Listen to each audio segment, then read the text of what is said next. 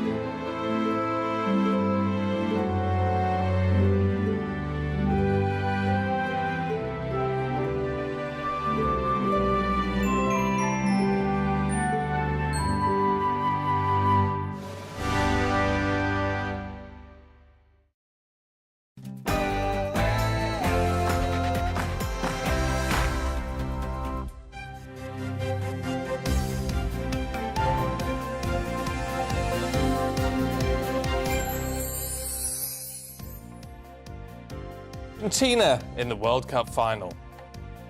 And even I'm interested in that. Good morning. It's 6 o'clock on Sunday, the 18th of December. This is Breakfast on GB News with Stephen and Ham. So it's the World Cup final this afternoon, France versus Argentina. So we're live in Qatar ahead of today's match, and we'll keep you updated on everything you need to know.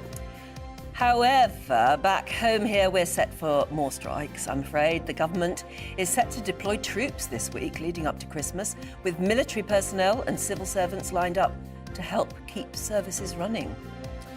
And of course, let's not forget, Christmas is fast approaching, but these festive gatherings can sometimes boil over. If you get a dinner like that, it might do. Or maybe you're dreading the idea of cooking for a large crowd. We're going to give you plenty of tips on how to stay calm. And we'll give you a cooking masterclass with Kevin Woodford a little bit later on. Keep calm and carry on and keep on cooking. As ever, you can join in any of our discussions by emailing gbviews@gbnews.uk.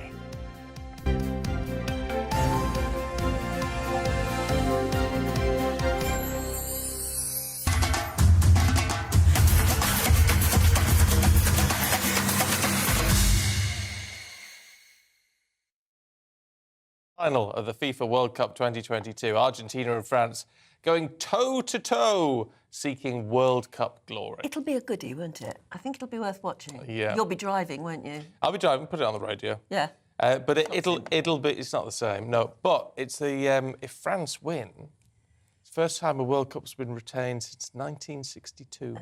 My money's on, not that I'm putting any money on it, but my money would be on Argentina. But you're France. France, I think France. There you go. It's interesting. I never thought I'd ever be this interested in football. With history on the cards for both sides, it's all to play for, as they say, at the stadium. Lionel Messi is it Lionel Messi? Lionel Messi. Yes. See, I don't even know that. But he could crown his international career with the only trophy that has eluded him when he plays his 26th and final match on this stage. That is quite something. Yeah, it is. Well, France, on the other hand, hoping to become the first country to retain their title, as I was saying, since Brazil in 1962. Oh, don't we remember it well? As both teams prepare for the final showdown this afternoon, our very own Paul Hawkins reflects on the first World Cup to be held in the Middle East.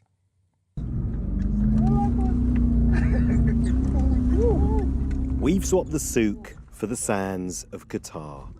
This is the Khor Al Adaid area, where the inland sea meets the desert. A UNESCO World Heritage Site, there is no comparable lagoonal system like this anywhere else in the world.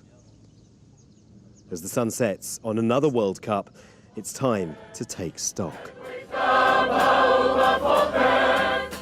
It started with armbands and rainbow hats. At the end of the day, it gave us a platform to talk about LGBT rights and inclusion and diversity and why these things are important to us in Wales and in the other progressive nations that are here.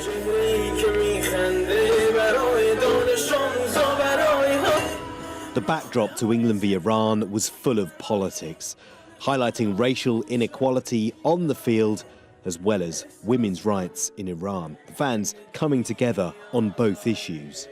I think all the people around the world want the best for humanity, and Iran is part of that. So hopefully things will get better. This was a dry country, but there was alcohol if you wanted it. However, no booze, no problem. This World Cup was different. It was family friendly and it was safer. A kind of vast social experiment where football and alcohol, which are inextricably linked, are suddenly pulled apart. We are live on Danish television. Would the media be allowed to freely report? You invited the whole world to come here. Why can't we film? It's a public place. Aside from this initial misunderstanding between officials and a Danish TV crew, for which the Qataris apologised, the answer was yes. Wales' first World Cup for 64 years ended in disappointment, but many of the Red Wall were simply happy to be here.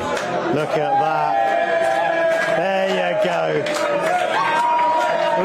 Look at that. There you go. It's like the Welsh David Brent. England's campaign, on the other hand, ended in penalty heartbreak again, just one kick away from reaching another semi-final. Perhaps. On the night, England were the better side. They just didn't win the key moments. A little bit disappointed, but it's still, after that game, there's a lot of positives to take from it. So we're still positive about the future, and only 18 months to the Euros as well to look forward to. This was a World Cup for the underdogs. Japan beating Germany, who failed to reach the knockout stages. Morocco beating Portugal, Spain and Belgium, who also failed to get out of their group. France losing to Tunisia, Saudi Arabia beating Argentina, one of the greatest World Cup shocks ever. And yet here we are, despite all of that. Argentina v France in the final. The little magician versus the young pretender. Messi versus Mbappe. Both play for the same club, but the Frenchman, who's only 23 years old, is already a World Cup winner. For Messi, at 35, this is his last chance to win the only trophy that's eluded him. Some say he can only be considered alongside Maradona when he wins football's greatest prize. Paul Hawkins, GB News. Poetic, How wasn't did it? Paul manage to I steal the don't World know. Cup I don't and know. take it That out must to the be a desert? replica, mustn't it? That's quite something. Sure, it's pretty good though. Aidan McGee's here. Morning, Aidan. Morning, how you doing? The FA Cup has been stolen a couple of times. Sorry, the Yes, FA it Cup. has. No, the World Cup's been stolen, yeah. I think it was stolen in 1983 and it was never found. It's believed to have been melted down and sold off as bits of gold, yeah. Oh, well, there you go. Yeah. Now, look, this has been controversial from day one. Despite all the controversy, it does seem to have been a pretty good World Cup. It does, actually. Some people would say it's grudging, but I have to say, once all the politics was out of the way, and I'm not saying all of it was nonsensical, we did go on a bit too long into the tournament.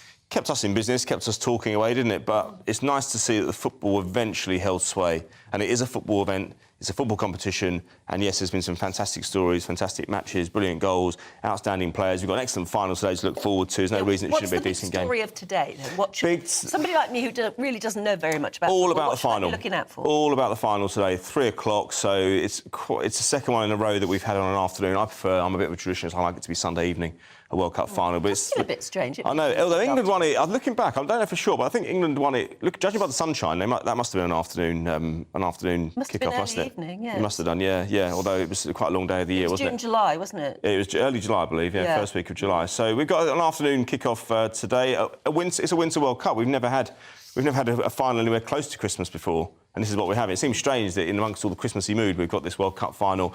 We've got France against Argentina. France are the holders, of course. They won it in 1998. They were finishing runners-up in 2006. So excellent recent pedigree. They didn't do much in the tournament before 98, when they held it. Argentina haven't won it since 86, the year of the hand of God goal with Maradona. They were appeared in the final against West Germany in 1990 and again against Germany in 2014. So they're due a win. I would make France slight favourites. I don't recall a final since probably about 1994 when the finals have been absolutely the two. I've not been able to pick a winner between the two. I mean, it's not obvious who's going to win today. I just think France have got more strength and more depth throughout the whole coverage of their team. But they're not well at the moment. Well, you say that, but apparently 24 of them all trained last night. They were all seen out on the pitch, whether it was a PR stunt by the French FA to say, look, get out there for 5 minutes, because the cameras can only film about 5 minutes of training anyway, so it may be the case that, right, just get out there, lads, just to show a united front and make out everyone's fit and not give any opposition any hope that we might be unwell, and then maybe going in and put their feet up or whatever. Olivier Giroud, the guy who scored the winner last week against England, he's got a bit of a knock, but we understand he will play. But it's been a triumph for France in the sense that 3 players didn't even make the trip to the World Cup in the first place. 3 really top players, Pogba, Karim Benzema and N'Golo Kante didn't make it. They were injured. But they've also suffered injuries throughout the tournament. There's talk that if Didier Deschamps wins another World Cup today, and it's his second as a manager, he also won it as a player, he might walk off and give way to Zinedine Zidane to take over as head coach. I would think Deschamps will then go on to take a club job as well. But on the Argentinian side as well, I mean, everyone's saying it's all Messi, just as in 1986 I said it was all Maradona. I'm not so sure about that. I think you can't... I don't believe in... When people say to me, who's the greatest player ever, I don't really believe in that, because I think that comparison you're not much lends good if itself. You're the only one. You can say the greatest tennis player or golfer, because that's an individual sport. But how can you be the greatest player ever when you're depending on 11 or 10 other teammates and substitutes and a manager to drag you over the line? I just don't believe in it personally. I think if on that basis a goalkeeper can never be the greatest player in the world because they never score the goals. So I think that you can be the greatest in your position, you can be the greatest attacking midfielder, greatest defender, but not greatest player. Teamwork. It's a team sport, you know. Team sport, as well as a game of 2 halves. Oh, absolutely. That's the other phrase. You mentioned Lionel Messi. I think it's actually... He prefers Lionel, funnily enough. Oh, Lionel. Does prefer Lionel. We call him Lionel because we think it's a bit fancy, but apparently he did tell commentators about 10 years ago that he prefers Lionel, as in Lionel Blair. I mean, it would be brilliant if we saw a bit of, something... Yeah, I know. Look, I mean, people say to me, is this going to be... Mbappe? They play for the same... Messi and Mbappe play for the same club side, so they know each other. I'm so learning them. Well, it was brilliant last week when you picked up the spelling mistake on I know, almost as though I know what I'm talking about. What did they both play for? Eindhoven? No, it's Paris Saint-Germain. Paris Saint-Germain. Yeah. So look, people are saying to me, is this going to be the crowning glory for Messi? Yes, it's the only trophy he hasn't won, but as somebody who's won 11 league titles, 4 Champions Leagues, 7 Ballon d'Ors, a multiple plethora of other individual awards and domestic trophies, has he really got anything to prove? Probably not. But it would be nice to see this. Show off, yeah, you do. I mean, you don't want to be carrying that World Cup, not letting Paul Hawkins stuff it in sand. No, I know, that's weird, isn't it? That's weird. What about Gareth Southgate and all this? I think it's been, disappointing to be out. However, I think England did all right, really. I think it's been great for him, hasn't it? Look, I mean, listen, if France win today, then we can justifiably say that we lost to the winners, and that's always a good feather in your cap. However, I think Gareth Southgate, it was his decision. He's got a contract anyway running until the next Euros. It's only 18 months away, so it's closer than it would be normally. Normally, there's a 2-year gap, but because of COVID and and the fact that this World Cup was obviously held in the winter, it's only 18 months to the next tournament, so he can, with this group of players, have hope of doing something next time round. It's not too far away. So he always had the contracts. It was very much his decision to stay. I would be asking about his in-game tactics in future. I'd be saying, look, sometimes you don't bring your substitutes on at the right time. You bring the one person on, wrong person off. But you could say as well, with the penalties defeat in Italy, or against Italy, and OK, it wasn't penalties, but there's no legislation. There's not much you can do on the sideline when your main goal scorer and captain just blazes a penalty over the bar. So I think he's got enough credit in the bank to go to the next tournament. Yes, hopefully he'll learn from the experience. But as I said to you many times before, when a team wins a tournament, they've usually knocked on the door in the previous tournaments going up to it. Maybe it might be England's time next time, and it'd be great for him to do it because I think people like him. I think people like him, yeah. I don't know what it's about. It's a creative team that we can be proud of. Yeah, he has. But he has undoubtedly. I mean, honestly, as recently as 6-7 years ago, players didn't really want to turn up. They didn't enjoy England camps. There were factions in the squad. There were the United players, there was the Liverpool players, there was the Chelsea and Arsenal players. And there were egos. Well, there are always egos, but it's a question of managing them. Egos aren't a problem if you can get them to work together. In a team sport, you have to do that. But one Chelsea player told me years ago that the divide isn't about the clubs, it's about north and south. It's like the players up from up north sit on one table. Alan Shearer was so powerful one time that he had his own table. He didn't even it wasn't anything to do with the club. It was just about his own table. So when you've got that in a club, if you've got that in an international setting, you're not going to win. It's as simple as that. It's about team sports, about togetherness. No group of individuals ever lifted anything. You get the feeling that this is a team. Absolutely. Well, Gareth Southgate was on the periphery of all that going on 20 years ago because he was a squad player with England. He would have seen that this isn't good enough. If ever I was manager, this wouldn't happen. So they leave their club divisions at the door when they go into England training camp. They're all saying now it's much better. It's a better environment. And you know what? It sounds quite trivial. You think, well, it would be like that. It should be like that anyway because it's football or it's sport and it's something they really enjoy doing. They get the adulation, the payment, and everything. But it's not as simple as that. And you've got club managers as well saying, look, don't try too hard for England. You've got a big game on Saturday. That didn't help either. You had Premier League football managers like Alex Ferguson, like Arsene Wenger, like Jose Mourinho, effectively running the England team from afar. I wonder how they'll all be watching it this afternoon. Oh, the England players? Yeah. Well, they're all home now. Don't forget, they restart their But some of them are under pre-season tournaments already, or pre-season matches already. Kevin De Bruyne from Belgium. Today? It's possible they'll be training today. Yeah, it's possibly. I think they're back. They're back. So. Such a tough business. I know. Well, they'll be working. Don't forget they'll be on a holiday. She's in a mischievous. $500,000 a week, I suppose. Anne's in a mischievous mood today, I tell you. No, she is. They'll be training. It's a tough time around Christmas for them. They do play Boxing Day, so they'll be in a hotel on Christmas Day as well. So so it's about time they earn their money, isn't it? They earn it. That's one day of the year when they do earn it. Yeah, that's true. Aidan, thank you very much indeed. Speak to you in a bit. For $500,000 a week, I think I'd go out training. There you go. Yeah, I'd do it for half that. Yeah, me too, for half that. Yeah, absolutely. It's 6:15. Let's bring you up to date with what else is going on today.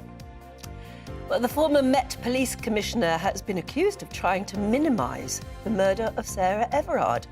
The government's outgoing advisor on tackling violence against women told the Sunday Times that Dame Cressida Dick complained at a meeting shortly after the murder that the government's initial response was over the top. Dame Cressida has strenuously denied making those comments. Nurses are threatening to escalate industrial action in the new year if the government fails to break the deadlock over pay by next week. The Royal College of Nursing warns it could impact a greater number of hospitals and scale back support for non-emergency services if further action goes ahead. They're demanding ministers respond within 48 hours of Tuesday's walkout. MPs are calling for China to officially be deemed a threat to the UK. They say economic ties should be weakened to allow Britain to stand up for its values. However, the Foreign Affairs Committee warns stronger language should not be used unless the UK can commit to meaningful action.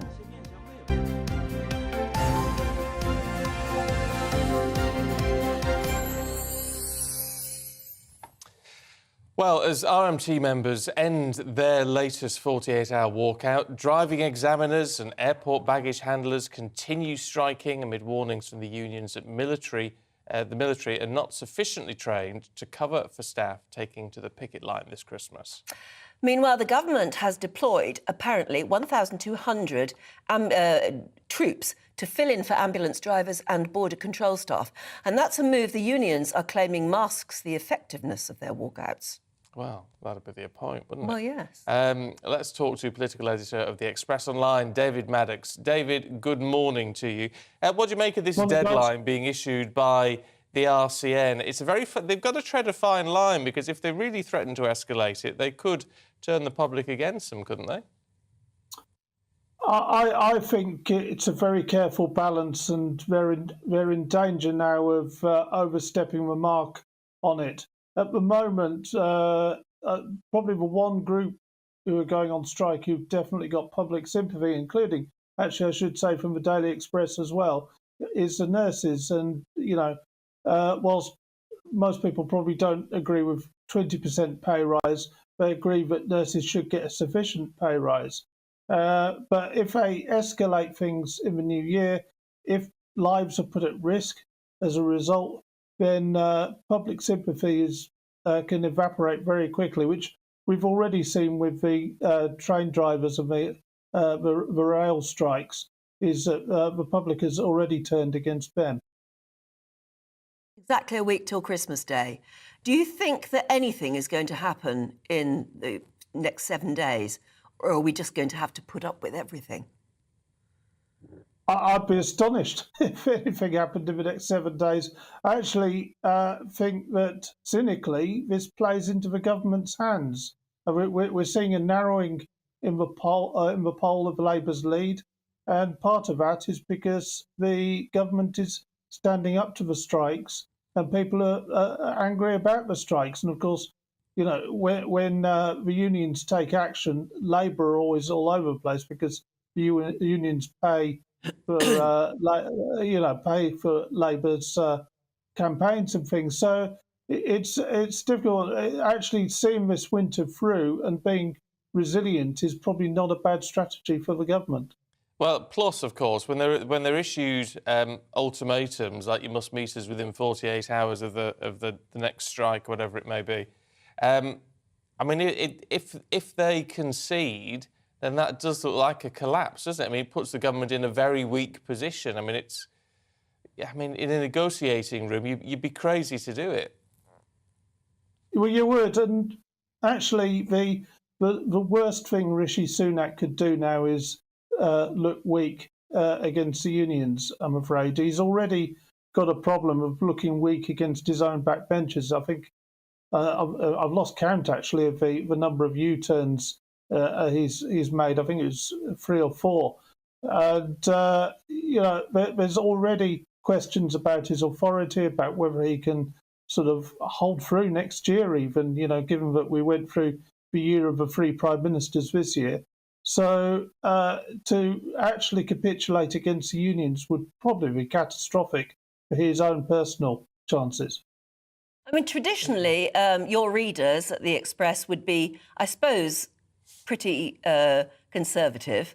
But how are they feeling at the moment? Who would they most blame at the moment for the chaos and confusion? The unions or the government? I think, on balance, most of it, the unions. I don't think there's much sympathy for, the postal workers, the dockers, the lawyers, the driving instructors, Uncle Tom Copley and all actually going on strike. There's a feeling that we need to pull together on the cost of living, on the whole thing in the country. We're all facing an economic crisis, not just the people in the unions and the public sector workers. I think, as I said, the one group where there is some sympathy for is the nurses, and that's because we've been through this 2-year lockdown, the pandemic. They're seen still as heroes to the nation for what they did.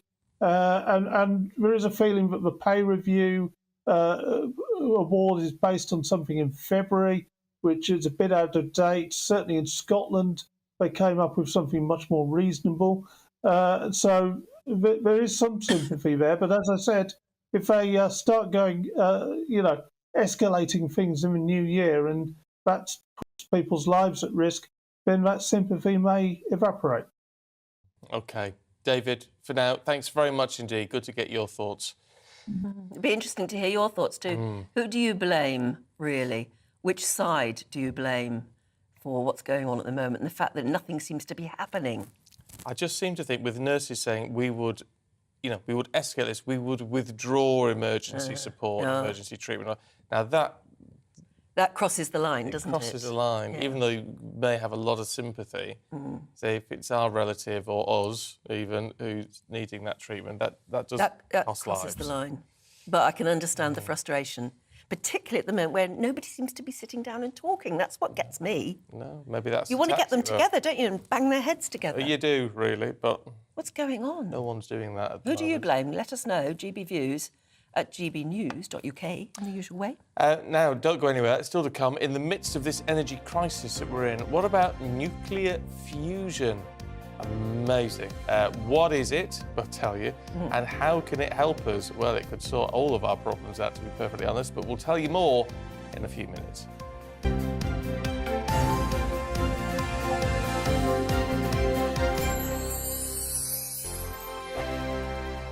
We are GB News, and we'd like to say thank you to each and every one of you for bringing us your conversations, for helping our great nation find its voice. We are here for you on radio, television, and online, across England, Scotland, Wales, and Northern Ireland. It's not the BBC, you actually get your facts right. We are proud to be GB News, the People's Channel, Britain's news channel. Monday to Thursday, 9 p.m. till 11 p.m. Join me, Dan Wootton. I'll bring you the sharpest takes and hottest debates. Do you not believe in prisons? I don't believe in prisons. I'm completely stunned. I guarantee you there'll be no spin, no bias, no censorship. I actually was personally quite offended by it. And no reason to go to bed. So I guess they've always been quite woke. That's Dan Wootton tonight on TV, radio and online. Monday to Thursday from 9 p.m. till 11 p.m. on GB News. The People's Channel, Britain's news channel. Hello there, it's Eamon Holmes here from Breakfast on GB News. We're not just on your television and your screens, We're on DAB plus digital radio, so you can listen to your favourite shows on the move. If you've not yet listened to GB News Radio, it's very simple. We're on your radio player and tune-in apps, on your smart speaker, phone or tablet, or online at gbnews.uk. Take us with you wherever you go. GB News Radio. You never have to miss a moment of the People's Channel. Join me every Sunday at 6 p.m. for Gloria Meets. In exclusive interviews, I'll be finding out who our politicians really are and what they really think. It's something that you would never want anyone to suffer. I didn't know what channels there were. I didn't think I'd be believed. I must have weighed about 7 stone and I'm 5'8". My instincts was to sort of cover this up. I mean, clearly that was a mistake. Join me every Sunday at 6 p.m. on GB News, the People's Channel, Britain's news channel.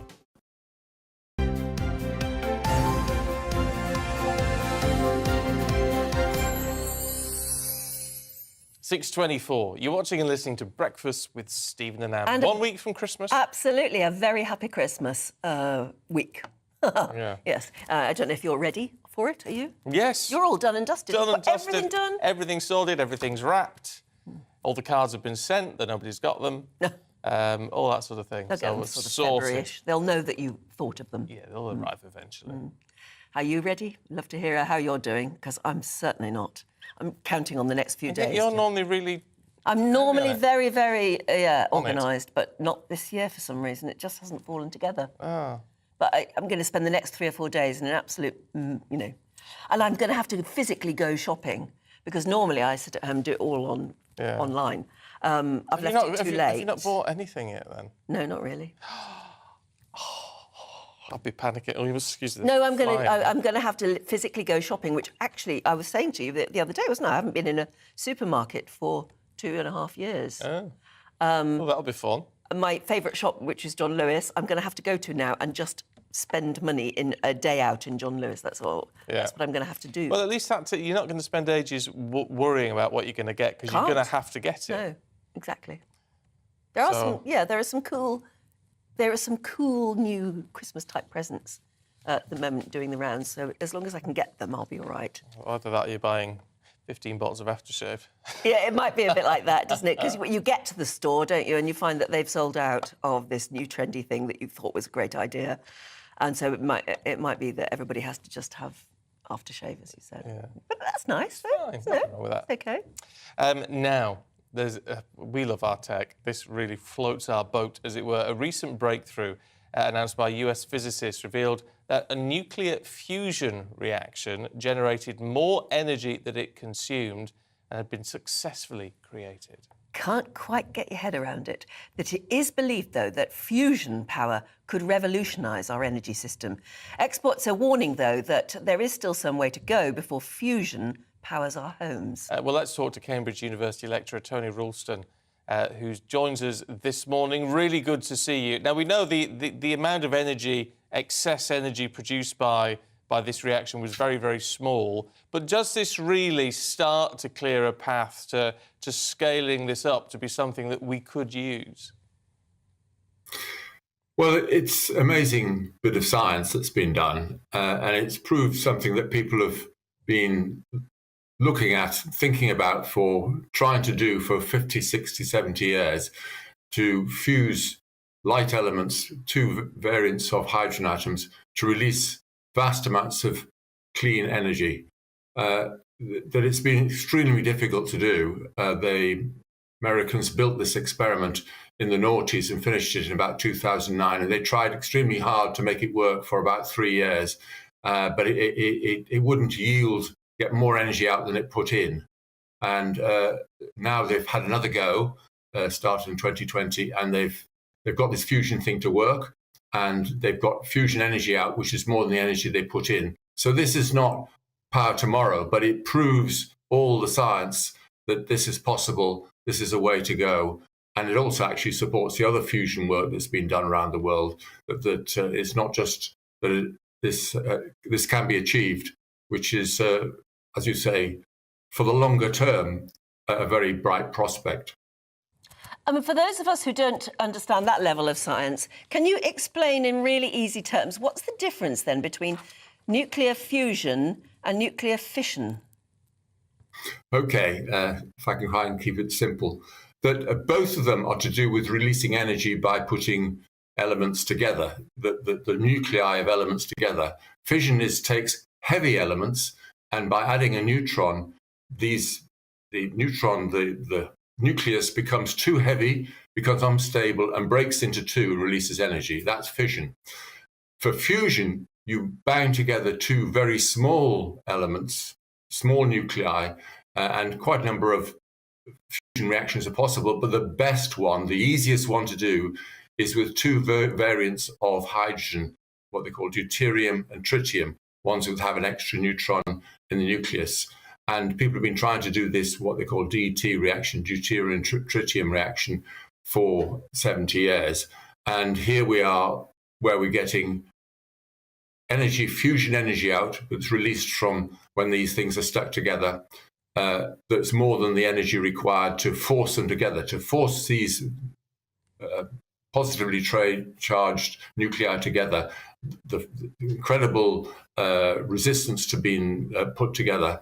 You force them together, they form the nucleus of a helium atom and release energy. And that's what's been achieved in California. And what happens in terms of radioactive byproducts?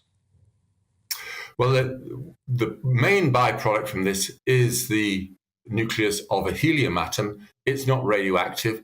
There is the main energy comes out is neutrons that are produced. They tend to make the materials around it radioactive, but short-term radioactive.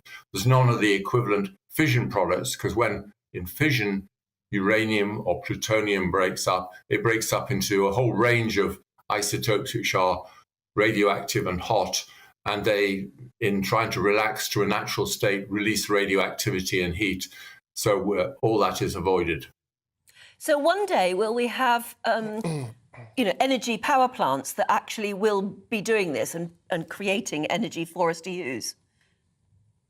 Yes, I think they will, but they're probably a distance away. So this reaction produces heat. That heat you can turn into steam and turn into electricity. So that side of things is relatively straightforward. The smart bit is releasing heat from this fusion reaction. And they prove this can work. Whether this particular device is the right one is, I think, open to question, because the repetition rate of these lasers is about once a day. You need to have it perhaps 10 times a second. That's quite a big change. The lasers themselves take about 100 times as much energy as went into the particle as to run, and therefore the whole process, when you look at it, put a box around, the whole process is not that efficient. But the science has been proven. This sets people off on solving the engineering problems. And we're looking at a practically infinite power source, aren't we? Or very nearly.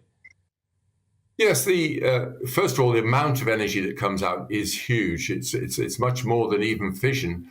And remember that for fission, we compared with, a ton of uranium would produce the same energy as 1 million tons of coal. Well, it's more effective than that. And then the fuel for this is relatively available. So one type of hydrogen variant can be distilled, got out of seawater, seawater, plenty of seawater around. And the other from lithium, an isotope of lithium, where you make the tritium from that.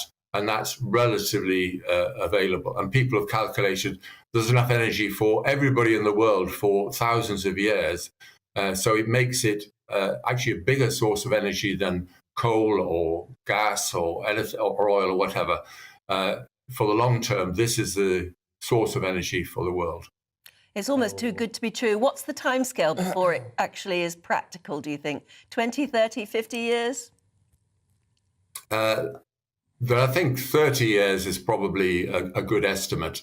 That you've got to take, whether you do fusion by this method or the magnetic method that other people are studying, you've got to get past this to something which does it repeatably on scale. You've got to then turn it into a power plant. There's lots of material problems that have to be solved. I think 30 years it would be a good target, yes. Great to talk to you this morning. Thank you very much indeed. Thank you. You might be around for it. I don't think I will. Oh, well, I might. You'll be a very doddery old I'll be gentleman. doddery, but that's all right. It's, I'll tell you what, deuterium. Deuterium. Now, something in Star Trek, then. It's in Star Trek, exactly. It's yet another thing where Star Trek has predicted the future. Yeah. So I thought it was a made-up name. Well, yeah. I thought it was just a science fiction name, and it's true. I mean, it is almost too good to be true, But that would be amazing. Clean source of energy that has no waste product and that is infinite by the sound of it. Yeah, pretty much. Wow, so. I'd like to be around to see it. Yeah. Really would. Well, fingers crossed. You see, we're going places. Much more to come. We've got all the news and views from the Sunday papers.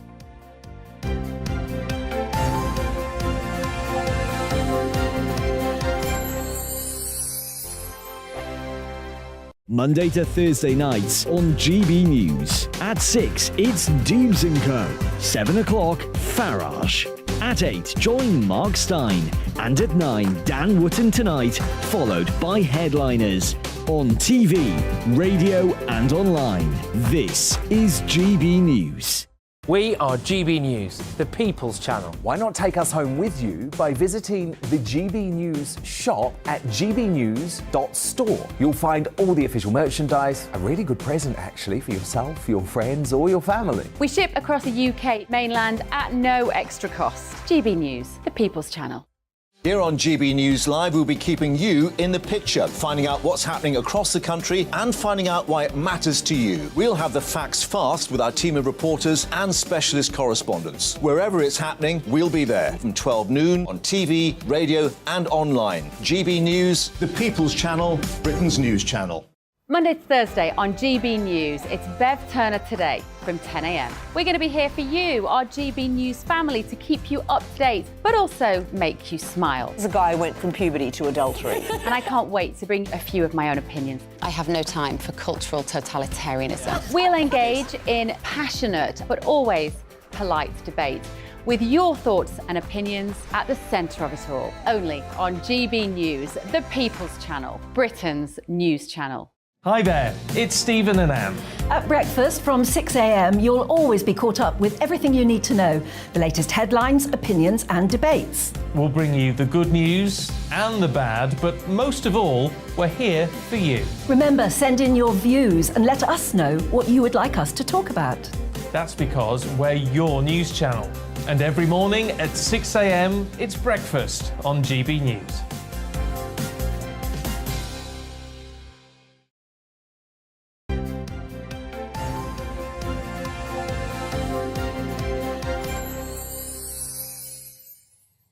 Welcome back. Morning. It's 6:36. You're watching and listening to Breakfast with Stephen and Anne.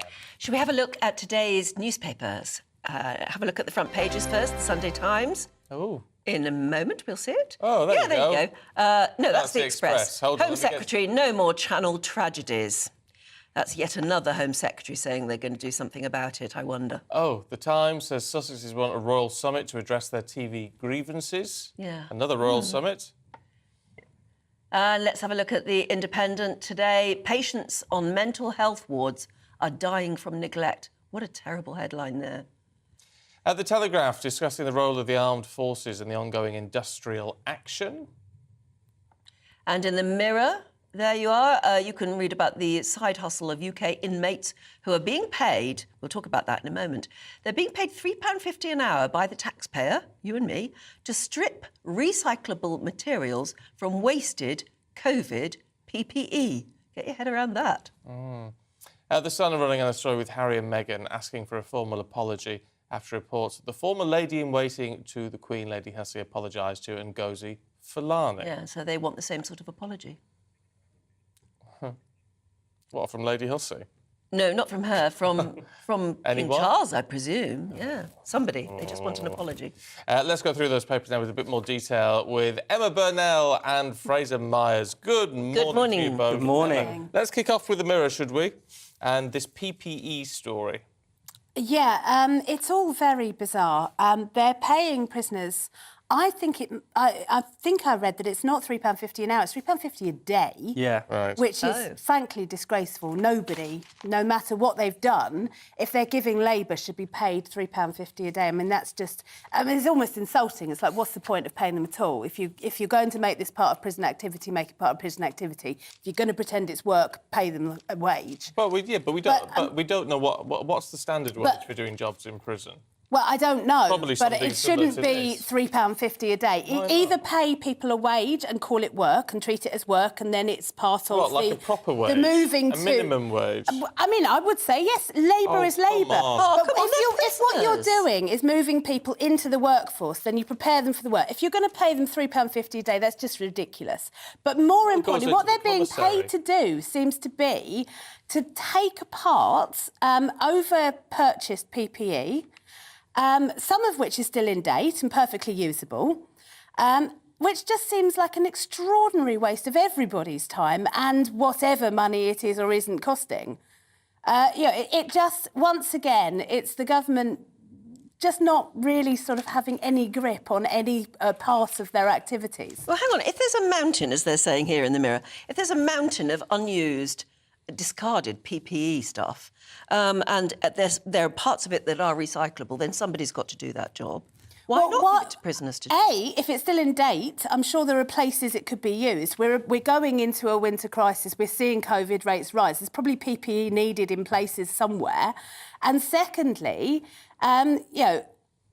yes, somebody should be taking apart those bits that can't be used, but we should also be asking how we ended up with this mountain in the first place and who was being paid to purchase it. Well, yes. I mean, and as I say, it seems crazy to destroy it if it's usable and could be sold. Some of it's usable up to December 2023, it says in the story. Right. Yeah, some of it could probably be sold to other countries. Some of it is not quite up to NHS standard, but has kind of other uses in non-hospital uses and things like that. But I think it's a good, reminder of that kind of period of just sheer panic, because some of the figures in terms of, they're talking about billions worth of PPE that is not up to spec, completely wasted, completely unused. It just reminds you of that period of sheer sort of chaos and panic in the 2020s. And I suppose on the one hand, we'd be upset if they'd underbought PPE. That would probably be an even bigger catastrophe. But still, the figures are really quite shocking. Yeah, I haven't got an issue with paying prisoners £3.50 a day. Nor me. It goes into the commissary, doesn't it? And then they. I mean, what can you buy for?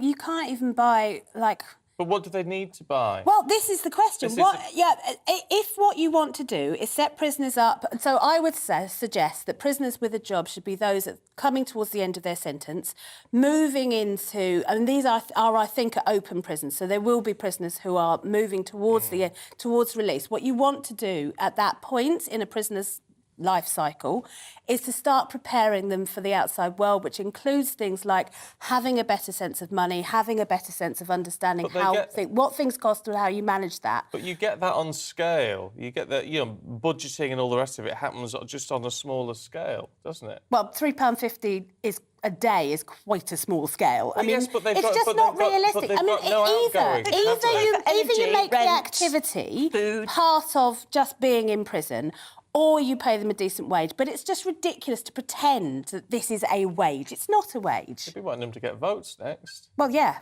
because they're part of our democracy. Well, they're removed from our democracy, aren't they? Please. I mean, they have, most prisoners, again, when we say prisoners, we always think of the worst possible crimes. There are an awful lot of people locked up for things that are really quite minor. For example, most female prisoners are not violent prisoners. There may be a case for those who have completely abandoned our norms around, so murderers, rapists, being further away from our democracy than others. But I think people who've committed fraud or economic crime actually probably have quite an important say in how we run our economy. Well, they can have it when they come out. Well, I mean, when they come out, there are many reasons why many of them shouldn't be locked up in the first place, particularly with the female prison estate. But what's wrong with prisoners being asked if they are paid a wage, which is presumably meaningful within prison, even at £3.50 a day? I imagine that's meaningful inside prison. What's wrong with them taking apart wasted PPE and recycling, enabling some of it to be recycled? What's wrong with that? Well, the story is, I think what the story is trying to get at is that this PPE, it's almost like a bit of a cover-up is what is being suggested, that it's a way of disguising the fact that there are these mountains of PPE, that using the prison system as the sort of labour force rather than contracting out to normal kind of wages. That I think that's what the story is trying to get at. It's a bit of a complex story in that sense. It's a Daily Mirror way of just getting it going for the government, isn't it? Yeah, basically. Well, let us know what you think. We've got a whole range of opinions here with GBviews at gbnews.uk. To the Sunday Express, Fraser, the Home Secretary wants no more Channel tragedies. Yeah, she's written this op-ed in the Sunday Express, and I think it could have been written any day of the year. She's vowed to crack down on the criminal gangs who are facilitating the Channel crossings. Now, obviously, that's necessary, but you'd hope they'd, A, be getting on with that anyway, and how many times must we have heard this claim that every week, now we're finally getting to grips with this issue, now we're finally take on the criminals. But we're not seeing much change. I mean, this is got to be the worst year. I think it was something like 9,000 crossed last year, and it's been 40,000 this year. I mean, the jump in numbers is it gets worse and worse staggering. and more tragic. And more tragic. And yeah, the tragic result is that people lose their lives, which is absolutely horrific. But do you believe that anything will be done, or do you think this is just announcement speaking? I think this is definitely announcement speak, because it doesn't seem like there's going to be a change in policy. There doesn't seem like there's going to be, there's not been more funding announced or anything for tackling this problem. It doesn't seem as if the deal that they hailed with the French recently, there's a sort of investigation in The Sun suggesting that is not making any difference, and that, police on the other side of the Channel don't particularly care about dealing with this problem, and you can kind of understand that a little bit. They think it's our problem, not theirs, to control the UK border. So it's the outlook isn't good. Meanwhile, the weather gets worse, and they still go on. Yeah. Unbelievable, in freezing conditions. The Sunday People, Emma, the RCN giving a deadline to the Prime Minister. Yeah, I mean, that's a negotiating tactic, isn't it? The RCNs, by the way, one of the least militant unions that exist, being pushed into strike action after 106 years of not doing so, are basically acting as a negotiating union. You set a deadline and you hope that the other side blinks first. That's exactly what they're paid by their members to do.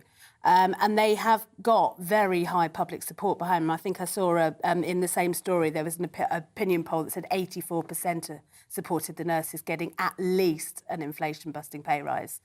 So I think they are in a very strong position. This hard line that they're taking doesn't seem to be getting them anywhere at the moment, does it? They've gone in asking for 19%, which everybody says maybe that's a negotiating tactic. You start high and hopefully, you'll reach some sort of level. But that doesn't seem to have done them any good at the moment, because the government are just saying, or at least the bosses are just saying no. Well, I don't. If you're going to only talk 19%, we're not interested. But I don't think. I think the government have refused to talk about pay at all. And actually, if you're going to get them down from 19%, you need to do that through having a conversation. B, actually, what you are seeing is an awful lot of Tory backbenchers getting more and more nervous. And now that level of unnamed ministers starting to brief the papers. So the pressure on the government is not just coming from outside, it's coming from inside the House too. No, that's a fair point. Fraser, drug use in the UK is apparently simply a public health problem. Yeah, so... which seems a very odd take. There's essentially police forces are calling for a kind of consistency across the country, because there's 14 police forces that have a kind of no prosecution policy for people who are caught first time possession of things like cocaine. And they're saying we need a sort of national policy to reflect that. Now, it's interesting because that kind of goes directly... they're bumping right up with the government. Only recently, Suella Braverman said she wanted quite a severe crackdown on drugs and was talking about raising marijuana to sort of Class A status to treat it like cocaine and heroin. I'm wandering around. Wherever you wander around, you can smell cannabis at the minute. Which clearly means that the current process is not working. No, exactly. Well, no. But time and again, every time we talk about drugs, we seem to accept, don't we, that nothing's working. The current policy doesn't work. Well, yes, we've waged a war on drugs, and the drugs have won. Yes, That's how I like to And put I it. mean, it's like all of these things. If you create an illegal market, people will step into it. It'd be much better, actually, if we weren't empowering the people, the really nasty people running the drug gangs, and actually had a better system where we weren't criminalising recreational users who, frankly, we all know some people who've lived perfectly normal lives, but also, do drugs. Yeah. And that is actually the norm. And then there are people who, either through illegal drugs or through perfectly legal things like alcohol, are incapable of actually doing it in a recreational way, and they need help and support. Well... And if they're going to some nasty fella around the corner cutting those drugs with something terrible because that's where they can get it from, you're not going to stop them. No. It's also interesting, talking about the police saying, almost non-enforcement policy. I think that is the policy across the board for all crimes at the moment. Right. How will we tell the difference? Exactly. If you're going to be burgled, is there an acceptable level of crime? Yeah. Don't expect any help from the police if anything bad happens to you. At the moment, that's how bad things have got. But maybe, I think taking the police off something like drugs, which... there are many people. I don't think it's a clear majority, but a lot of people think that they should be legalised or decriminalised. Maybe that would be a better use of police resources. Free them up to sort burglary. Yeah. And also, equally, bring burglary down, because you've got drugs that aren't being prices raised through criminal gangs, actually monitoring it better, you will have less of that kind of petty crime. It does make you wonder whether it would be an experiment worth trying. I mean, everything else has failed, right? Well, yeah. Really has. You do wonder. Right, let's have a quick look at rolling power cuts. Emma, in the Mail. This time we're blaming the Met Office. I would like to just gently point out to the Mail that the Met Office is not actually responsible for the weather. No, but even they said they were surprised. They didn't quite think this was going to be quite the cold snap it's turned out to be. No, and this is prediction is not always an accurate science, but I just think we have a massively creaking infrastructure, which has been true for many years. And whether this cold snap happened now or in February when we usually expect it, I know because my birthday's in February and slip sliding around on the snow is my usual stance. But it's, the problem is not whether we failed to completely get... I mean, I heard about this cold snap coming a good few weeks ago, and we've been talking for months about the fact that we may have power issues and that a cold winter would be difficult. I don't think it's the Met Office's problem that we have a really, really poor infrastructure and that we may be getting power cuts. And we've had the wrong kind of energy strategy broadly, haven't we? Because we don't have enough gas storage. So we're suffering from, the consequences of the war in Ukraine and obviously the correct desire not to use Russian gas. But the UK didn't buy much Russian gas even before the war in Ukraine. But because we never had much storage and we didn't... Or build enough nuclear. Or build enough nuclear power. And we deal with other countries that do deals with Russia. Yes, well... And the other, the other thing is, we've ploughed a lot of money into renewables, and unfortunately, in these kind of cold periods, not only does the sun not shine, but the wind doesn't blow. So there have been days when renewable energy has been producing next to nothing at the exact time when we need energy the most. It's winter when we need to be using more energy to heat our homes, to keep the lights on, to keep ourselves warm. It's all about storage. We haven't thought forward about storage. Exactly, and I'm afraid winter comes around every year. It shouldn't come as a big shock to our infrastructure planners. No, it shouldn't really. Fraser, Emma, we've got to leave it there. Good to see you. We'll catch up with you a little bit later on.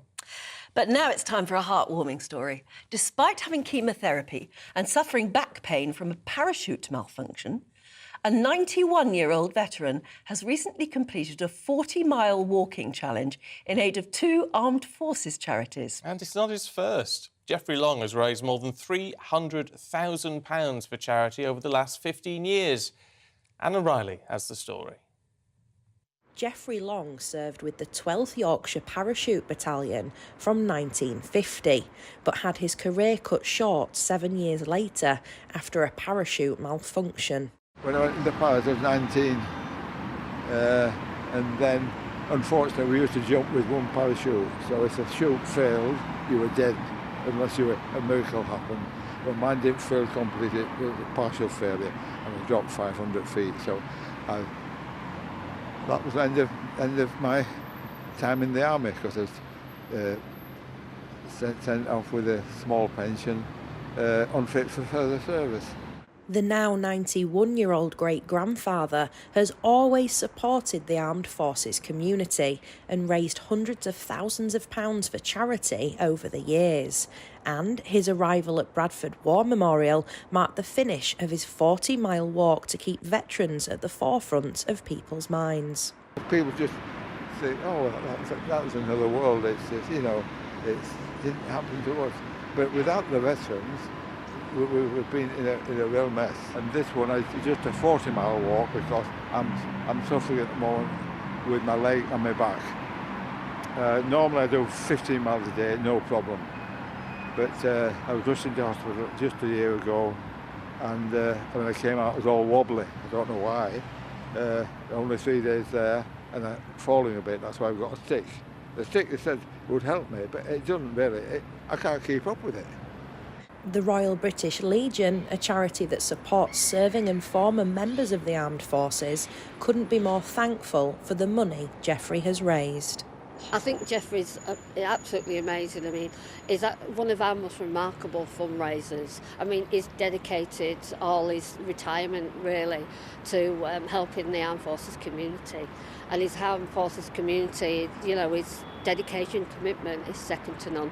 And Geoffrey is already planning his next walk, all with the aim of raising money for those who need it the most. Anna Riley, GB News, Bradford. I mean, remarkable. What a remarkable man. Some people are made of such strong stuff, aren't they? They just? And keep going and are determined. It's just amazing. Yeah, it's good wonderful. on him. Yeah, it's wonderful. Good on him. On the strikes, Carol's been in touch. Morning, Carol. Says, I think nurses demanding 19% is unrealistic. They'll soon lose any public support when the first patient dies because of their actions. I know, I wonder, I mean, because the press will play it up, won't they? You know that the press will go big. First death that they can probably say this is because of strike action or whatever. It's going to be horrible and massively important. Yeah. And I'm dreading it, really, because it's going to happen. You know it will. It will. It's bad. People die every winter, don't they? But sooner or later there's going to be a death that the press, I think, will attribute to the unions. Yeah. Mind you, Brian says, I blame this whole situation on the government. Well, that's right, but other people say, I believe the government should give nurses the 19% pay rise they deserve. But Chris says, I blame the Royal College of Nursing.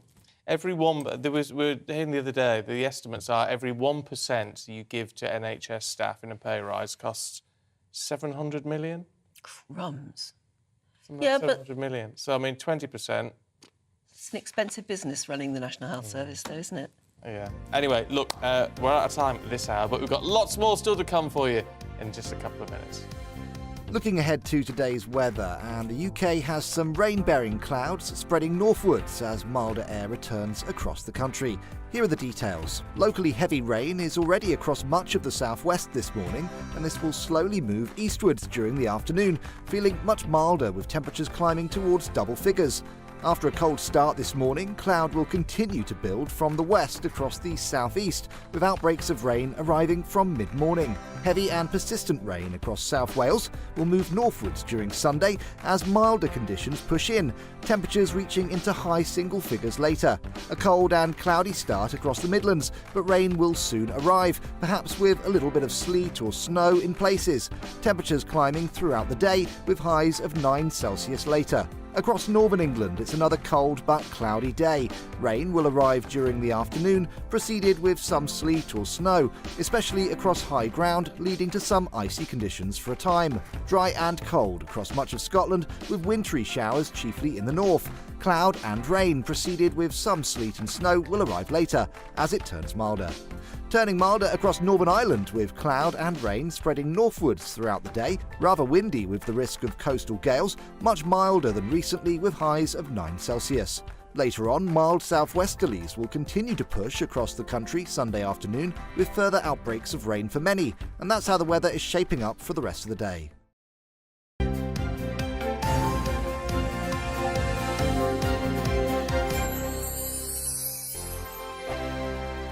Every morning from 6 o'clock, we'll wake you up with GB News Breakfast with all the stories you didn't know from the night before. So whether it's serious news, entertainment, or your own views from all over our great nation, we're here to kick off your day with a smile. And the national media should be reflecting and reporting what's happening here. You will notice the northwestern accents. Whether you're with us on TV, radio, or online, every morning, it's breakfast from 6 a.m. Hope you can join us. We are GB News, right across the nation. You can get us on television, on radio, on digital. We're absolutely everywhere. Amazing! You see, amazing! You remind me of me in the European Parliament. But here's the most important bit. We are not part of the mainstream establishment. We think and speak just like you do. We are the People's Channel. Magnificent. That's really, really thoughtful. Come and join us on GB News, the People's News Channel. My name's Tom Harwood and join me 9:30 a.m. every weekday for The Briefing, your one-stop shop for everything you need to know about what's going on in politics today. I wonder if this is a deal that might need to be like the biscuits in this factory, twice baked. Is there not an opportunity here to win out against the extremes? Tom Harwood, GB News. What are you going to do about it? Things should have been done differently, and they certainly are being done differently. Don't miss it. The Briefing with me, Tom Harwood, 9:30 Monday to Friday on GB News. Join me, Nana Akue, Saturday and Sunday afternoons on GB News. Expect fiery debate and passionate discussion as me and my panel tackle some of the biggest topics hitting the headlines. It's a place for everyone's opinion. No one gets cancelled, but no one gets an easy ride. Oh, she's on it today! Be ready for conversations that are fierce, frank, and of course, fun. Every Saturday and Sunday afternoon from 4 p.m. on GB News, the People's Channel.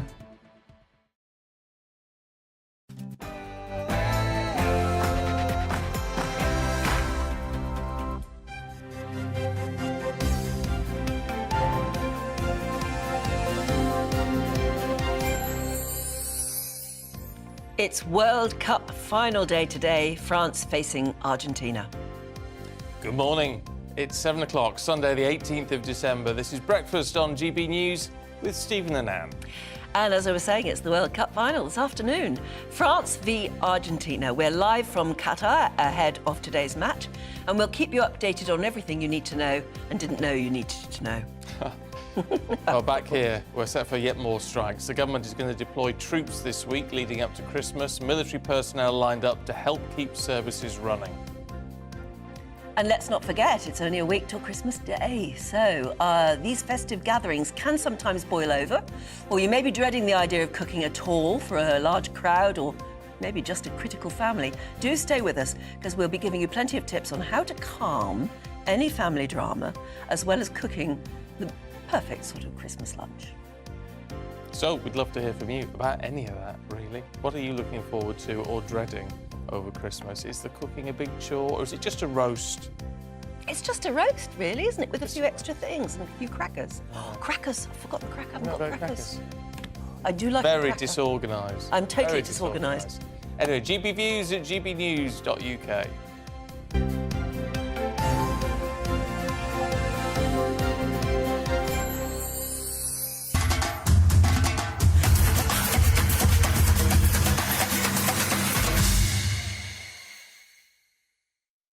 So it is the final of the FIFA World Cup 2022 today. Argentina and France going toe-to-toe looking for that World Cup glory. With history on the cards for actually both sides, it's all to play, as they say, at the stadium. Lionel Messi could crown his international career with the only trophy that's eluded him when he plays his 26th and final match on this stage. Well, France, on the other hand, hoping to become the first country to retain their title since Brazil in 1962. Which is a pretty long time ago.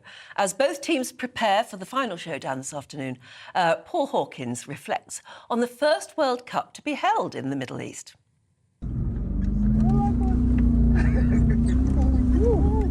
We've swapped the souk for the sands of Qatar. This is the Khor Al Adaid area, where the inland sea meets the desert. A UNESCO World Heritage Site, there is no comparable lagoonal system like this anywhere else in the world. As the sun sets on another World Cup, it's time to take stock. It started with armbands and rainbow hats. at the end of the day, it gave us a platform to talk about LGBT rights and inclusion and diversity, and why these things are important to us in Wales and in the other progressive nations that are here.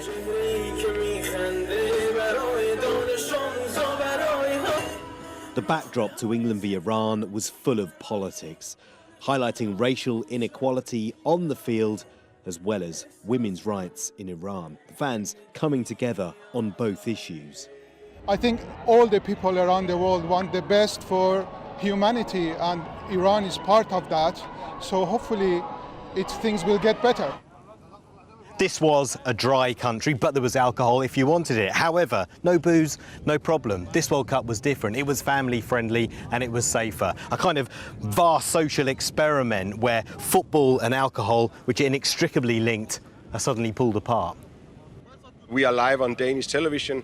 Would the media be allowed to freely report? You invited the whole world to come here. Why can't we film? It's a public place. Aside from this initial misunderstanding between officials and a Danish TV crew, for which the Qataris apologised, the answer was yes. Wales' first World Cup for 64 years ended in disappointment, but many of the Red Wall were simply happy to be here. Look at that. There you go.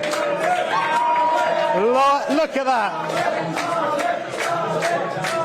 There you go. It's like the Welsh David Brent. England's campaign, on the other hand, ended in penalty heartbreak again, just one kick away from reaching another semi-final. Perhaps. On the night, England were the better side. They just didn't win the key moments. A little bit disappointed, but it's still, after that game, there's a lot of positives to take from it. So we're still positive about the future, and only 18 months to the Euros as well to look forward to. This was a World Cup for the underdogs. Japan beating Germany, who failed to reach the knockout stages. Morocco beating Portugal, Spain and Belgium, who also failed to get out of their group. France losing to Tunisia, Saudi Arabia beating Argentina, one of the greatest World Cup shocks ever. And yet here we are, despite all of that. Argentina v France in the final. The little magician versus the young pretender. Messi versus Mbappe. Both play for the same club, but the Frenchman, who's only 23 years old, is already a World Cup winner. For Messi, at 35, this is his last chance to win the only trophy that's eluded him. Some say he can only be considered alongside Maradona when he wins football's greatest prize. Paul Hawkins, GB News. I can only presume that's a replica. Yes. Yes, I don't think he'll let us drop it in the sand. Drop it in the sand. It's a good replica, though, isn't it? Yeah, it is. He's obviously having a whale of a time. He's enjoyed Actually, himself. I mean, for any reporter, I think just being out there at the moment, it's such an unusual place to have, and it's such a big deal event. He is obviously having a great time. He'll always remember it. Oh, he will. He will. Anyway, will it be a night to remember for the French tonight? Let's talk to French football journalist Lucas Ibor, I think. Ibor, I should imagine. Lucas, good to see you this morning. Look. Good morning.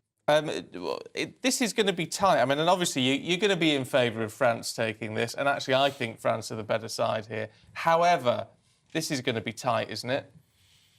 Yes, it will be. It will be. I can feel the passion and the craziness among Argentinian fans. Already since a month, actually. They have been here in big numbers. And I've heard planes are coming also yesterday and today. So they will outnumber French fans, obviously. But I think on the pitch, it will be tight. Imagine how excited the French people must be. I mean, certainly if we were in the final, we would be absolutely hysterical at the moment. I know you're in Qatar yourself at the moment, but what's it like back in France at the moment? Is it very, very excitable? To be honest, not really. Well, it became excitable maybe in the quarterfinal after we beat England. Sorry, guys. But before that, you know, with all these boycott talks and stuff like this, in France, it was not really something people would talk. But because of the national team being so good, well, winning games, actually, not being so good. But yeah, it got excitable. And now I think everyone will watch this with attention today. How concerned are you about the health of the squad? Because there's all these talks in the papers yesterday about them all coming down with some sort of virus. Yes. Everyone trained normally yesterday, so I hope everyone could play, but there's still doubt about Raphael Varane, which is a really strong defending player, and he's part of the spine of the team. And also Olivier Giroud, who's now the top scorer for French national team. So it's not sure he will play, but we still hope that maybe he can do it, and he can play for this. It's a final, so even if you maybe 80%, you're going to give everything you have and you're going to try to play this game. So hopefully they will. And it's not just a question of who wins this afternoon, because if you do win, it makes history, doesn't it? That must add to the feeling of, I don't know, tension. Yeah, and actually in France, and also I felt it talking to French fans here, you feel like all the world is backing Argentina because of obviously the Messi story. He wants to win it at least once in his life, and we're not the underdogs, but in the eyes of the people, we are. So it's kind of a nice feeling to be like, okay, I want to beat history basically, and to make history in the same time. So it's quite exciting for French fans. Yeah. Look, bon chance, Lucas. I hope you enjoy the match, whatever happens today. Really good to talk to you. Thank you very much. Have a good day. Let's see what Aidan McGee makes of it all. Aidan, I mean, both me and you have got sort of France down as our favourites, haven't we? Yeah, I think so. I just think they've got more strength throughout their lineup, and I think they've done well because they don't need a lot of the ball to do damage. They've conceded possession in terms of territory in quite a few of their games, including the last game against Morocco. Now, you could say to yourself, well, actually, if you give the ball to the likes of Messi, if you let them have the ball all the time, they're going to do some damage sooner or later. I, though, think there's some problems on the left-hand side for France. You've got Kylian Mbappe, who doesn't do much tracking back. You've got a left full-back who spends a lot of time in the opposition half. Messi likes to work off the left in the opposing half. It sounds like there's going to be a lot of space for him to work off on that side. If he comes inside and does the damage, who knows? If you give him a lot of the ball, that could be decisive. However, despite that, I do think that France, as I say, are stronger throughout their starting 11. There's probably stronger options off the bench, provided, of course, everyone is fit and healthy. We think they will be. And I think that's why they'll take it. But in extra time, it's not going to be an easy ride. It will be tight.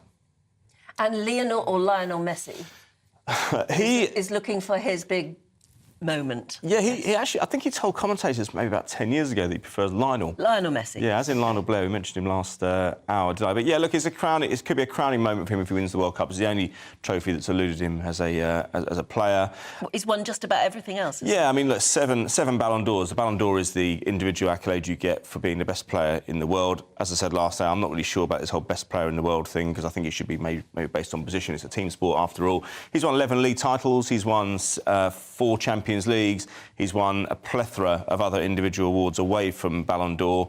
He could well become the top scorer at the World Cup today because he's on the same number of goals as Mbappe, his teammate. How many is that? 5 each. Oh, is that right? So put it in context, Gary Lineker scored 6 back in 1986. Oh, it's the ultimate final then, really, isn't it? It is. I mean, for Argentina, both countries have great pedigree. They're both looking for a third World Cup win. Argentina haven't won it since 1986. They've been in 2 finals since then, West Germany in 90 and West Germany again in 2014. France have shown really good pedigree in the last kind of 30 years, really. I mean, they got to the semi-final in 86. They won it in 98 at home, the great rainbow victory where lots of different players from all around Europe and all around the world who claimed French citizenship won it for France. Back then, Zidane among them, of course, he was from Algeria, Djorkaeff from Armenia, etc. And they won it in 2018, and they were finalists in 2006 when, I don't know if you remember, Zinedine Zidane headbutting the chest of an opponent and getting sent off and effectively losing the game for his side, even though it went to penalties. But they could retain it for the first time since Brazil retained it in 1962. So the hand of history is on their shoulder. I really don't know my football, but if I'm watching it this afternoon, I will be looking for those names. It's like when I know who they are. So Mbappe and Lionel Messi. Yeah. Do they play similar positions in their team? Not really. Are they Messi. likely to come up against each other? Not really, no, because they're on opposite sides of the pitch. However, as I mentioned on the left-hand side earlier on, Messi does work off the left. I just don't think Mbappe is going to come back to defend. There's no point having a Mbappe in your side, or indeed a Messi, if you're going to ask them to track back and do their share of defending. And that is the modern way, but those two players really do their damage in the opposite thirds. So you're not going to see them come up against each other. You'll see them shake hands beforehand and afterwards, I'm sure, because they do know each other quite well, and they've been playing well this season together for their club. Yeah. OK, Aidan, thank you very much. See you in a bit. Let's bring you up to date with the other stories this morning. At 7:13, and the former Met Police Commissioner has been accused of trying to minimise the murder of Sarah Everard. The government's outgoing advisor on tackling violence against women told the Sunday Times that Dame Cressida Dick complained at a meeting shortly after the murder that the government's initial response was over the top. Dame Cressida has strenuously denied making the comments. MPs are calling for China to officially be deemed a threat to the UK. They say economic ties should be weakened to allow Britain to stand up for its values. However, the Foreign Affairs Committee warns stronger language should not be used unless the UK can commit to meaningful action. The UK faces one more day of extremely cold weather before the temperature rises to as high as 14 degrees tomorrow. Parts of the country will see freezing rain, snow and ice causing difficult travel conditions and road closures today. However, milder air coming in from the Atlantic will chase away the cold within just 24 hours.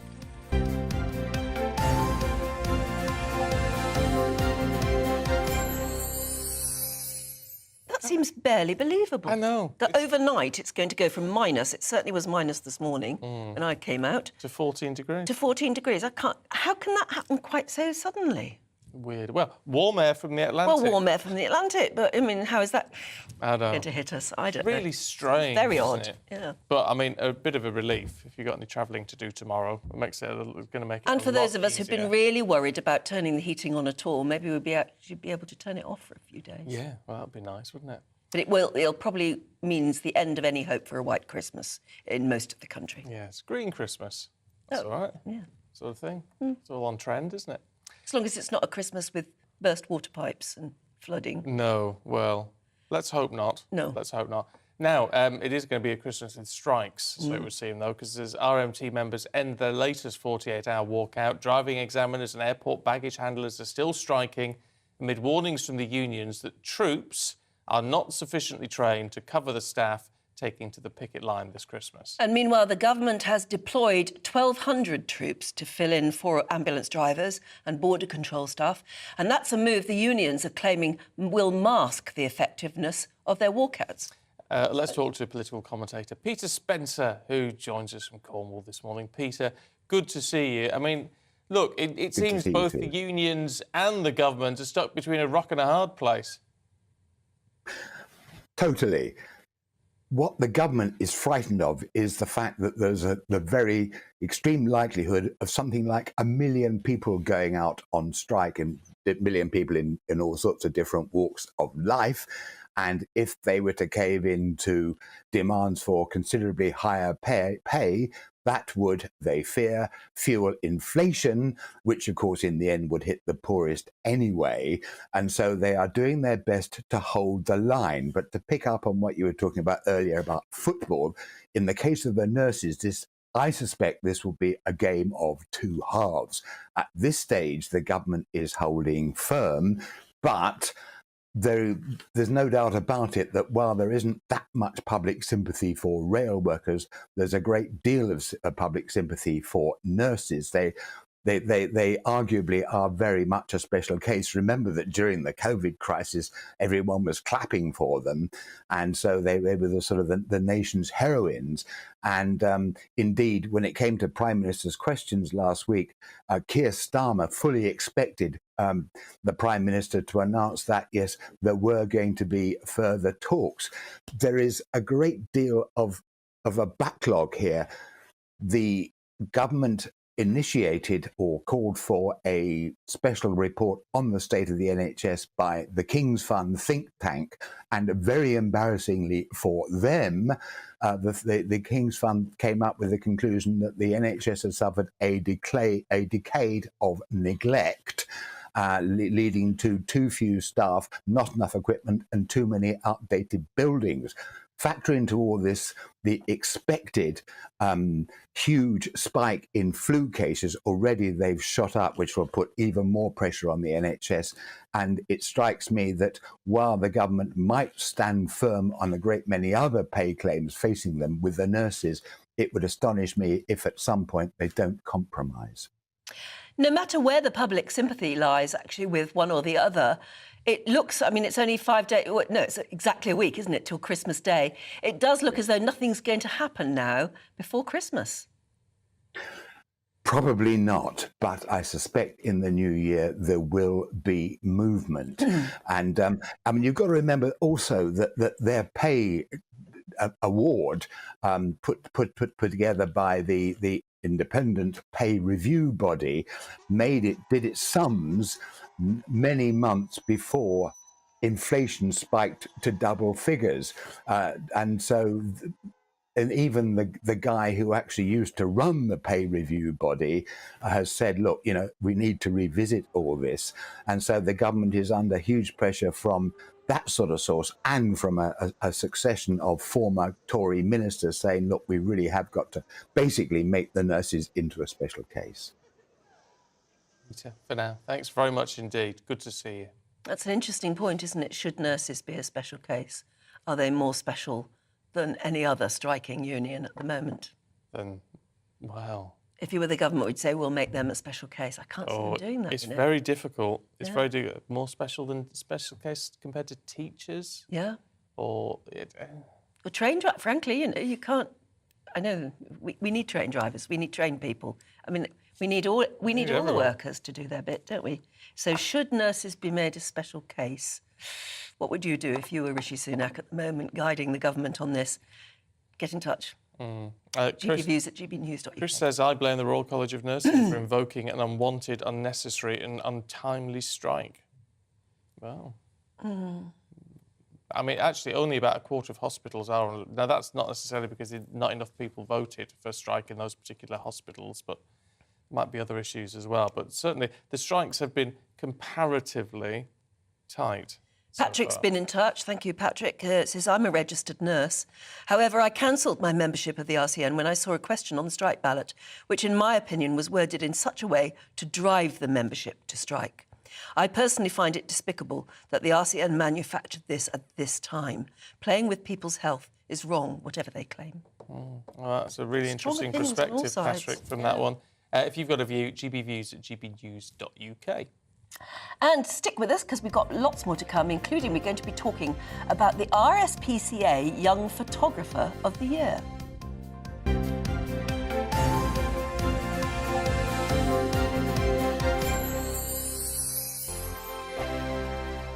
Monday to Thursday nights on GB News. At 6, it's Dubes & Co. 7 o'clock, Farage. At 8, join Mark Stein. And at 9, Dan Wootton Tonight, followed by Headliners. On TV, radio and online. This is GB News. Here on GB News Live, we'll be keeping you in the picture, finding out what's happening across the country and finding out why it matters to you. We'll have the facts fast with our team of reporters and specialist correspondents. Wherever it's happening, we'll be there from 12 noon on TV, radio and online. GB News, the People's Channel, Britain's news channel. We are GB News, the People's Channel. Why not take us home with you by visiting the GB News shop at gbnews.store. You'll find all the official merchandise, a really good present actually for yourself, your friends or your family. We ship across the UK mainland at no extra cost. GB News, the People's Channel. Join my show Farage, 7 p.m. till 8 p.m. Monday through Thursday. And there you will get opinion, analysis, debate, and I'll cover stories that nobody else dares to touch. You've been cancelled. Join the club. Oh, my goodness me. And then for the last 15 minutes, talking pints. We're over a drink. We have a civilised conversation with someone. We very often disagree, but we do it in a grown-up way. Come and join me on Farage. Monday to Thursday on GB News, it's Bev Turner Today from 10 a.m. We're going to be here for you, our GB News family, to keep you up to date, but also make you smile. The guy went from puberty to adultery. And I can't wait to bring a few of my own opinions. I have no time for cultural totalitarianism. We'll engage in passionate, but always polite debate, with your thoughts and opinions at the centre of it all. Only on GB News, the People's Channel, Britain's news channel. Hi there, it's Stephen and Anne. At breakfast from 6 a.m, you'll always be caught up with everything you need to know, the latest headlines, opinions and debates. We'll bring you the good news and the bad, but most of all, we're here for you. Remember, send in your views and let us know what you would like us to talk about. That's because we're your news channel. And every morning at 6 a.m, it's breakfast on GB News. Join me every Sunday at 6 p.m. for Gloria Meets. In exclusive interviews, I'll be finding out who our politicians really are and what they really think. It's something that you would never want anyone to suffer. I didn't know what channels there were. I didn't think I'd be believed. I must have weighed about 7 stone and I'm 5'8". My instincts was to sort of cover this up. I mean, clearly that was a mistake. Join me every Sunday at 6 p.m. on GB News, the People's Channel, Britain's news channel. Hello, I'm Simon Evans. Join me on GB News for Headliners at 11 p.m, where I'll be joined by 2 of the country's top comedians as we take a look at tomorrow's newspapers tonight. If it's a big story, we'll be covering it, I guarantee, but we'll also have some fun along the way. That's GB News Headliners at 11 p.m. We won't put you to sleep, unlike some of the other paper review shows out there.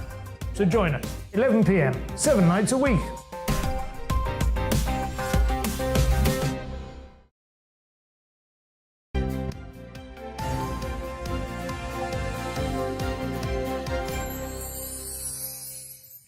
You know, all I want for Christmas is a comfy chair. I know. I am. Do you know what? Chairs they've given us here terrible. are a bit silly. But it's because I've hurt my hamstring. It's been going on for months. It months has. And months. And so after a while, it gets so uncomfortable. I'm propping myself up. Do you think we should stand up to do the programme? The only trouble with that is I'd have to stand on a box or it would look really weird. Yeah. Because I'm about 3 foot short. Yeah. I look so stupid. When we do the trailers, when we make trailers and photographs and things for the programme, I have to stand on a box.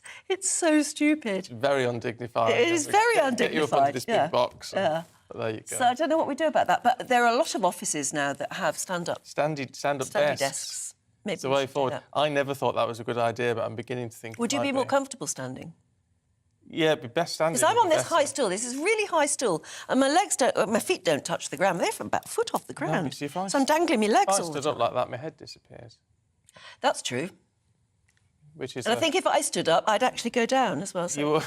I don't know what we're going to do about that. Yeah. We need to do something for you, don't we? Oh dear. Now, all that nonsense aside, it might be chilly outside. You have to admit, though, that winter does make for a pretty picture, as 18-year-old photographer Ben Harrott knows well. Now, Ben won the RSPCA's Young Photographer Award on Thursday, beating another 4,000 applicants for the top prize with his impressive shot of a shy mountain hare on a cold winter's day. Oh, let's have a look at it. Can we have a look at it? Here we go, because I want to see it. Oh, wow. Yes. Oh, what a fascinating stunning, picture.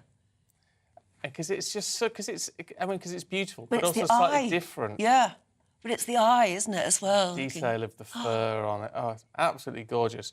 Ben joins us now from his home in Manchester. Ben, good morning. Congratulations. What a beautiful picture. Why did you decide to take part in all of this?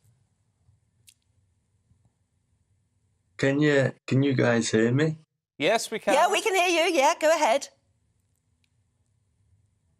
I think there's a delay. No, there's a... OK, I think we've got a few problems We've got a technical issue there. Yeah, obviously have, which is a problem. But, no, Ben is clearly a very, very talented photographer. I always wonder, you know, because we all carry very good cameras in our phones nowadays. Well, we do. But, you know, you point and click. There's a difference between just relying on the camera to take a picture and a photographer who can see something the rest of us don't see. Yes. And then go close in on it or whatever and produce stunning photographs. Because that isn't the sort of picture you would normally take of a mountain hare, is it? It's you know, you take a shot of the whole thing, but to have it close up like that. I wouldn't know that was a hare, actually, just looking at it. No, you wouldn't. You wouldn't. Could be almost any animal, couldn't it? Let's hopefully we've sorted that link out with Ben. Ben. Good morning. Can you hear us now, Ben? What drove you to take part in this? It was kind of just a normal day, really, up on my local moorland, and usually with these, it's not just a one-time thing where I was able to just go up and get the shot. I've been up there probably probably about 100 times, and this is the closest I've ever been to one of these mountain hares. And they're really not an easy subject to get near at all. It's not just a rabbit at the side of the road. It took me all day, about 6 hours, just to get up there. And because I was so close to it, I knew that I had to kind of put more of an artistic pull on it, so use the lighting on the right and frame it a bit closer and give the image a bit of a better depth and a bit of more artistic feel, really. The hare doing? Was it quite still at that point, or did you have to capture that photograph quickly? It was completely still. So with these hares through the day, because where they live is like the higher regions, it's like 400 or 500 meters above sea level. That's why they're called the mountain hares. So through the day, they sit completely still and they conserve energy. So usually if there's a predator or if there's a person, they'll run away.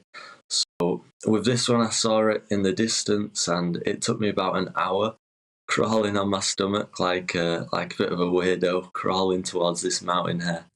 But it was worth it in the end, and because my approach was good, then I was able to sit just a few meters away and it'd be calm with me. But that's all to do with how I got to it in the first place. You see, it just goes to show being a photographer isn't just about taking the picture, is it? It's that prep work. It's getting the, you know, just doing it in the right way. It's a real skill. Do you appreciate that you've got a knack for this that most of us just don't have? Yeah, I do, but I used to be rubbish at it. I used to be awful. I've improved a lot since when I first started. But I also see a lot of improvement still in my images. I think recently I've been light a lot more, as you're seeing on the screen, to kind of frame the image. But there's still more of a artistic pull I think I can do on the images and make still. I just find it fascinating because some of those... Oh, wow. Oh, that's a stunner. Oh, that's beautiful. That's... Oh, it gets better and better. Owls, absolutely beautiful. And a little... Yeah, if anyone's ball. listening to us on the radio at the moment, these are absolutely brilliant pictures. You'll have to pull in and go on the app, or when you get home, you'll be able to look on the app or on YouTube and see these stills that we're showing at the moment. I tell you what, Ben, did you sell any of these? I'd buy these. I'd buy those too. They're absolutely...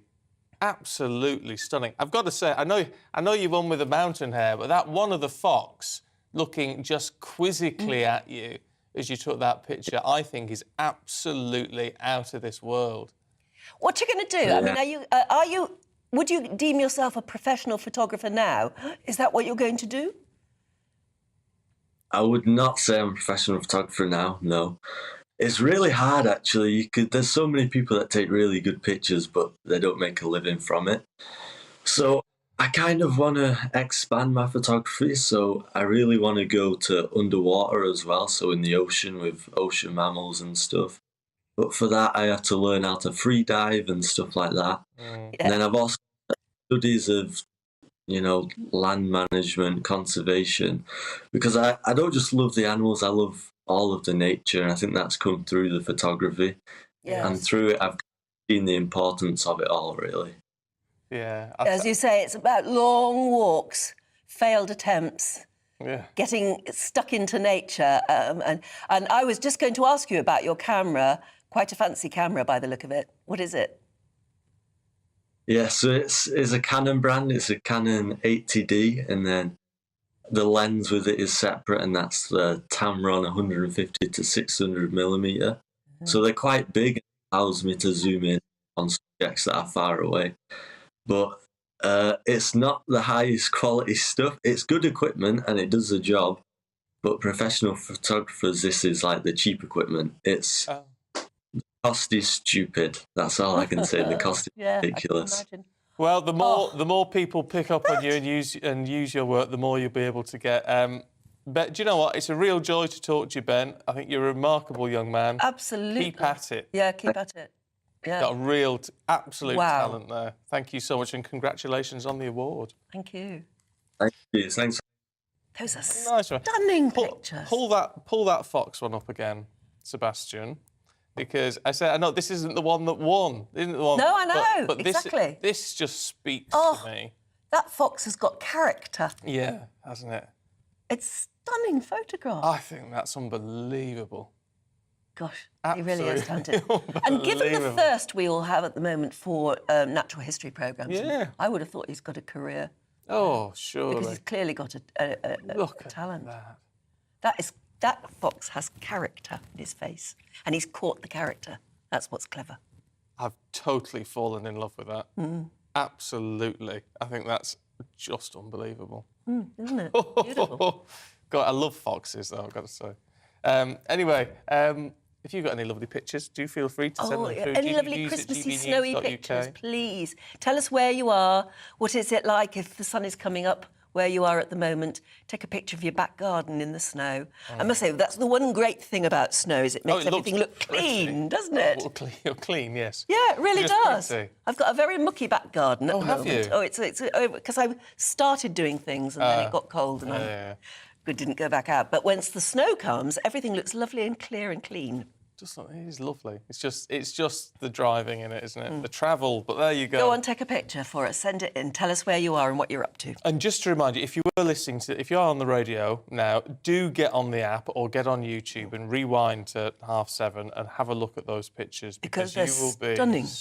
Yeah, absolutely stunned. And you know what? I really love it when it's someone young because you can sort of see the potential there of what they can do for their. It's at the start of a career, isn't it? The start. Well, I was going to say, if you've won the RSPCA Young Photographer of the Year, doesn't that have to be a leg up to a career? It's got to be, sure. Because that is meaningful. Yeah. It's absolutely brilliant. Well done, Ben. Photographer. Gorgeous. Love it. OK, but take your own photographs, please. Send them in to us at gbviews@gbnews.uk because we'd love to see what your back garden maybe looks like at the moment. Yes, very nice too, I'm sure. We've got all the papers heading your way in just a few minutes.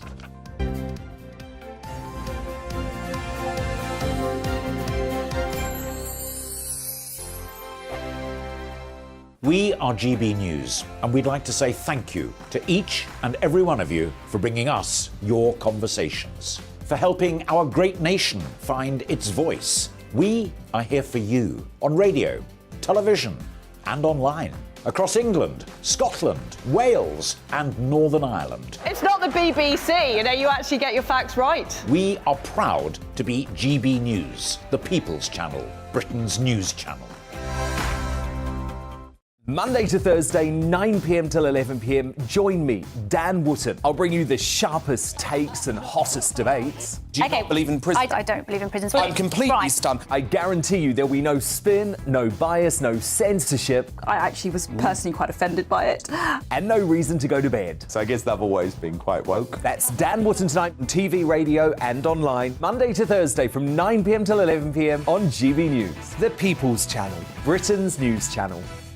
My name's Tom Harwood and join me 9:30 a.m. every weekday for The Briefing, your one-stop shop for everything you need to know about what's going on in politics today. I wonder if this is a deal that might need to be like the biscuits in this factory, twice baked. Is there not an opportunity here to win out against the extremes? Tom Harwood, GB News. What are you going to do about it? Things should have been done differently, and they certainly are being done differently. Don't miss it. The Briefing with me, Tom Harwood, 9:30 Monday to Friday on GB News. Every morning from 6 o'clock, we'll wake you up with GB News Breakfast with all the stories you didn't know from the night before. So whether it's serious news, entertainment, or your own views from all over our great nation, we're here to kick off your day with a smile. The national media should be reflecting and reporting what's happening here. You will notice the northwestern accents. Whether you're with us on TV, radio, or online, every morning, it's breakfast from 6 a.m. Hope you can join us. We are GB News, right across the nation. You can get us on television, on radio, on digital. We're absolutely everywhere. Amazing! You see, amazing! You remind me of me in the European Parliament. But here's the most important bit. We are not part of the mainstream establishment. We think and speak just like you do. We are the People's Channel. Magnificent. That's really, really thoughtful. Come and join us on GB News, the People's News Channel. Join me, Nana Akue, Saturday and Sunday afternoons on GB News. Expect fiery debate and passionate discussion as me and my panel tackle some of the biggest topics hitting the headlines. It's a place for everyone's opinion. No one gets cancelled, but no one gets an easy ride. Oh, she's on it today! Be ready for conversations that are fierce, frank, and of course, fun. Every Saturday and Sunday afternoon from 4 p.m. on GB News, the People's Channel. We are GB News, the People's Channel. And right across the United Kingdom. You can find us on Sky Channel 512, Virgin Media Channel 604, Freesat Channel 216. Freeview Channel 236. And YouView Channel 236. You can also take us with you on DAB Plus Radio. With the GB News app and at the website gbnews.uk. We're absolutely everywhere. Come join us on GB News, the People's Channel, Britain's news channel.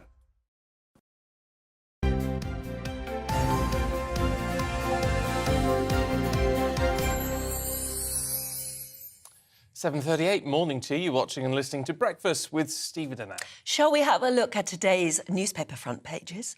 We'll start with the Sunday Times.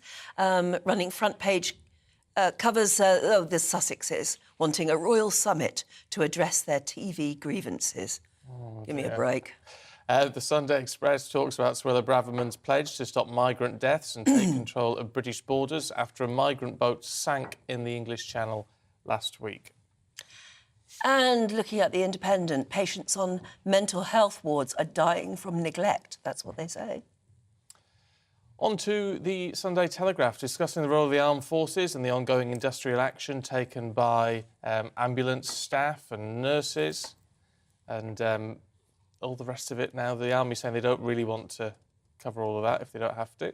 And in the Mirror, you can read about the side hustle, they say, of UK inmates, prison inmates, who are being paid £3.50 a day by the taxpayer, that's you and me, to strip recyclable materials from wasted COVID PPE. The Sun on Sunday have a story on Harry, that's quite a good one. Harry and Meghan. H&M. H&M. Yeah. Hazard and Meg, wherever they go. Heaven's sakes. They want a royal apology. I don't think they're going to get that. No. Anyway, let's talk to Fraser Myers and Emma Burnell, who are going to run us through. And actually, we're going to kick off with that one, Fraser, in the Sun on Sunday, demanding a royal apology. Well, it isn't going to happen, is it? It's pretty extraordinary, isn't it? After this sort of 6-hour Netflix grievance fest where they've, aired their dirty laundry in public, the Sussexes say that they're the ones that deserve an apology, which is pretty extraordinary. I don't think they're going to get one. Is this story true? Can I just put that out there? He did say it. He said it in the documentary. Did he? That they deserve an apology. He actually said it. Yeah, have they taken it from that then, basically? Because it just seems to me so extraordinary. And the suggestion is the way that the Sunday Times puts it is that they want a kind of royal summit to air these grievances, to discuss these things. Which would imply, wouldn't it, that they want back in? Yeah, Barbie. A little bit. But I think, it would also imply, it would mean the palace conceding that they'd done things wrong, which they're not prepared to do. And they're saying they're not going to engage with anything that's been said in this Netflix series. And, if anything, it should be the Sussexes apologising to us for subjecting us to their kind of weird psychodramas. I mean, one of the most extraordinary things about the documentary is the amount of times they referred to Brexit, talking about essentially that Britain is a racist country that made it impossible for Meghan to fit in, which is, that's basically a libel on the nation, as far as I'm concerned. No wonder people don't like them. Do you have any sympathy for them, Emma? I don't care about a single royal current any point there. It's a family psychodrama. I haven't watched a second of the documentary. I haven't watched a second of any of the coverage. I don't intend to watch the coronation on the other side. It's just not for me. Oh. And yet we seem to be obsessed with it a bit. I know, I'm the Grinch this time, despite the fact that I am the one who's dressed sparkle. Yes. Thank you very much for that. Anyway, look, to go to a terrible story, we've now got details of the that crush at the Brixton O2 Academy and details of the one person who died in that. Yeah, it's absolutely heartbreaking. She was a nursing graduate, 2 children. She lives not far from me in East London. I mean, it's just heartbreaking. I've seen some fantastic concerts in that exact Yeah, same what venue. actually happened? It seems that 3,000 unticketed people tried to get in and security was overwhelmed. We don't know all of the details. We've seen lots of footage on social media.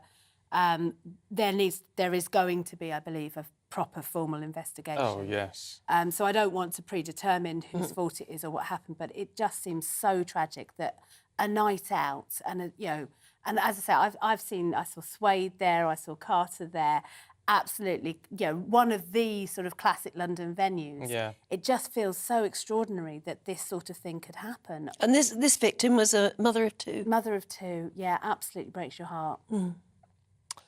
You do this next one, Anne. Sorry? You can do this next one. Can I? Yes, I'm staying clear of this. Oh, thank you. Fraser, tell us about this. Something to do with sex robots.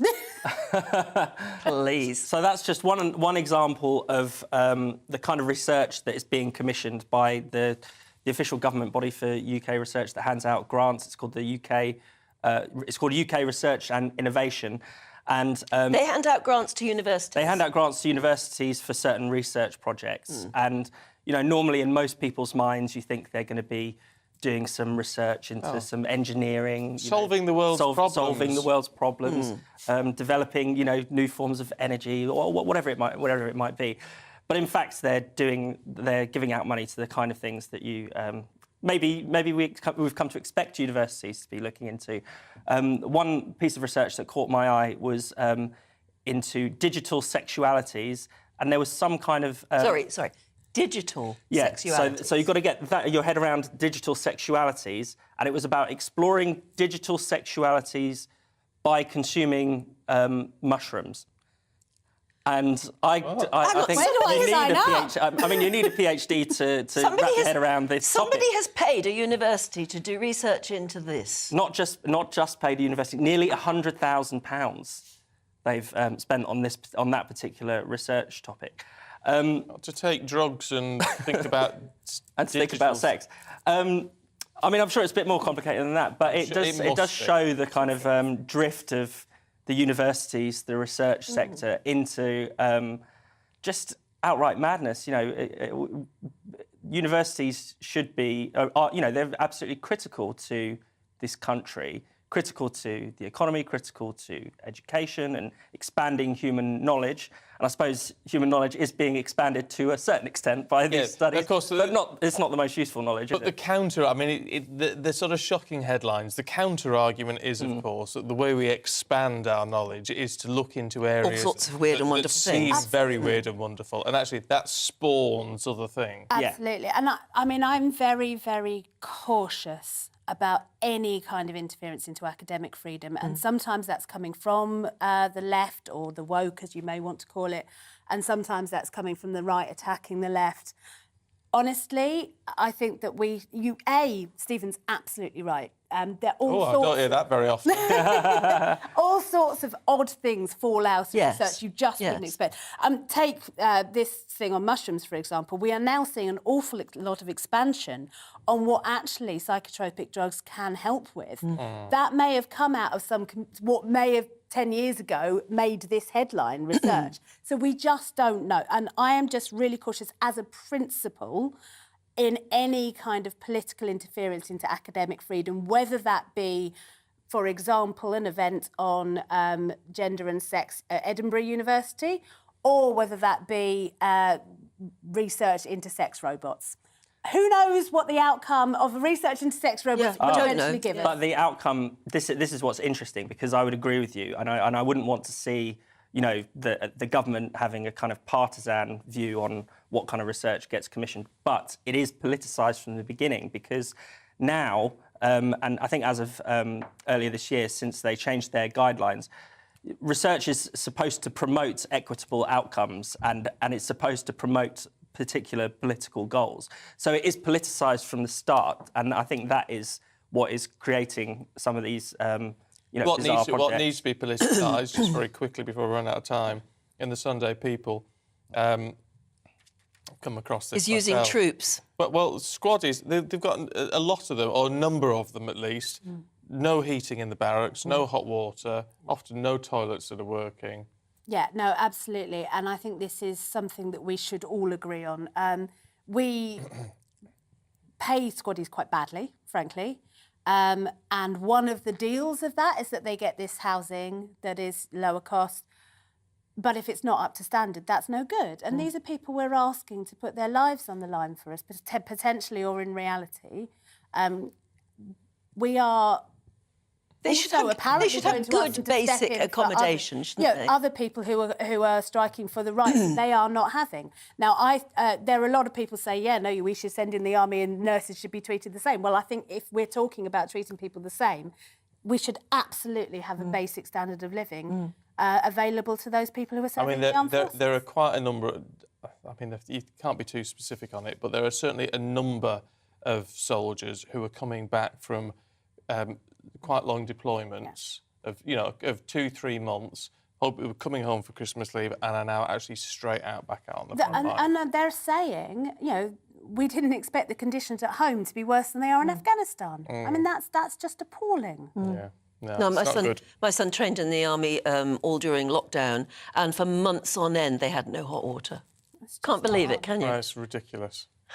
It's just ridiculous. Basic accommodation should be there for them, same as anyone else. A lot of it's farmed out though to these other companies, and they should be making sure that what they're selling the army is up to spec. Anyway, look, on that note, we need to leave it. Emma, Fraser, thank you both very much indeed. We'll see you next hour. Look forward to that. We're going to go to Hollywood. Stateside, yes. Yeah. There's an exclusive collection of iconic movie items, and they're going on sale this weekend if you fancy something for Christmas. It's the auction is called the Icons and Idols Hollywood Auction, and it's in Beverly Hills. Oh, now headlining this event is the mechanical robot that brought E.T. to life in Spielberg's classic film from 1982. It's worth about $3 million. I'll get it you for Christmas. Thank you. You'd love it, wouldn't you? Our showbiz reporter, Kinsey Schofield, took a little look.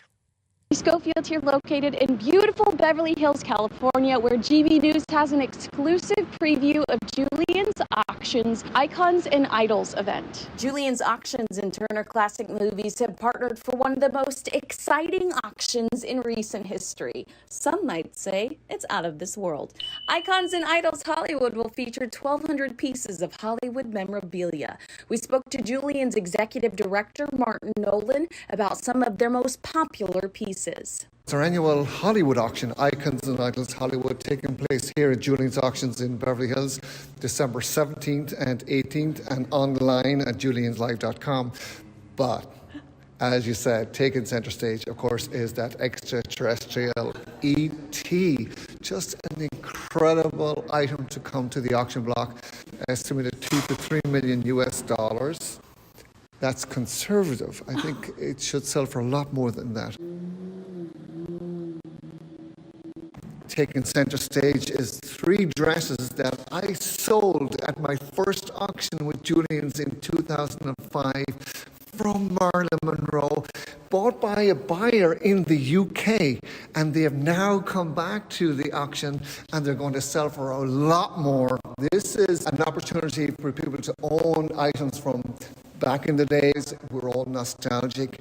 And also, these are items that represent an escape from our world of reality. There's so much going on politically around the world and the war. These are items that take us back to a time when we were having fun or a special moment in our lives. And we want to cling on to that. We want to keep that memory. And that's what people come to the auction for. Wow. I'd love it. Actually, that E.T. in the corner of your living room would be quite a talking point. It's quite something. It needs the skin on it, though, doesn't it? I don't know. It's quite interesting seeing the workings inside. No, I quite like it. Have you got anything like that? You know, something that's a piece? No, not a piece like that. Is there anything you'd like? I tell you what I would really fancy, and you can get them made in the States, but they kind of cost you quite a few $100s, but a proper lightsaber. With a proper metal Yeah, but handle. it wouldn't go zoom, would it? No, they don't do that. But you can make them all from the different components and order it all online, and they're all proper metal heavy, and that You could hang it over your fireplace, couldn't you? Well, you could. Instead of a sword. But what I'd probably have is just not with the blade in, but just have it, you know, on your belt. Yeah. I mean, it's just the... I don't know, there's just something about it. It just gets the inner geek in me. Yeah, absolutely. I have got a sonic screwdriver. Yes, my sister's got one of those as well. How sonic is it? Does it do anything? It does do things, and I got it quite a few years ago. It's the David Tennant one. But the nice... Because I'm such a geek, someone gave it to me as a present. Thank you, George. And what it can do is turn your TV on and off. Oh. And it cycles through all the frequencies, so it works on any TV. Oh. So I was messing about, and I took it to your favourite store, John Lewis. Oh, yeah. Where they had all the TVs out and stood well back and turned every TV off. No! And all the staff were just like, what is going on? Wow, you really are Doctor Who. That was very exciting. Very, very geeky, very sad, I acknowledge that. No, it's not sad. It's lovely. It's good fun. You like your train sets? Yes, I've got my trains, yeah. I've got Hogwarts Express that goes through. Yeah. It's basically a 1950s set, but I thought I'll run an express train. Just occasionally, the Hogwarts Express goes past. Doesn't belong at all, but it's great. Oh, I like things like that. Yeah, it's nice. It's nice to have our own little bits and bobs, our own little collections, and whether you're into coins or stamps or... My sister's got a whole Doctor Who room, almost. Has she? Yeah. She got when they first brought out this full set of all of the videos back in the video days, VHS type days, they brought out a telephone box type thing. Police box, isn't it? Yeah, and it's got all the videos inside it, and she's Doctor Who nut. You see, something very... Brilliant. Something very, very Are you into tempting anything about all of peculiar that. like that? Have you got something in your house, in your room, that is a talking point? Love to hear from you if you have. I've got my Doctor Who corner with a number of TARDISes in. You have? Sonic screwdriver and then a signed picture from Tom Baker. Oh, lovely. Which is... I like the idea, though, that the sonic screwdriver actually does do stuff. Does work. That's brilliant. Anyway, we're out of time. Let's have a look at the weather for you. Looking ahead to today's weather, and the UK has some rain-bearing clouds spreading northwards as milder air returns across the country. Here are the details. Locally heavy rain is already across much of the southwest this morning, and this will slowly move eastwards during the afternoon, feeling much milder with temperatures climbing towards double figures. After a cold start this morning, cloud will continue to build from the west across the southeast, with outbreaks of rain arriving from mid-morning. Heavy and persistent rain across South Wales will move northwards during Sunday as milder conditions push in, temperatures reaching into high single figures later. A cold and cloudy start across the Midlands, but rain will soon arrive, perhaps with a little bit of sleet or snow in places. Temperatures climbing throughout the day, with highs of 9 Celsius later. Across northern England, it's another cold but cloudy day.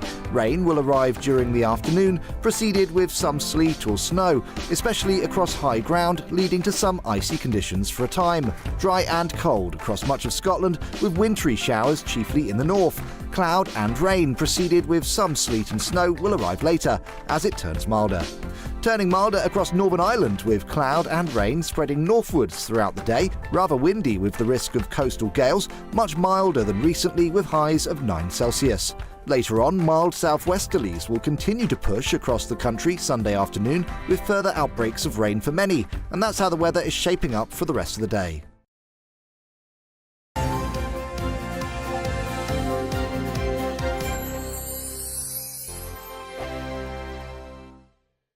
Hello there, it's Eamon Holmes here from Breakfast on GB News. We're not just on your television and your screens, you know. We're on DAB plus digital radio, so you can listen to your favourite shows on the move. If you've not yet listened to GB News Radio, it's very simple. We're on your radio player and TuneIn apps, on your smart speaker, phone or tablet, or online at gbnews.uk. Take us with you wherever you go. GB News Radio. You never have to miss a moment of the People's Channel. Monday to Thursday nights on GB News. At 6, it's Deebs & Co. 7 o'clock, Farage. At 8, join Mark Stein. And at 9, Dan Wootton Tonight, followed by Headliners. On TV, radio and online. This is GB News. Join me, Lawrence Fox, on GB News. Frank, fun, fearless, and sometimes serious. Much as I love a Friday night punch-up, what I really want is a battle of ideas. I want to look at things differently. I want to hear different voices and engage with your unique experiences. Every Friday at 7 p.m. on GB News. Hello, I'm Esther McVeigh. And I'm Philip Davis. Whether you're watching or listening on TV, online or on radio, we handpick the latest stories, debates and expert opinions for your weekend. So whether that's politics, news or showbiz, we've got it covered. Join us every Saturday morning at 10 o'clock on GB News. Hello, I'm Michelle Dewberry and you can join me every weekday 6 till 7 on Jubes & Kerr. Me and my panel will get stuck right into the day's events and I can tell you, in fact, I can warn you, expect some robust debates, some strong opinions and perspectives from both sides of the fence. It's about you at home as well. I love to read out all of your comments, or at least as many as I can. So join me, Michelle Dewberry, Monday to Friday, 6 till 7 on Jubes & Kerr. I'm Mark Dolan. Join me at 11 on GB News for Headliners, in which I'll be joined by two of the UK's top comedians discussing tomorrow's papers. If it's an important story, we'll cover it, but we'll have some fun along the way. Headliners, the late night paper review that won't send you to sleep like the others will. 7 nights a week at 11 p.m. on GB News.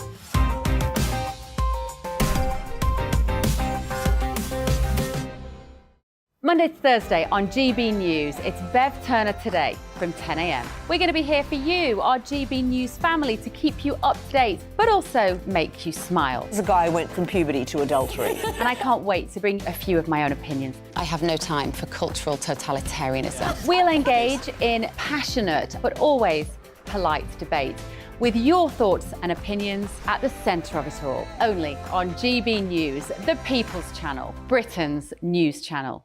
I'm Mark White. As GB News Home and Security Editor, I cover those key issues that are so important to you. Our authorities, our communities doing all they can to combat violent crime. With the public services under unbearable strain, why are we still failing to control our borders? Defence, the first priority of any government, has been continually hollowed out. Can we trust our politicians to protect the armed forces? Join me, Mark White, on GB News.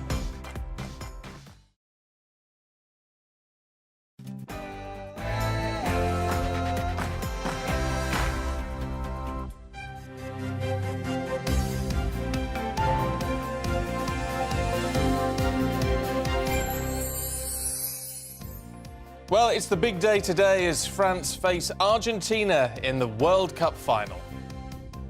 And even I'll be watching. Good morning. It's 8 o'clock on Sunday, the 18th of December.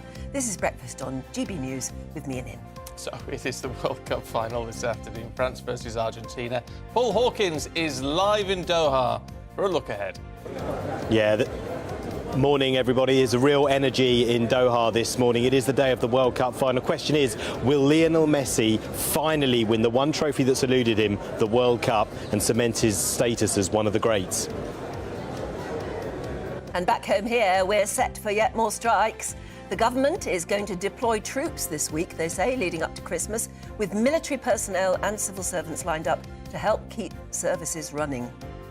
And it is, of course, Christmas a week today, but these festive gatherings can sometimes boil over, or perhaps you're just dreading cooking for a large crowd. We'll give you plenty of tips on how to stay calm, keep calm and carry on, and we'll give you a Christmas cooking masterclass with TV chef Kevin Woodford.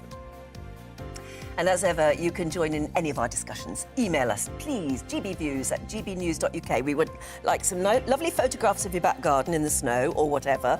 And if you've got a talking point in your room, we were talking about buying one of those very expensive sort of Hollywood things, like an ET in the corner of the room. Have you got something that is a talking point in your house? Even if it's just a TARDIS or a sonic screwdriver. Or anything.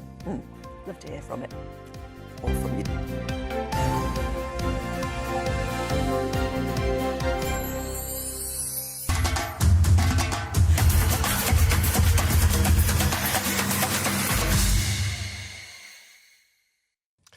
Well, it is the final. It is yeah, we like that music, don't we? Yeah, absolutely. No, I'm actually getting quite excited because I think it'll be a good match this afternoon. Yeah, but you think Argentina's going to win? I do. Oh, well, there you go. It is the final. France versus Argentina. It's going to be quite a showdown. And as they say, it'll be a dicey fixture for both sides within reach of football glory as they prepare for the final game this afternoon. Paul Hawkins joins us live from Doha, I think, and yeah, I imagine you're quite excited as well, aren't you?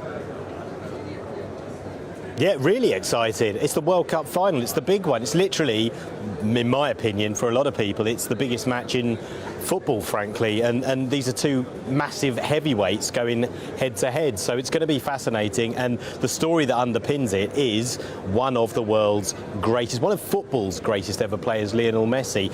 The debate is, yes, he is one of the greats, but unlike Maradona and Pelé, he hasn't won the World Cup, and he's 35 years old, so this is his last chance to do it. On the other team, for France, Kylian Mbappe is 23 years old. He's already won the World Cup, and he's only 23, and he's actually a clubmate of Lionel Messi. They play for Paris Saint-Germain, so he can become a two-time World Cup winner, just like Pelé, whereas Lionel Messi can cement his status as one of the greats. So there's the undercurrents of these personal milestones built within the fact that two fantastic footballing countries are going to go head-to-head at 3 o'clock your time. I have to ask, what is that funny gold thing behind you? That big sort of odd-looking thing? It's a thumb. It's a thumb. It's a thumb, and it's kind of become quite iconic, to be honest. It's right in the middle of the souk. I'll be honest, I don't quite know why it's there, but everyone gathers around it. So if you need a meeting point, like the famous clock at Waterloo Station, go to the golden thumb in the souk, and that's where you end up meeting people, and people tend to kind of congregate around it.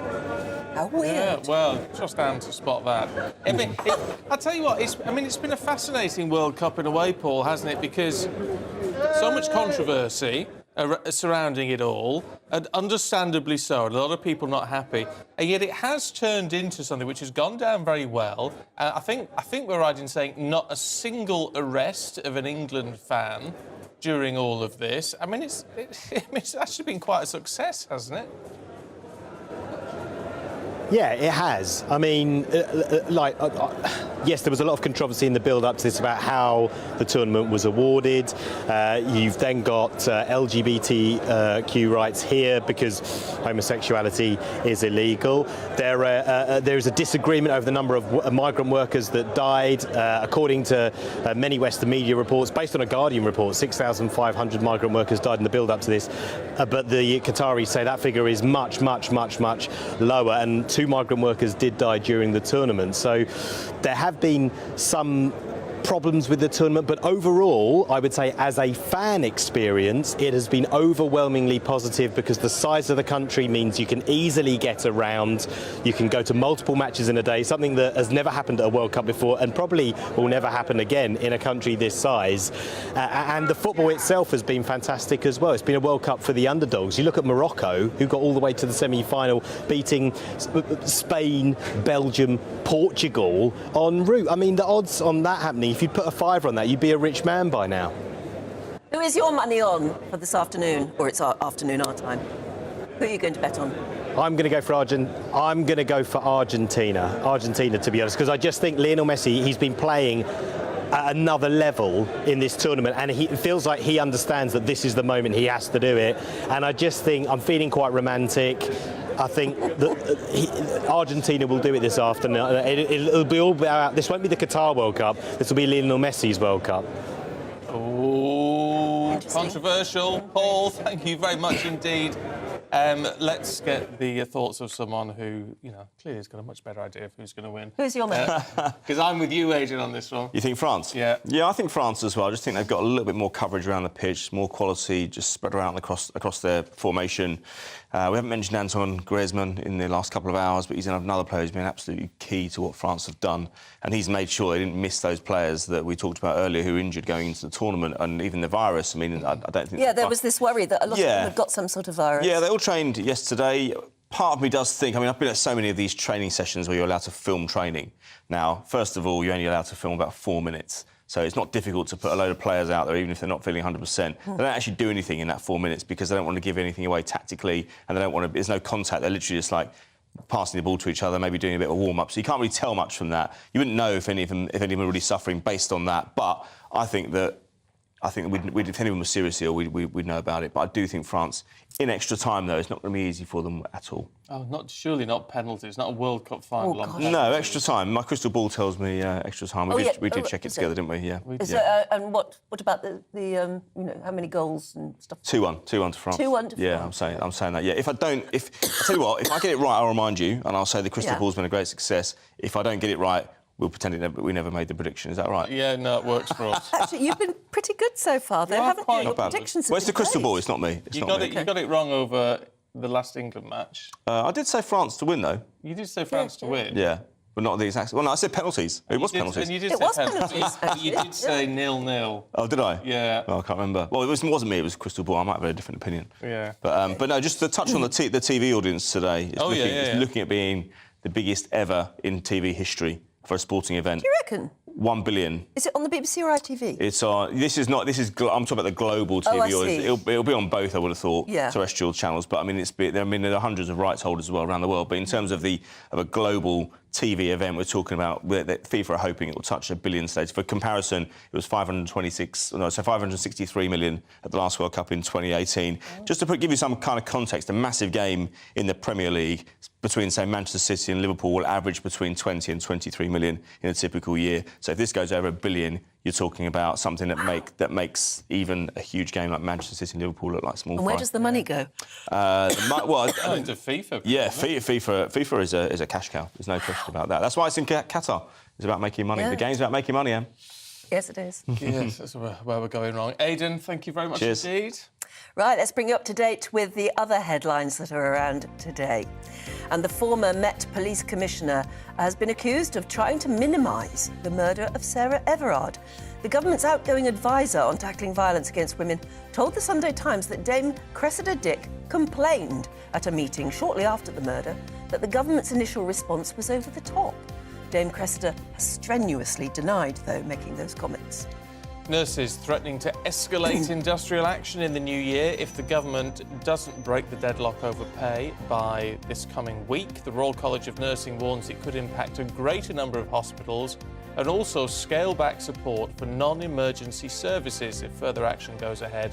They're demanding ministers respond within 48 hours of Tuesday's walkout. MPs are calling for China to officially be deemed a threat to the UK. They say economic ties should be weakened to allow Britain to stand up for British values. However, the Foreign Affairs Committee warns stronger language should not be used unless the UK can commit to meaningful action.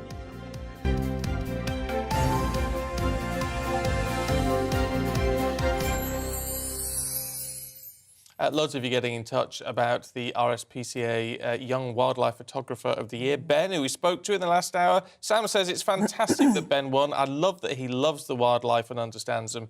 It shows in the beautiful photos. Well done to him. Terry says thoroughly deserved. Ben's Instagram feed is gorgeous. He takes wonderful photographs, I must say. Very talented. And you've been taking some fantastic photographs as well. Thank you very much. You've sent us your snowy pictures. Should we have a look?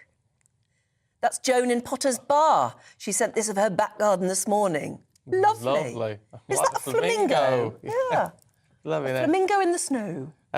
Timothy in Anglesey has sent this of the local lake. It's also Timothy's birthday today. Happy birthday. Happy birthday. Look at that. I love it when they build stuff like that and you get it's sort of a dam. Or whether, That is a great photograph, actually. yeah, whether that's... I can't get the scale of that quite. But it's like a huge dam. It's like a big dam. I wonder if they use that for any power generation or anything. It's lovely. I think they must do, because you can see the water trails going down the side. Yeah. I don't know how that works. Anyway, great photo, thank you. And finally, David has sent in this lovely snow scene of his back garden in Enfield. What a fantastic outlook. That's absolutely good. The sky's beautiful, just light pink dusting there.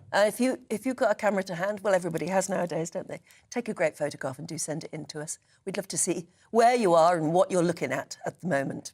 Yeah, very nice too, thank you. Now, RMT members are ending their 48-hour walkout, of course. As you know, well, it's when did it come to an end? Last night? Last night, yeah. There you go. I think midnight. But driving examiners, airport baggage handlers still striking amid warnings from the unions that troops who are being prepped up for all of this are not sufficiently trained to cover for staff heading to the picket line. Well, meanwhile, the government has deployed apparently 1,200 troops to fill in for ambulance drivers and border control staff, a move the unions are saying will mask the effectiveness of their walkouts. Well, that's sort of the point, I guess. Well, isn't it just? Let's talk to a political commentator, Peter Spencer, who joins us now once again. Peter, good to see you. I mean, it's interesting the unions are saying, well, this masks the effectiveness of their walkouts. I mean, that's the whole point, isn't it? Of course it is. And it's worth noting, actually, in this context, that the head of the armed forces is having a good old grumble about the fact that his guys are busy anyway, but they're also going to have a lot of sort of incursions into their Christmas because they're being asked to stand in to do a job that they're not properly trained for. Oh, and by the way, they're not allowed to strike anyway. But I think the big focus at present actually is on the nurses, and to pick up on what you guys were talking about a little bit earlier with the football. That and who's going to win and who isn't going to win. Although Sunak is trying to hold the line, I think in the end he is going to lose. Already in Scotland, they've come to an arrangement. The problem in England is there is a huge gulf between the 4%-ish that is on offer and the something like 19% that the nurses are asking for.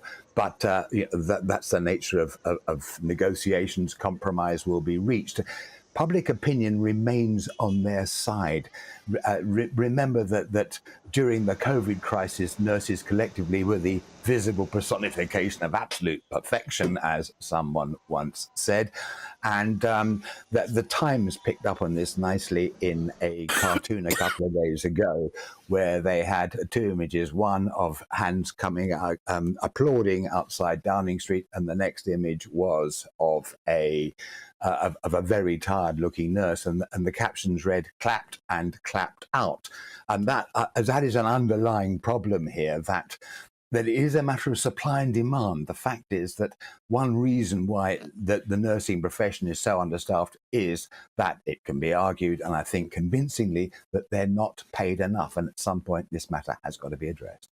What do you think is in Rishi Sunak's mind? Because the government appears to be taking a very, very hard line.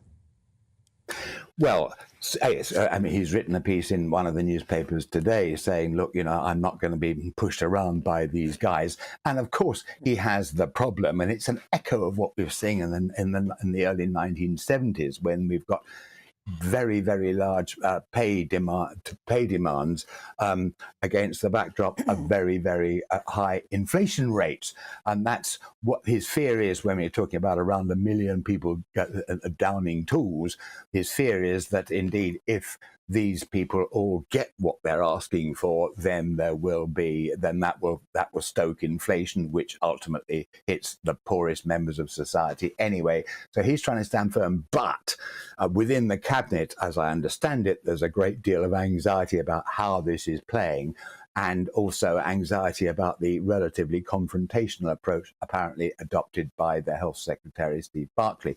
And the feeling is that some sort of compromise is going to have to be reached, and fairly soon. There's another interesting thought that a number of commentators are making, the point that Rishi Sunak has been hunting around to appear to be a little bit more than just a not particularly visible technocrat by coming up with a big idea. Well, he came up with stuff about curbing immigration. What is suggested is that the far better big idea would be in the new year to announce he's going to have a thoroughgoing look at the whole structure of the NHS, and that, of course, would be a handy vehicle for actually quietly increasing the pay offer. Yeah, well, it might be a way of doing it. Peter, good to see you. Thank you very much indeed. It's interesting because, excuse me, as Peter said, we view nurses differently, understandably so. Bob's been in touch, says, I'm a prison officer. working directly for HM Prison Service, and we're not allowed to strike. We must take what our pay review body recommends. Nurses and all emergency workers should not be allowed to strike either and should not be a special case. Yeah, interesting, isn't it? Kathy says, I'm completely against the NHS strikes. If you are walking away and neglecting your vocation for sick and dying patients, then you are in the wrong job. Also, your demands are actually unrealistic. And Gary's sort of echoing what Peter was saying about perhaps the big idea in the new year, which might be to review the whole sort of system of the NHS. Quite what they can do, I don't know. But Gary says, I'd offer the nurses 10% now with a promise of a complete review of the NHS. They are underpaid. The NHS is broken.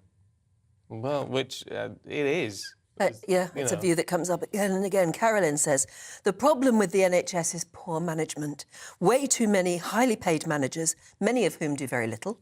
Cut the management tiers and pay the nurses a decent wage. It would also help if nurses felt valued by management and not just a number. This comes from a nurse of 48 years. When I retired from the NHS, I didn't even get a thank you card. Yeah. I think that is... No, I think nurses not only need to be paid well, but they should feel that they are valued. Yes. Because they really are when you need them. But also that may involve working more or working in a more efficient way. Mm-hmm. I mean, it's accepting about changes. Accepting change. Yeah, you can't reform the NHS without there being changes, and it is about efficiency. It's about better management, not top-heavy management, isn't it? And making sure the logistics are all as economically And this viable came as up yesterday. Do you remember we were talking? So many people got in touch and said one of the basic problems within hospitals at the moment, when they're trying to free up beds, is the discharge procedure can take hours. It can almost take all day. Waiting to be discharged because you have to wait for doctors' reports and other people to sign things off. And apparently you can wait hours and hours to be discharged. So what hope is there of freeing up a hospital bed for an incoming patient? So they're looking at speeding that up.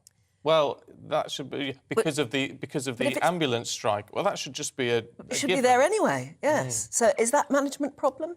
I think it is. I think so. I think it is. There's got to be a structure in place where this can be done If somebody more efficiently. is healthy enough to be discharged, then the discharge procedure shouldn't take hours, keeping a bed occupied. Because it should have been signed off before they're told. Yes, exactly. But anyway, let us know. If you know anything about the NHS, we'd love to hear from you. gbviews@gbnews.uk. And we've got lots more to come, including Barbie is hitting the big screen.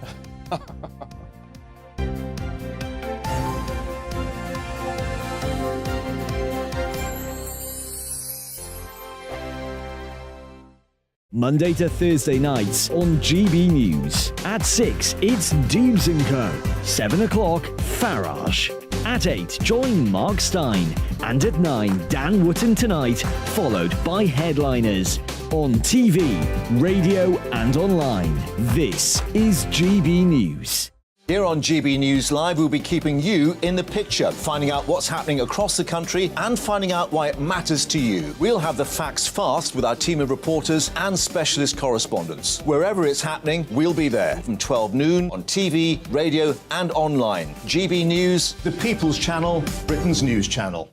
We are GB News, the People's Channel. Why not take us home with you by visiting the GB News shop at gbnews.store. You'll find all the official merchandise, a really good present actually for yourself, your friends or your family. We ship across the UK mainland at no extra cost. GB News, the People's Channel.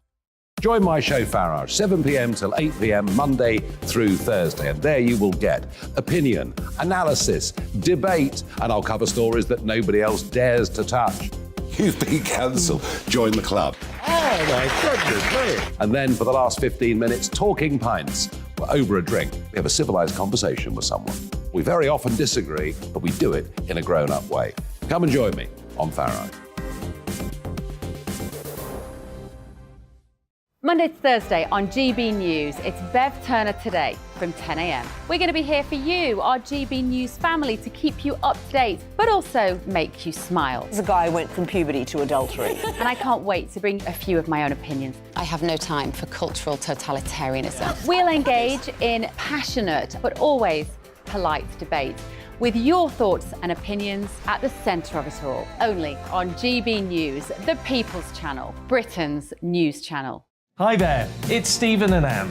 At breakfast from 6 a.m, you'll always be caught up with everything you need to know, the latest headlines, opinions and debates. We'll bring you the good news and the bad, but most of all, we're here for you. Remember, send in your views and let us know what you would like us to talk about. That's because we're your news channel. And every morning at 6 a.m, it's breakfast on GB News. Join me every Sunday at 6 p.m. for Gloria Meets. In exclusive interviews, I'll be finding out who our politicians really are and what they really think. It's something that you would never want anyone to suffer. I didn't know what channels there were. I didn't think I'd be believed. I must have weighed about 7 stone and I'm 5'8". My instincts was to sort of cover this up. I mean, clearly that was a mistake. Join me every Sunday at 6 p.m. on GB News, the People's Channel, Britain's news channel. Hello, I'm Simon Evans. Join me on GB News for Headliners at 11 p.m, where I'll be joined by 2 of the country's top comedians as we take a look at tomorrow's newspapers tonight. If it's a big story, we'll be covering it, I guarantee, but we'll also have some fun along the way. That's GB News Headliners at 11 p.m. We won't put you to sleep, unlike some of the other paper review shows out there. So join us, 11 p.m, 7 nights a week.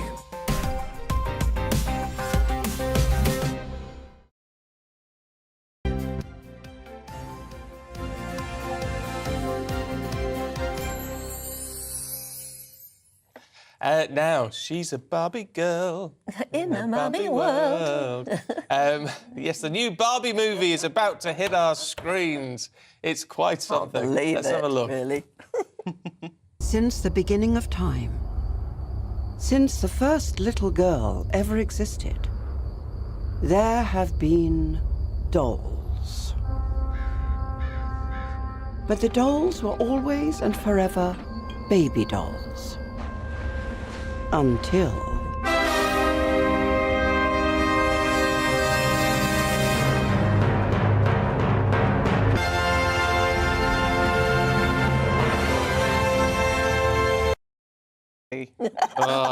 I'll tell you what, if you've never seen 2001: A Space Odyssey, You wouldn't quite know. You wouldn't quite get That's that. right. But actually, when you see the whole take they do with that, it's absolutely brilliant. spot on. Yeah. It's very clever. Yeah. Our very own Barbie girl, Stephanie Tecci. Morning, is here. I Good am morning. Barbie girl. I literally want to get my popcorn already and watch this whole movie. Why? Is it going to... well, that's what I can't figure out. Is it going to be clever and or nauseating? I think it's going to be very clever because in a recent interview, Margot Robbie, who's going to be playing Barbie herself, has said that it's going to be a Barbie like we've never seen her before. Obviously, we've had Barbie as a cartoon, but we've never had her as a live action remake on the big screen. And she's saying she hopes that the film is going to be... People are going to be quite surprised, but she's hoping that it provokes thoughtful conversation. Oh. So, you know, the producers and the director, who's Greta Gerwig, who directed Little Women, they've been quite tight-lipped on what the actual plot is. But I've done a bit of digging, and apparently it's that Barbie gets thrown out of the universe, her Barbie universe, for not being perfect. So she's trying to make it in the real world. So it will be quite interesting. So you see, because, I mean, there will be people who are very right on, who say, but why are they promoting this, you know, impossible body image? But clearly, they're putting the right spin on it to make it a bit more modern. You know, especially these days when it's all about, you know, body positivity, you know, you want women to be appearing more intelligent on screen. I think we're going to get Barbie with a twist, a Barbie who's clever, sassy, obviously. She's going to have to be if she's going to exist in the real world. And, you know, for something that can be quite inspirational for little girls, the new generation of little girls who'll be watching it. Have we got a Ken? Yes, we do. It's Ryan Gosling. Oh! Because a couple of months ago, we had a trailer image of him and he looked amazing. He's got peroxide hair and it blonde He's gone very, very sort of show busy, hasn't he, Ryan Gosling? This is a role that, you know, I just think of Ryan Gosling and The Notebook. I can't actually picture him as Ken because people are saying he was a bit too old to be Ken. And I don't know, he's got a baby face still. Yeah, so he can get away with it. But there's other people in it, that well-known people like Will Ferrell, he's going to be in it as well. And our own Doctor Who, the future Doctor Who, Nakuti Gatwa. Because I was going to say, is everybody white in it? Surely not. No. So apparently, as well, for the plot, there's going to be different variations of Kens and Barbies. Yeah. So I think they'll kind of make sure all the boxes are ticked. Yes. I mean, I never know quite what to make of something like this. I hope it's going to be really good and quite funny in a way, because you sort of think, how on earth did they make a movie out of Barbie? Yeah. How did? But then I thought that about Lego, and the Lego movies were actually very good. Yeah, no, it's good. I like that they can revisit all these like old brands that we really love and bring it with a modern spin. But this isn't the only doll that's coming to the cinema, guys. We're also going to have Polly Pockets. Oh, yeah. That's going to be the next one after Barbie that will be coming. So I never came across that because I've never had daughters. But Polly Pocket Polly was in her huge. pocket, massive. I used to have a big collection of it. So that, I'm going to be quite surprised how they can pull that off as well for the big screen. I mean, it's massive marketing campaigns. You see, My Little Pony was huge at one point, and they made movies for My Little Pony, didn't they? You know, they've managed to capitalise on these dolls as toys, so why not as movies? Buzz Lightyear, and yes, as long as you've got a good script writer.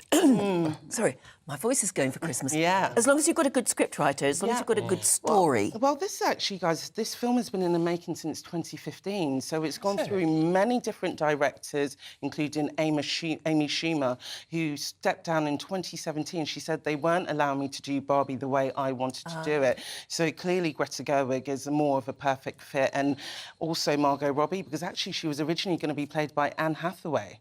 Really? Yeah, who also stepped down. But I think it's a perfect casting with Margot Robbie. Yeah, I can see Anne Hathaway in it, though. Yeah. Just Maybe that she could look. be a vixen, Barbie. When's it coming to the screen? July 2023. Oh, so we've still got to wait, guys. Oh, I thought we were going to say Christmas. Oh, right. No, It's a long way. We were talking to you yesterday about Strictly. Yeah, I got it right. Hamza won. He was so impressive on the night. He didn't actually top the leaderboard. It was Fleur East who got the most amount of marks from judges, but the public spoke and they picked Hamza and his partner, Joita. And it was quite an emotional moment because when you're watching this, you think 11 years ago, this guy was living in his car wanting to be a wildlife presenter. Was it? 11 years later, not only is he a wildlife presenter, he's now winning Strictly Come Dancing. He's got a career. Yeah. Can I just say, and I know this may sound controversial, right? People don't like, but I'm always quite impressed when someone who is of a bigger build is. I mean, there's no reason why people of a bigger build can't dance. Of course they can, but it's not what you normally would expect. Yeah, well, that's the beauty of Strictly, because I know a lot of people are like, oh, it's always tick boxing when they get someone who, like Ellie Simmons, who has dwarfism, and they're thinking, oh, they're just trying to be nice. But it's actually to prove that different people of all shapes and sizes can get onto the dance floor and learn how to dance, and very professionally. Like, it's not all about being skinny and perfect, is it? Like, Hamza's never taken any dance lessons, and he's now managed to win, and you know, he's got the public support behind him. So they're going to go on tour now. So there'll be the Strictly Live tour in January. Yeah, because Strictly takes over your life, doesn't it? Not only do you have to commit about 3 or 4 months to the competition, but then there's all sorts of theatrical things and going on tour and specials. Big promotional activity, so it doesn't stop here. Do they get paid extra for that? Oh, yeah, they do. Oh, I think it's pretty handy as far as money's concerned. But also well done to the other finalists, Fleur East, Molly Rainford and Helen Skelton. They done equally as well last night, and I'm sure we're going to be hearing more of them over the next few months. Yeah. I'll tell you what I wouldn't want, though, is that blooming awful glitter ball thing. Where would you oh my gosh, I'd have that in my front room, or my bedroom. Well, we were talking about iconic things from movies and things to have. You could have it would be a talking point, wouldn't it? I'd love it in the front room, bedroom. Yeah. Would you? Yeah, it's disco-y. Yeah, it's so much more showbiz than we are. Is that what you get given then? Yeah, apparently, you get a glitter ball trophy. Yeah. Sequins. They're very into their sequins. Lots of money behind the scenes. I know. I got told off. Right. Because we were interviewing someone who's from Strictly. Yeah. And I got yelled at. I said, "You didn't mention the glitter ball trophy in the background." That's all they want. I had no idea that was. No, I've never seen it. It's all about the glitter ball trophy when it comes to Strictly. It's the coveted ball. There you go. That would be a talking point if it was in the corner of the living room. Probably dead tacky. I've got a pointless trophy. Oh, did you win pointless? I won pointless. Oh, God, about 2 years ago, I think. But yeah, you get a pointless trophy, and everybody makes a big fuss of it. They were terribly impressed with it. It's just a slab of, Flames. Yeah. Well done. Pointless. Yeah, but there's something about that, because I think pointless is really hard, actually. It is very hard, actually. Yeah, because you have to think of very obscure answers to the questions. Yeah, I'd hate to do a quiz show. Oh, I'd be rubbish. Yeah. I'm good at a pub quiz. Went to a pub quiz last week and won. Oh, nice. well done. Oh, yes. So we won. That was good. Yeah. But so I'm all right at a pub quiz, but I'm rubbish at like a quiz. Yeah, like Who Wants to Be a Millionaire? I'd be like, can I phone my friend already? Yeah, I couldn't do it under pressure. No, I did Mastermind about 6 months ago, and I was absolute pants. It was so embarrassing. I couldn't think straight. It was just too much. Did you come 4th out of 4? Yeah.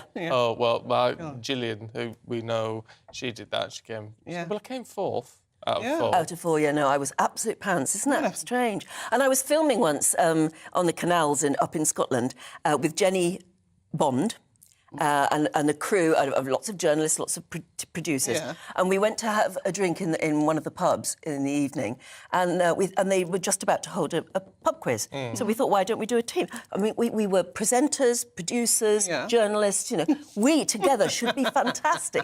It was so hard. We did really badly. I thought we would be brilliant. Don't but we knock weren't. it till you try it. No, absolutely. It's very difficult, especially if you're under pressure. Yeah, well, there you go. All eyes will have been on you, and you failed. Yeah. Never mind. I'm going to go on YouTube now, Anne, to look for some clips. No, I hope they're not there, 'cause I can't tell you how awful. I couldn't think of the easiest thing.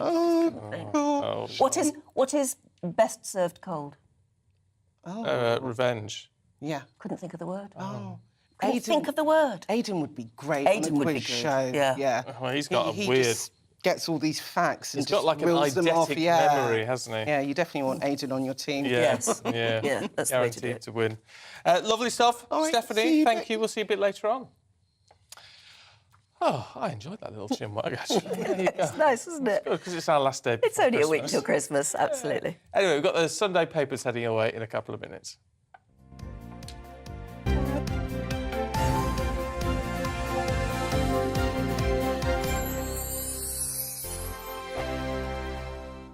We are GB News, and we'd like to say thank you to each and every one of you for bringing us your conversations, for helping our great nation find its voice. We are here for you on radio, television, and online, across England, Scotland, Wales, and Northern Ireland. It's not the BBC, you actually get your facts right. We are proud to be GB News, the People's Channel, Britain's news channel. Monday to Thursday, 9 p.m. till 11 p.m. Join me, Dan Wootton. I'll bring you the sharpest takes and hottest debates. Do you not believe in prison? I don't believe in prison. I'm completely stunned. I guarantee you there'll be no spin, no bias, no censorship. I actually was personally quite offended by it. And no reason to go to bed. So I guess they've always been quite woke. That's Dan Wootton tonight on TV, radio and online. Monday to Thursday from 9 p.m. till 11 p.m. on GB News. The People's Channel, Britain's news channel. My name's Tom Harwood, and join me 9:30 a.m. every weekday for The Briefing, your one-stop shop for everything you need to know about what's going on in politics today. I wonder if this is a deal that might need to be like the biscuits in this factory, twice baked. Is there not an opportunity here to win out against the extremes? Tom Harwood, GB News. What are you going to do about it?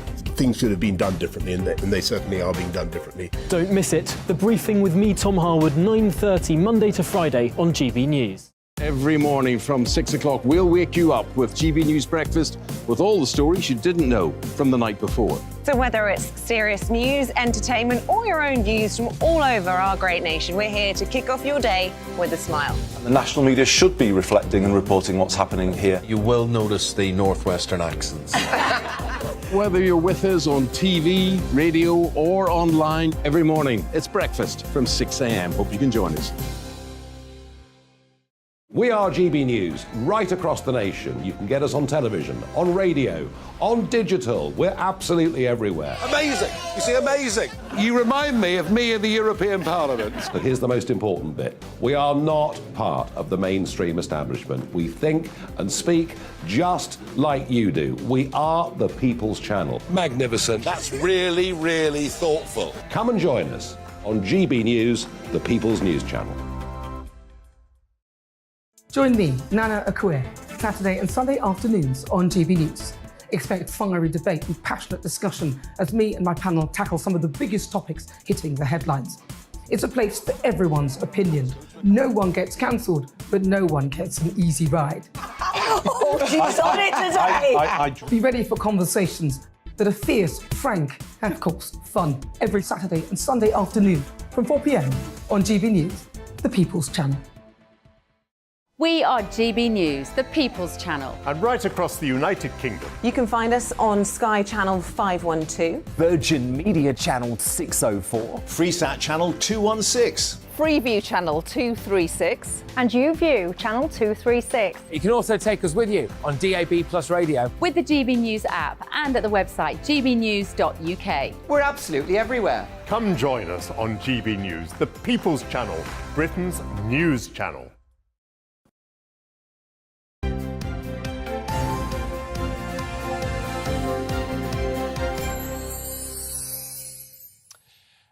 It's 8:37. I'm just going to bring you this from Mohammed. Morning, Mohammed. It says, I've been a Doctor Who fan since it began in 1963. Good to see Stephen and Anna fans too. I think it's a generation thing.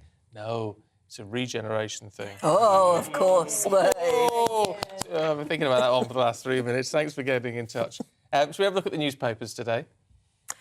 The Sunday Times is running front page. It covers the Sussexes, who are asking now for a formal apology from us all, I presume.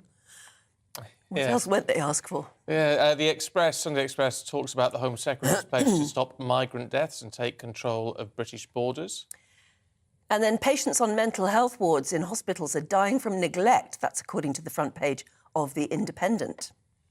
The Telegraph is discussing the role of the armed forces in the ongoing industrial action and how they're going to cover it. And in the Mirror, you can read about the side hustle of UK prison inmates who are being paid £3.50 a day by the taxpayer to strip recyclable materials from wasted COVID PPE. Get your head around that one. And The Sun on Sunday, no surprise, they're running with Harry and Meghan as well. Get fed up seeing all the headlines about them, actually, now. Yeah, getting that way.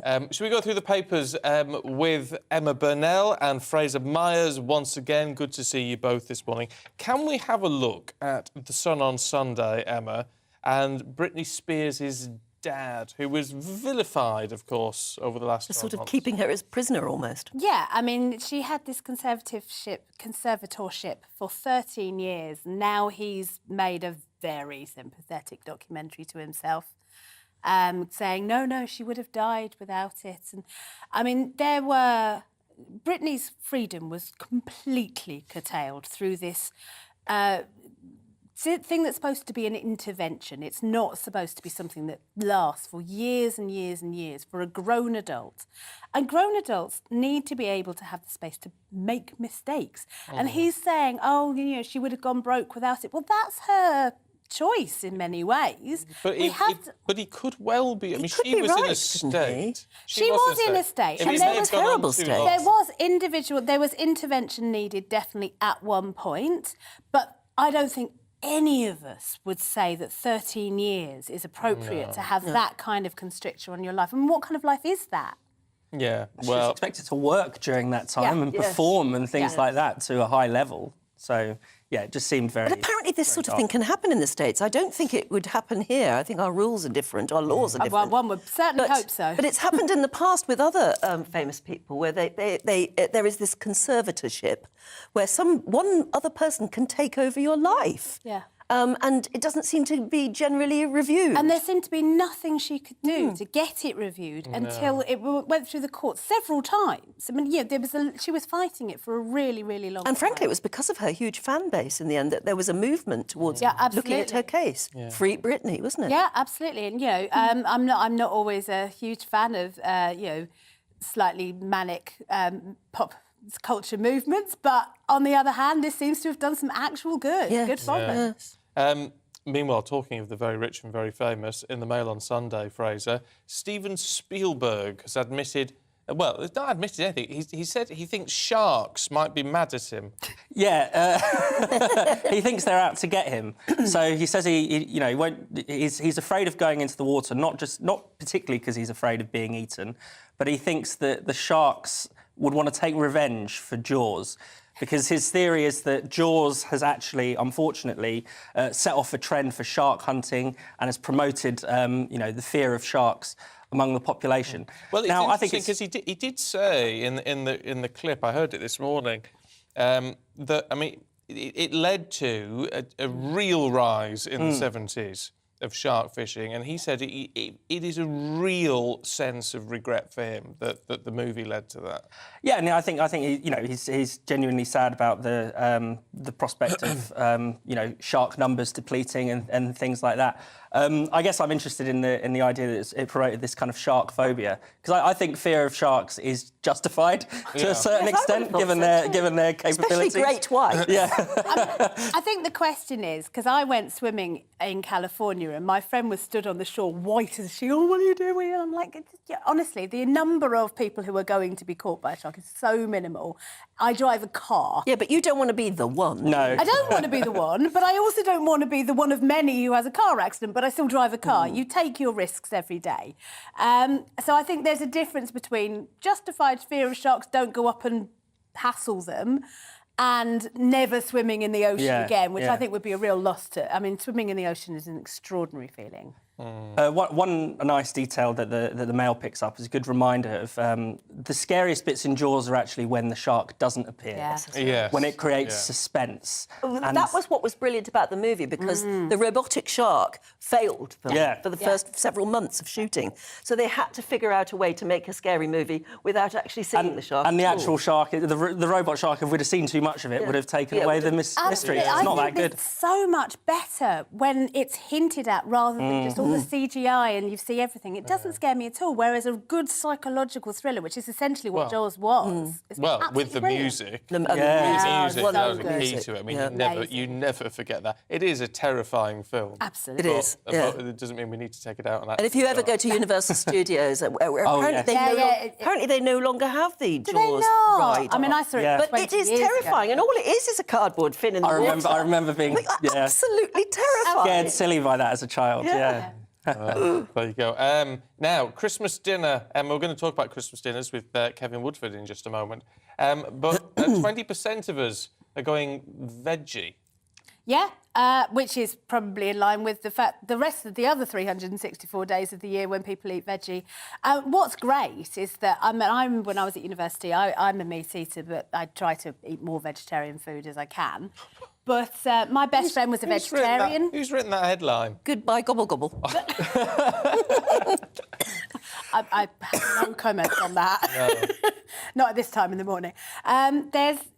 My best friend was a veggie, and she didn't eat mushrooms. And there was nothing she could eat at that point. Eat mushrooms. But now we have so much great choice. And the vegetarian options, from the fake meat stuff to a really lovely nut roast, you can actually have a wonderful Christmas feast without eating meat, if that's what your choice is. That's interesting. 1 in 5. That's quite a big change, isn't it? Absolutely. Huge It's a good change. shift. My brother-in-law is a chef. Yeah. And 20 years ago, he'd have told you, I'm not messing about with that vegan, namby-pamby vegetarian. Now he's so excited to find new interesting recipes. I'll tell you what, if you go to a good vegetarian restaurant... I mean, I've been vegetarian for 40-odd years, but, I mean, if you go to a really good vegetarian restaurant, even I sometimes am just amazed at what they can do. Absolutely. Lovely, tasty things. Really gorgeous. Really nice gorgeous. stuff. So it's worth having a dabble in. Yeah. If you're that way inclined. But if you don't fancy it, don't do it. I mean, I'm not one of those... No, my sons will want meat. Yeah. Meat has to be the big honking meat.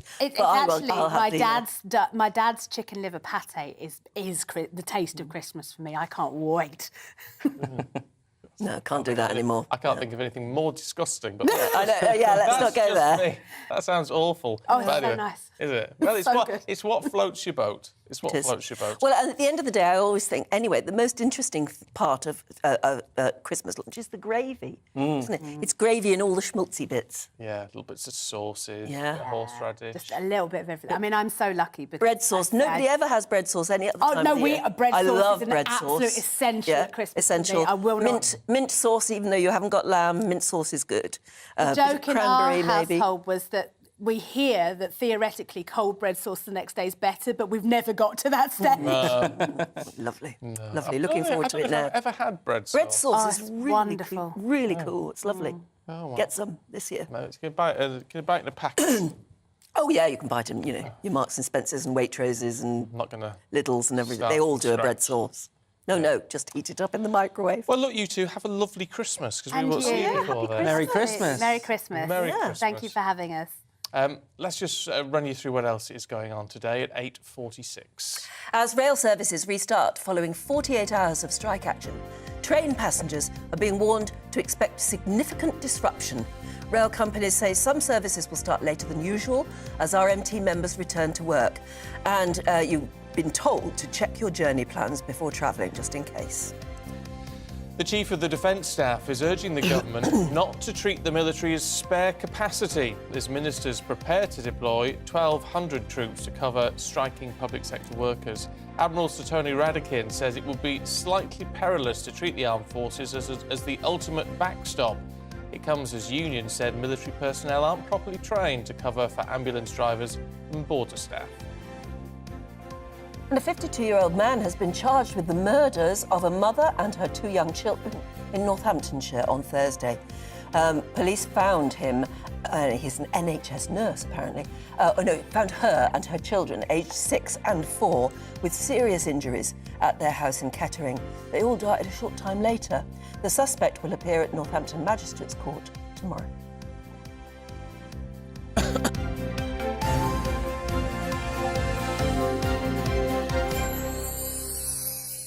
I do apologise. My voice is going all over the place today. I've got a really dry throat. There's so much doing the rounds at the minute, though. I've been under the weather for a Well, week I've caught or it. so. Whatever you've been under the weather with. It's probably me. I've usually it's your got fault. it now. It's all my fault. I should have had 3 weeks off.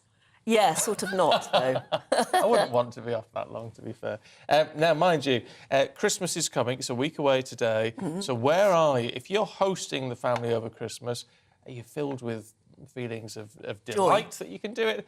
Or is it, you know, a bit of a nightmare? Yeah, and you've got to get it all done before the King's first Christmas speech. Oh, yeah, we're going to have to see that. Yeah. But anyway, if you're the chef, the cook in over Christmas, how do you cope with all of this? Well, there's only one person to ask, and that's our very favourite chef, Kevin Woodford. Good morning. Good morning. Are you the cook on Christmas Day?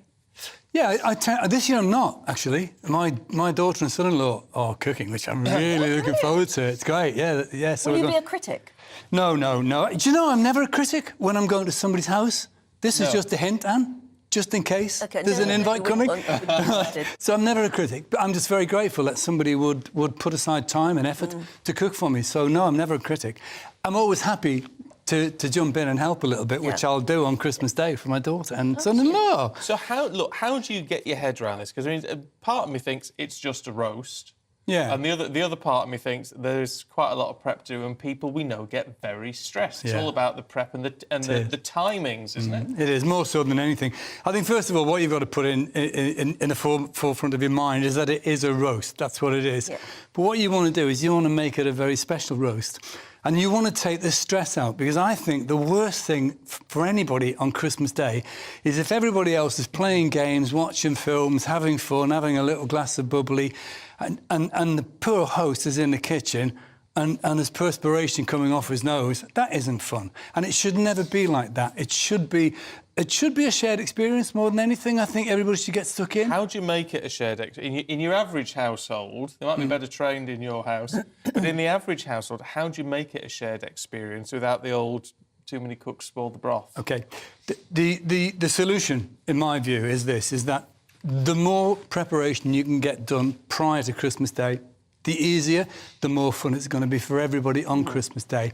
And the simple techniques, you know, I mean, and the simplest of techniques is, first of all, if it's a turkey, and you know, I know 1 in 5 now shun the turkey, and that's a shame, because I think turkey at Christmas for me is very special, providing it's cooked properly. Yeah. And it needs a fabulous gravy, because it can be a very... Gravy is the most important thing. Oh, I'll say, absolutely. And the key to that is to get that done in advance. So what you do is you take the giblets out in a little bag and you use all of those, OK? They go into a pan the day before, or 2 days before even, into a large pan. Then I take off the wings, and, you know, what we're looking at the moment is a very overcooked turkey, which I wouldn't eat. I think that was deep-fried. Deep-fried, absolutely. I think it was done in an air fryer, Stephen. Oh, was it? No, don't start that. Right, OK. So we take off... So you've got the giblets and you've got the wings. The wings, right? Because the wings, you're not going to eat. Anyone, they're no use whatsoever, Anne. No use whatsoever. Take them off. They come off into a pan. Vegetables, onions, carrots, celery, leeks in the pan. Lots of water in.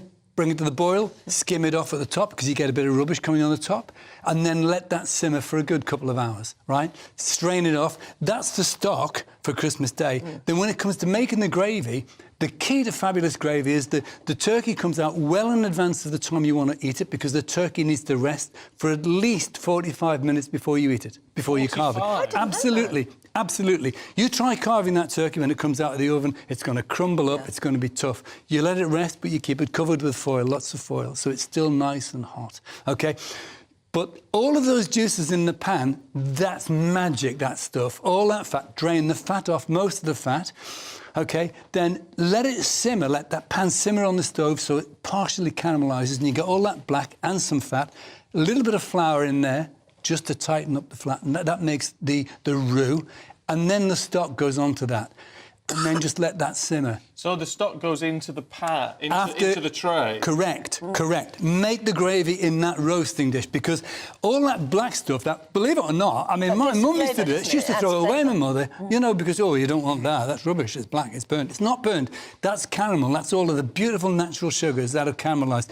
That's where the flavour pack is, right? And then you've got fresh stock, and that's made again in advance, because the turkey's cooked, so you say, and that's the other key, which I'll give you that now before I forget. The turkey, it's critical to get the timing right on the turkey, OK? So the turkey wants around about between, I go for 15 minutes each pound of meat, OK? Prior to going, that's what I allow. And then I let it have that 45 minutes afterwards. So because you've done that, you've got plenty of time to make the gravy.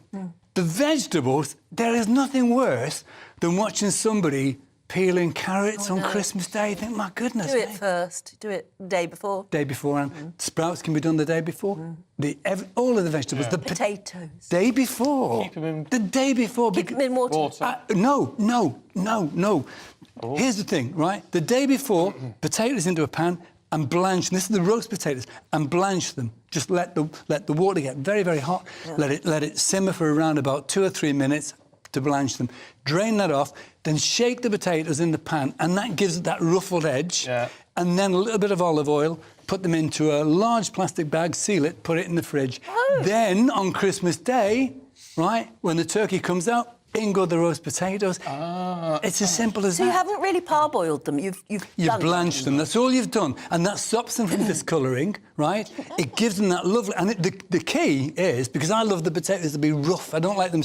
I like them to be rough-edged. So by draining them off after you've blanched them, they go back in the pan, right? And then you shake the pan over the heat, a little bit of olive oil on it. Bingo, and you get this fantastic potato the next day, because then that goes into hot fat.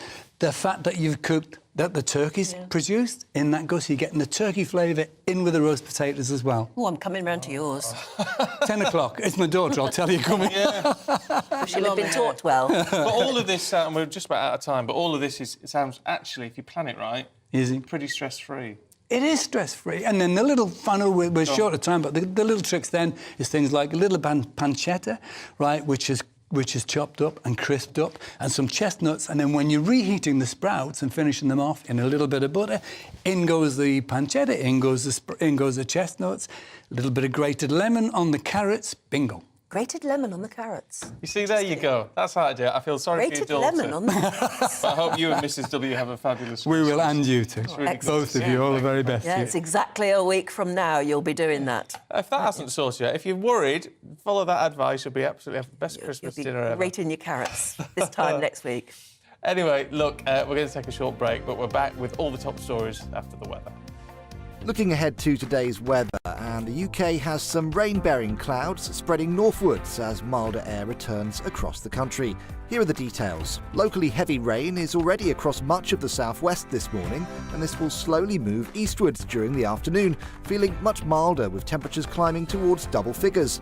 After a cold start this morning, cloud will continue to build from the west across the southeast, with outbreaks of rain arriving from mid-morning. Heavy and persistent rain across South Wales will move northwards during Sunday as milder conditions push in, temperatures reaching into high single figures later. A cold and cloudy start across the Midlands, but rain will soon arrive, perhaps with a little bit of sleet or snow in places. Temperatures climbing throughout the day, with highs of 9 Celsius later. Across northern England, it's another cold but cloudy day.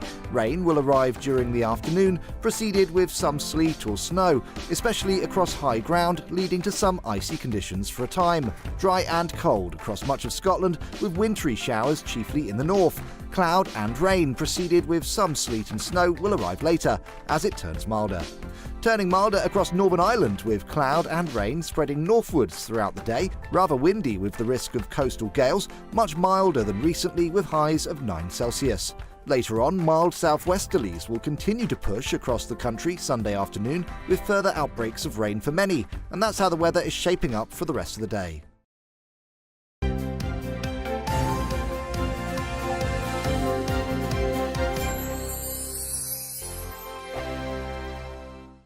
Hello there, it's Eamon Holmes here from Breakfast on GB News. We're not just on your television and your screens, you know. We're on DAB plus digital radio, so you can listen to your favourite shows on the move. If you've not yet listened to GB News Radio, it's very simple. We're on your radio player and TuneIn apps, on your smart speaker, phone or tablet, or online at gbnews.uk. Take us with you wherever you go. GB News Radio. You never have to miss a moment of the People's Channel.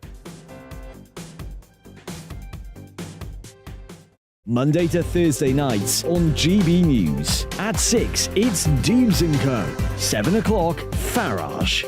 At 8, join Mark Stein. And at 9, Dan Wootton Tonight, followed by Headliners. On TV, radio and online. This is GB News.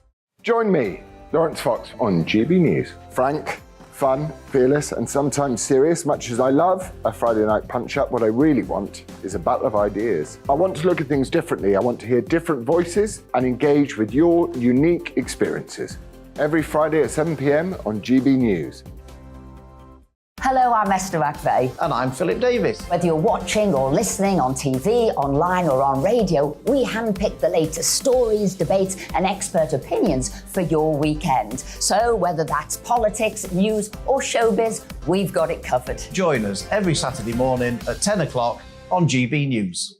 Hello, I'm Michelle Dewberry and you can join me every weekday 6 till 7 on Jubes & Kerr. Me and my panel will get stuck right into the day's events and I can tell you, in fact, I can warn you, expect some robust debates, some strong opinions and perspectives from both sides of the fence. It's about you at home as well. I love to read out all of your comments, or at least as many as I can. So join me, Michelle Dewberry, Monday to Friday, 6 till 7 on Jubes & Kerr.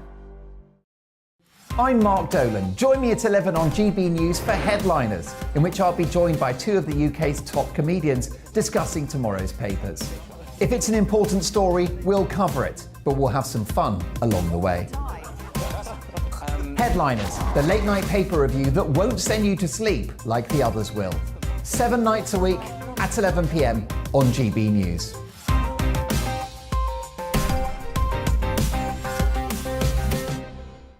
Monday to Thursday on GB News, it's Bev Turner Today from 10 a.m. We're going to be here for you, our GB News family, to keep you up to date, but also make you smile. The guy went from puberty to adultery. And I can't wait to bring a few of my own opinions. I have no time for cultural totalitarianism. We'll engage in passionate, but always polite debate, with your thoughts and opinions at the centre of it all. Only on GB News, the People's Channel, Britain's news channel.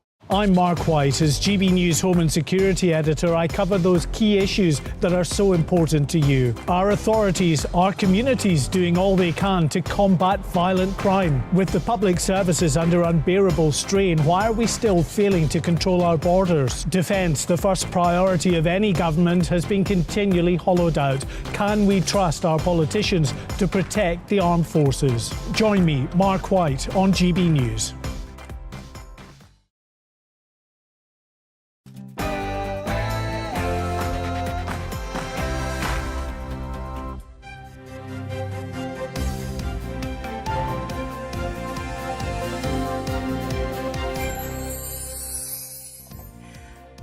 It's the big day today. France face Argentina in the World Cup final.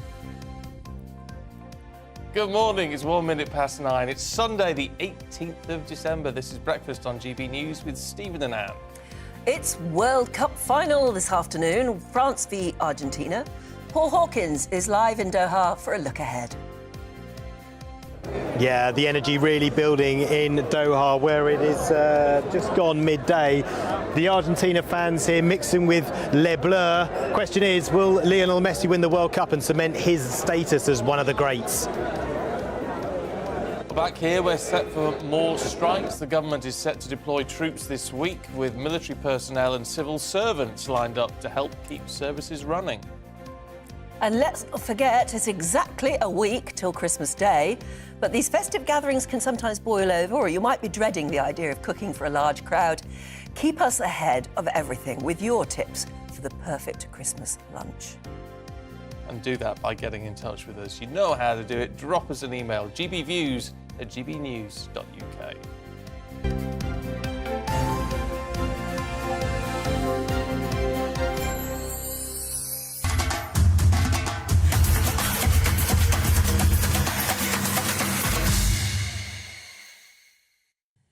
I rather like what the Daily Star has got on its front page. Oh, yes. Star on Sunday.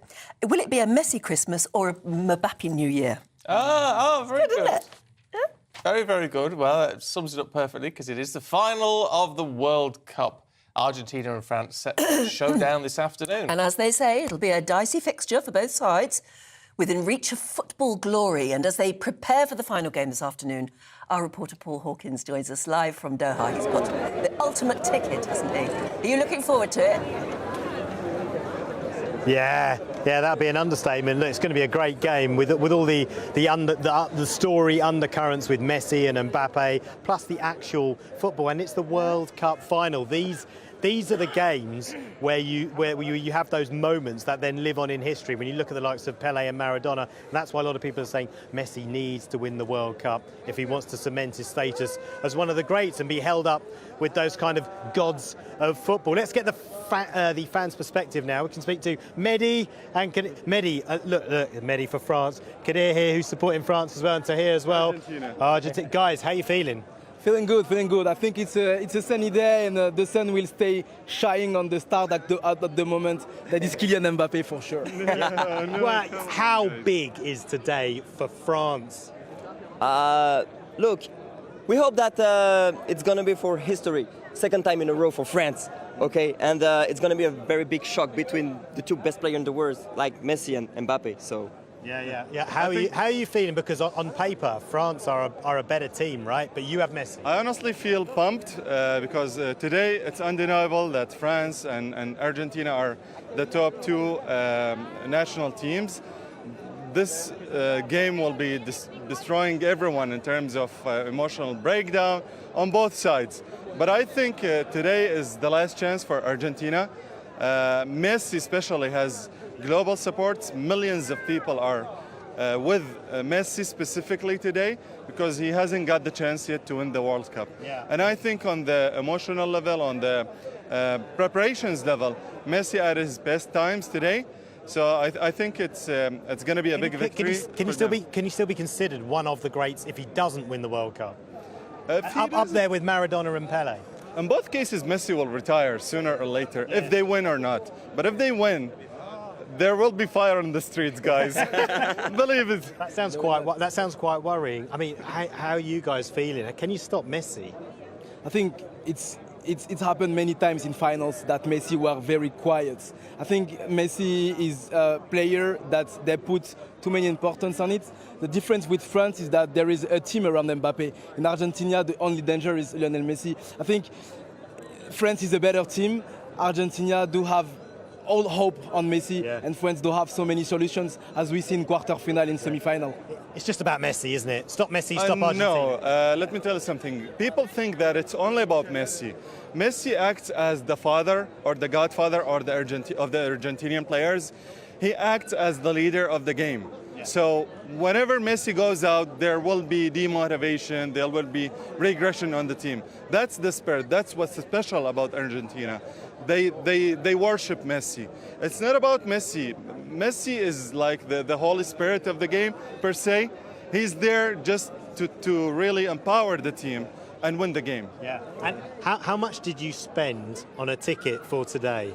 Oh I have to say that's almost the price of a car just to get inside. Let's put a figure on that because cars can vary. Do you guys have a normal how much? ticket or hospitality? I did bought my ticket €2,000. €2,000 on a ticket. That's cheap. I paid higher. How much did you pay? We are a company. We were sponsored by Ahmed Tea.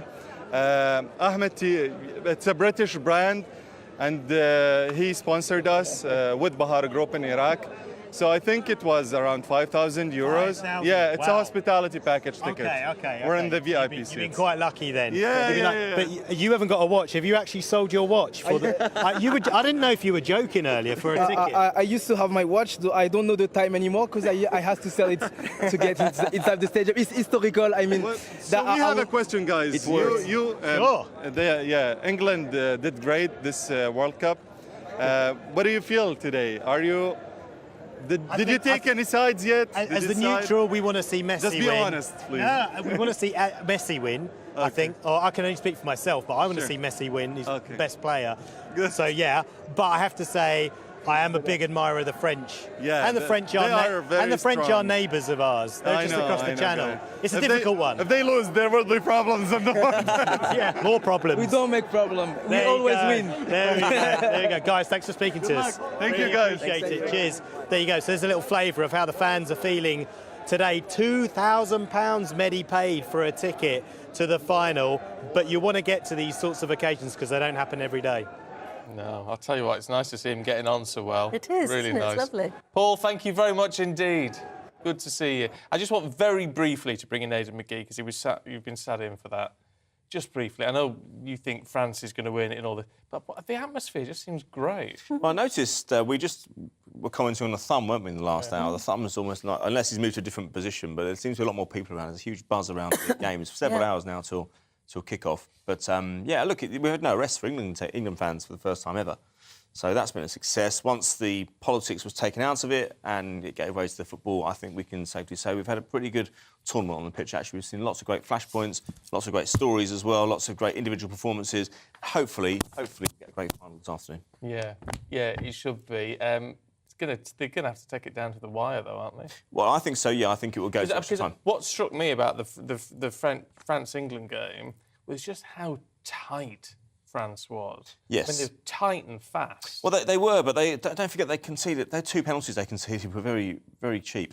England didn't create a great deal of chances in that game, it has to be said. They were given free penalties. If they're reckless like that in their own box against players like quick-moving players like that Argentina have got, especially Alvarez up front, who plays for Manchester City, then they could be in trouble. But it's a hard one to predict. I don't recall a final being this close since about 1994. Everyone since then, How many players that we see on the pitch this afternoon, on both sides, how many play for British clubs?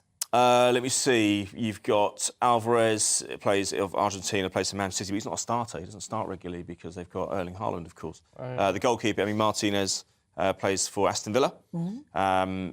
Hugo Lloris, who's the French goalkeeper, plays for Tottenham. Raphael Varane, if he's fit, plays for Manchester United. So you've got there are a couple of others I probably haven't thought of. It depends on who starts as well. But yeah, you're thinking. Fair few. Interesting, isn't it? Yeah, in every final you'll get a smattering of Premier League players, no doubt, especially now. It's such an international competition. Yeah, which is quite nice in a way. Yeah, because it still means we've got an interest, actually. If you've got a club interest in that, you can still celebrate. Oh, yeah. I remember in 2014 I was living in Manchester and I realised that one of the players who lived 3 streets away from me was playing in the final in Rio. Oh, wow. Incredible, isn't it? You think I'll probably see him down Waitrose next week. if I've had a good week financially. It gives you ownership. Gives you a sense of ownership. Makes it more exciting, doesn't it? Yeah, it does. It does. You see them outside the local cafes and stuff, and then you think, wow, you were just playing a World Cup final last week. Where's your medal? Pretty cool. Pretty cool. Pretty impressive. Aidan, thank you very much indeed. You're going to be obviously glued to it this afternoon. Yeah, so I've not made any specific plans, but because I just kind of lost interest in terms of making plans after England's result, but I'll make time to watch it. Don't worry about that. 1 billion people watching this afternoon. It looks like it's going to be the biggest TV audience in sporting history. Gosh. So just for context, 562 million watched the last final in 2018. The difference is that we count streaming now. It's easier to count that. So you can see if someone's watching in Chiang Mai or in some desert somewhere, then we can trace it more easily because of the... Well, there's still time to get in touch with us and tell us how you're going to be watching it. Yeah. Where are you at the moment and how will you be watching it this afternoon? Seems Wherever so funny you are in the world. Watching amongst your Christmas decorations as well. Yeah, So weird, peculiar. isn't it? It is indeed.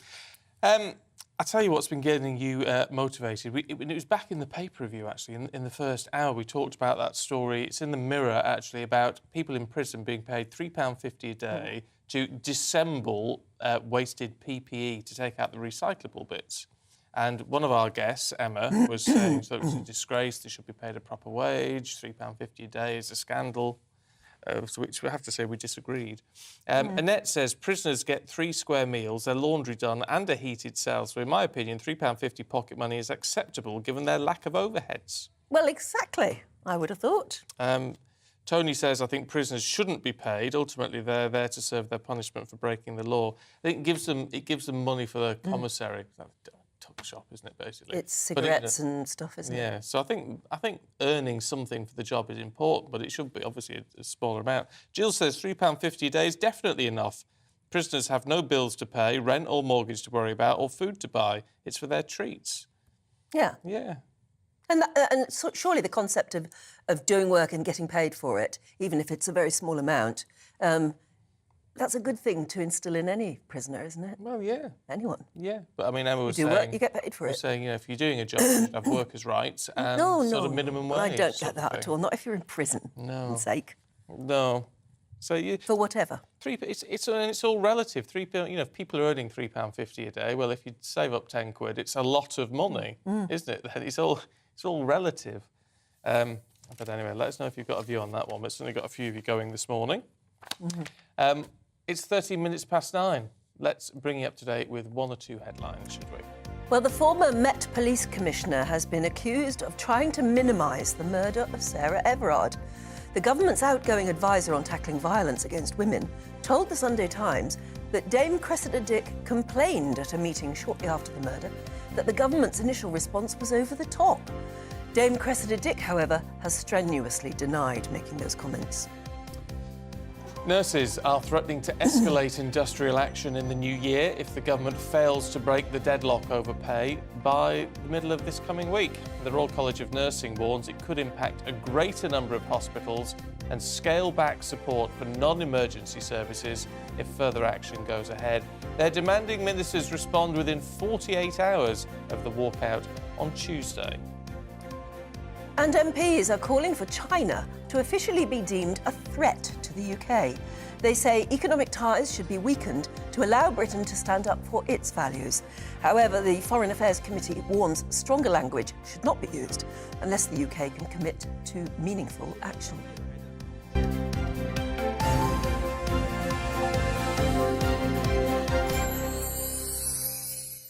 It worries me, the talk of deeming China a threat to the UK. Yeah, but it's serious, isn't it, though? It is serious, but also we need economic ties with China.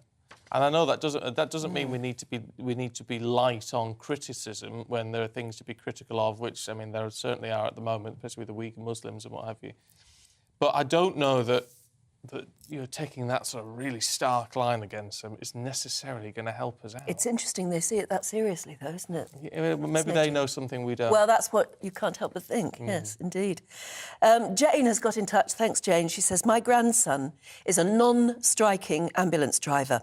The day before yesterday, he sat with a 91-year-old lady with a broken arm and dementia. He sat with her for 8 hours, waiting for her to be seen. He couldn't leave her alone because of her dementia, and she had no family with her. How many calls will his team have missed because of these delays in A&E? Yeah. Grant says, as a husband of an ICU nurse, we mustn't forget that nurses actually risked their lives during the pandemic, and arguably the reason the death toll was not higher. For goodness sake, please pay them a decent wage. And Richard says, I think the nurses' pay deal should include free parking, as this definitely adds up. You hear this time and again, and it is scandalous how difficult it is to find a parking space in a hospital, but also the rates. It's absolutely appalling. It's not just the nurses, the people who are working there, it's also patients and patients' relatives. Yeah, yeah. Scandalous. I mean, I know that, you know, they say they need the revenue and all the rest of it, and it's awful for patients, actually, or patients' relatives. I think it's problematic. However, if we need to keep paying so that nurses don't, you shouldn't have to pay to park to go to work like that. You just not like shouldn't. That. No.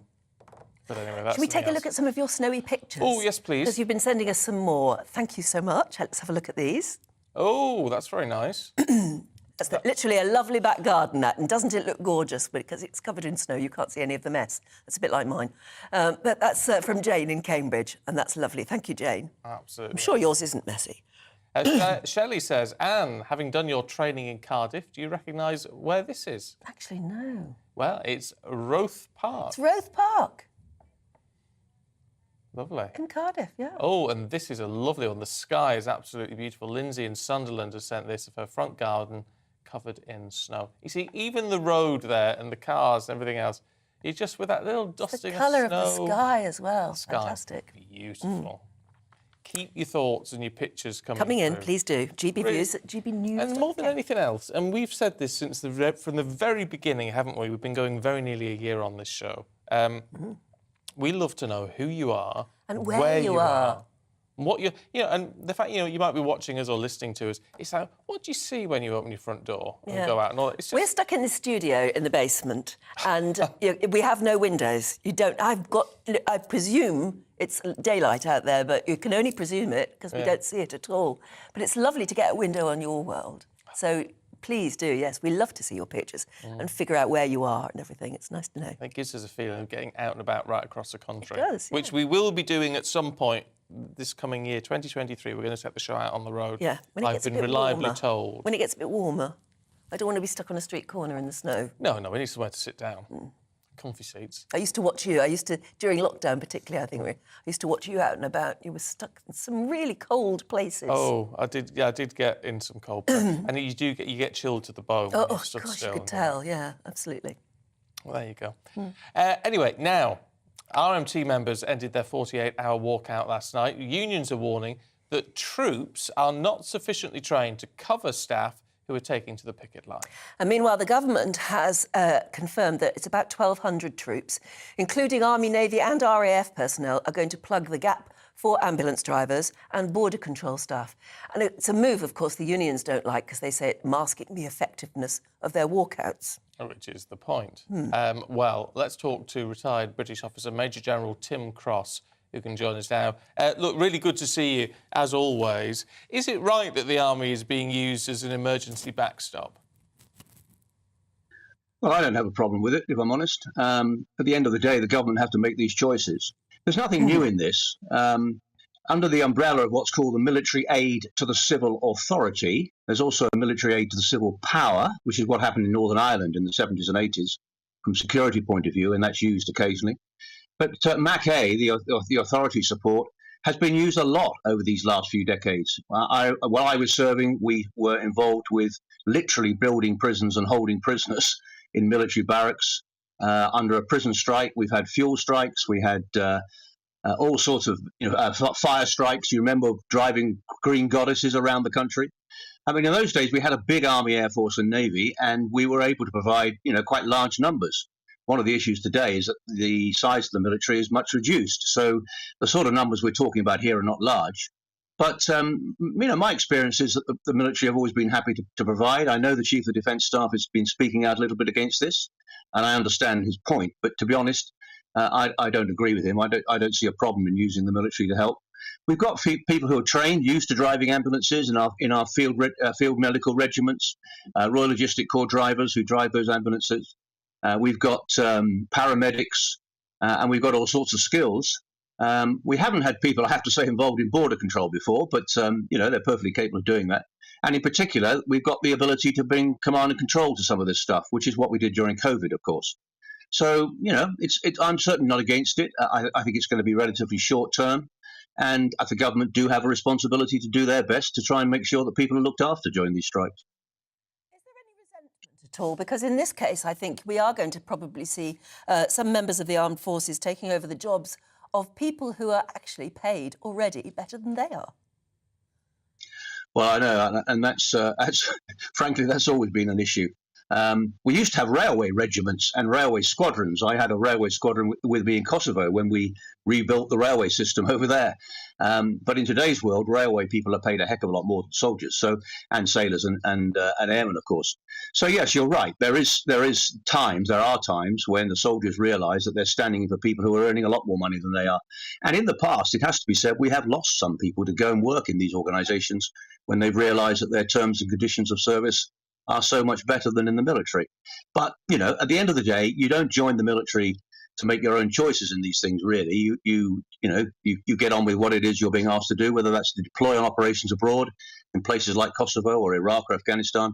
And back here in the UK, as I say, these challenges with MAC-A tasks have been there for a long time. And actually, generally speaking, I've always found the soldiers quite enjoy it. It's a bit of a change, gives them something fresh to do. And they do make a difference. They're pretty good at it.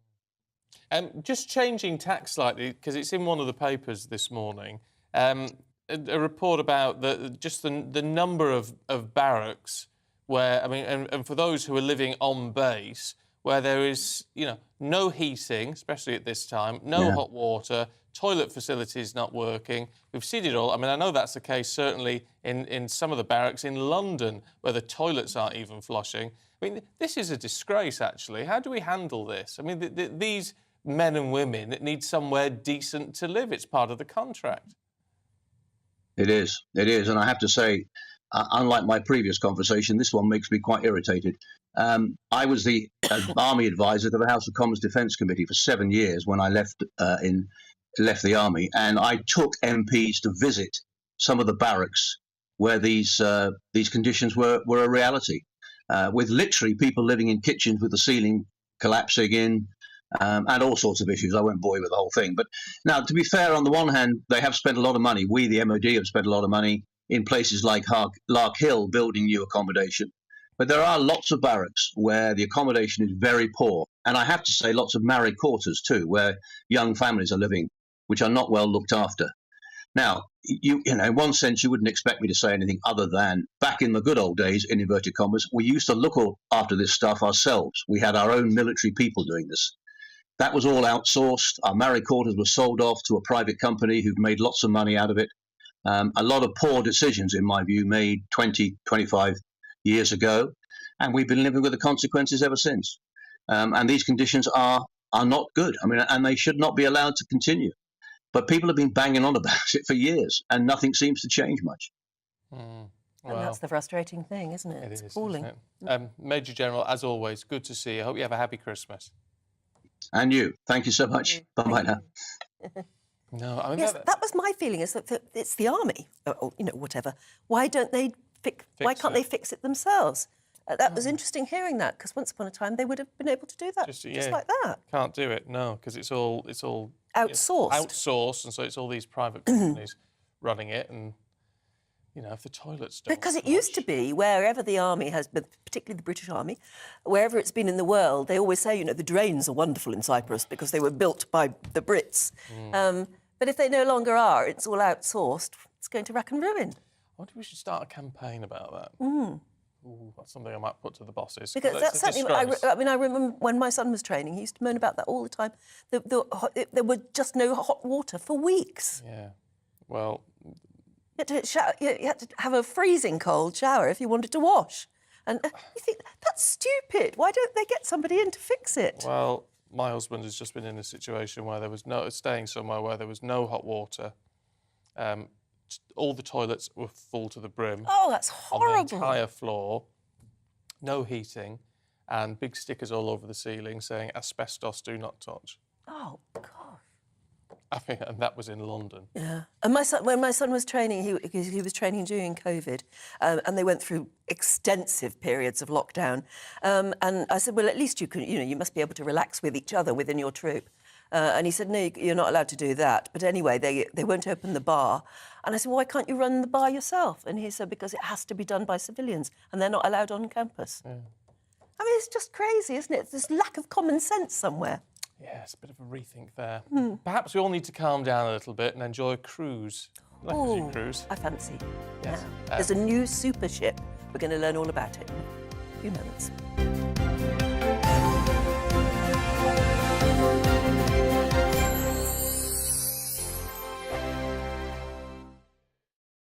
Monday to Thursday nights on GB News. At 6, it's Dubes & Co. 7 o'clock, Farage. At 8, join Mark Stein. And at 9, Dan Wootton Tonight, followed by Headliners. On TV, radio and online. This is GB News. Here on GB News Live, we'll be keeping you in the picture, finding out what's happening across the country and finding out why it matters to you. We'll have the facts fast with our team of reporters and specialist correspondents. Wherever it's happening, we'll be there from 12 noon on TV, radio and online. GB News, the People's Channel, Britain's news channel. We are GB News, the People's Channel. Why not take us home with you by visiting the GB News shop at gbnews.store. You'll find all the official merchandise, a really good present actually for yourself, your friends or your family. We ship across the UK mainland at no extra cost. GB News, the People's Channel. Join my show Farage, 7 p.m. till 8 p.m. Monday through Thursday, and there you will get opinion, analysis, debate, and I'll cover stories that nobody else dares to touch. You've been cancelled. Join the club. Oh my goodness me! And then for the last 15 minutes, talking pints. We're over a drink. We have a civilised conversation with someone. We very often disagree, but we do it in a grown-up way. Come and join me on Farage. Monday to Thursday on GB News, it's Bev Turner Today from 10 a.m. We're going to be here for you, our GB News family, to keep you up to date, but also make you smile. The guy went from puberty to adultery. And I can't wait to bring a few of my own opinions. I have no time for cultural totalitarianism. We'll engage in passionate, but always polite debate, with your thoughts and opinions at the centre of it all. Only on GB News, the People's Channel, Britain's news channel. Hi there, it's Stephen and Anne. At breakfast from 6 a.m, you'll always be caught up with everything you need to know, the latest headlines, opinions and debates. We'll bring you the good news and the bad, but most of all, we're here for you. Remember, send in your views and let us know what you would like us to talk about. That's because we're your news channel. And every morning at 6 a.m, it's breakfast on GB News. Join me every Sunday at 6 p.m. for Gloria Meets. In exclusive interviews, I'll be finding out who our politicians really are and what they really think. It's something that you would never want anyone to suffer. I didn't know what channels there were. I didn't think I'd be believed. I must have weighed about 7 stone and I'm 5'8". My instincts was to sort of cover this up. I mean, clearly that was a mistake. Join me every Sunday at 6 p.m. on GB News, the People's Channel, Britain's news channel. Hello, I'm Simon Evans. Join me on GB News for Headliners at 11 p.m, where I'll be joined by 2 of the country's top comedians as we take a look at tomorrow's newspapers tonight. If it's a big story, we'll be covering it, I guarantee, but we'll also have some fun along the way. That's GB News Headliners at 11 p.m. We won't put you to sleep, unlike some of the other paper review shows out there. So join us, 11 p.m, 7 nights a week.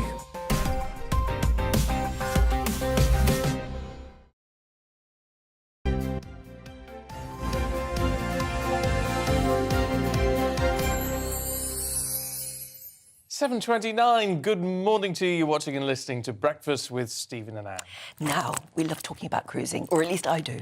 The British cruise line, P&O, is set to officially welcome a brand new ship to its home port of Southampton tomorrow. It's a big one. It's a huge one. She's called Arvia, and she's been dubbed a symbol of optimism for the industry, which was indisputably hit pretty hard by the pandemic.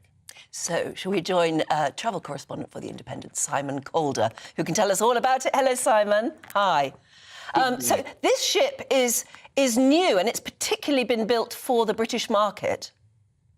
Yes, and indeed, and the biggest ship that we have seen built for the British market, the Arvia, is 185,000 metric tons. She has 16 passenger decks, 2,610 cabins or staterooms, as I'm sure they prefer me to call them, and that means more than 5,000 passengers when she is completely full. And as you say, this extremely expensive and beautiful ship, which is due to arrive, I understand she's just sort of sailing up the channel at the moment, due to arrive in Southampton at 12:30 today, is supposed to reinvigorate the cruise industry, which, yes, was most definitely hit by COVID, probably more than any other industry. I remember having a lovely day trip actually from Dorset, from the beautiful town of Poole. The cruise ships themselves became a tourist attraction because they were all parked or moored, forgive me, anchored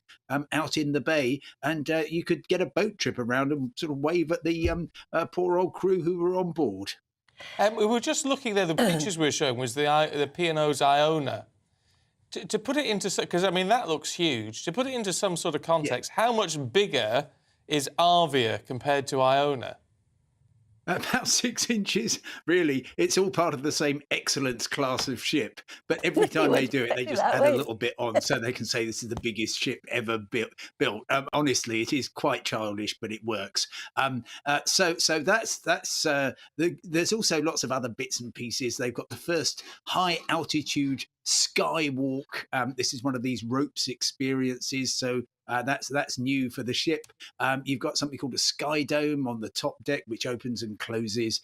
There's something called the 6th Street Diner, if you want to pretend that you're in Miami Beach or Milwaukee while you're on board. And the funniest thing I've found while researching this is they're going to be selling second-hand stuff in the shops. There's quite an upmarket boutique where they will be selling, quotes, pre-loved handbags and other accessories. So this is going to make a bit of a change to the onboard shopping. As always, things are probably cheaper on shore. Yeah, Stephen knows that I always, on a Sunday particularly, look for the cruise supplements and have a look through. And I've seen so many cruises being sold on the Arvia. And there's clearly a huge market now in Southampton to Southampton cruises, isn't there? Where you don't have to fly anywhere. You just get on board in Southampton, go around the world or go to the Caribbean, and you come back to Southampton. Yes, and that's all to do with the miserable airport experience. I mean, 2022, I think, has been worse at the airports than pretty much any other year. Just as we were kind of thinking, right, well, COVID's behind us, let's all go and fly away.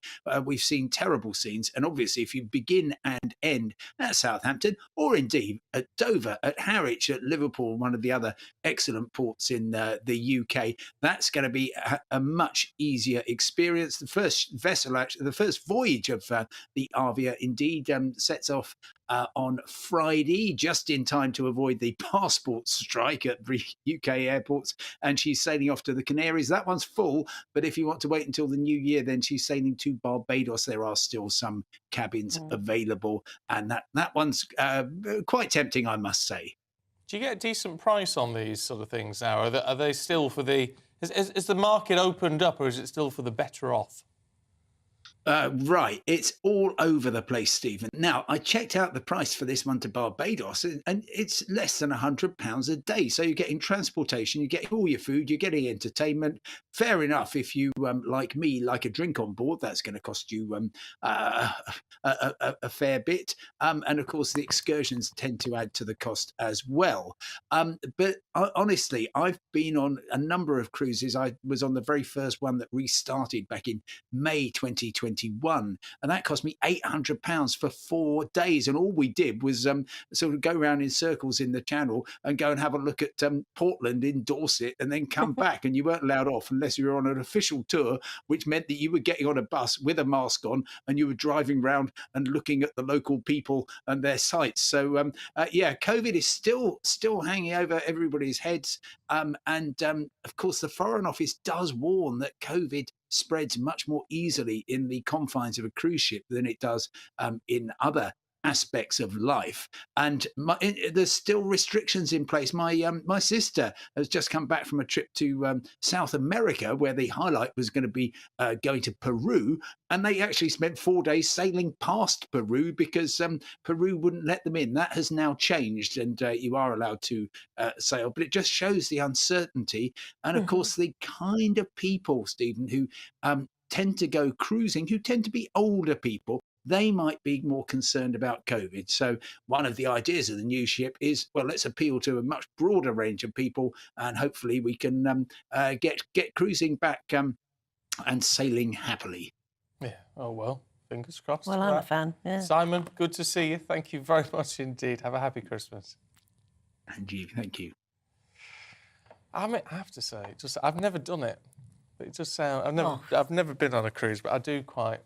Part of it appeals to me. But there's all sorts of things to do nowadays. The river cruises I want to do. They're trying to appeal a lot to families now, so they build in these incredible rock climbing walls and amazing things you can do. And some of them have got cranes where you get lifted up in a bubble and you can see for miles around. And they have the most incredible things.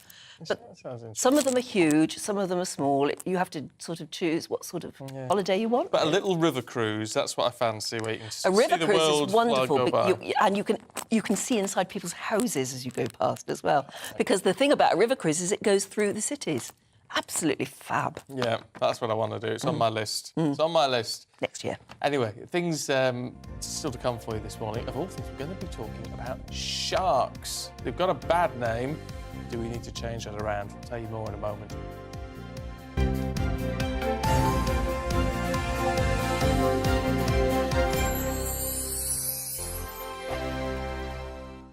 We are GB News, and we'd like to say thank you to each and every one of you for bringing us your conversations, for helping our great nation find its voice. We are here for you on radio, television, and online.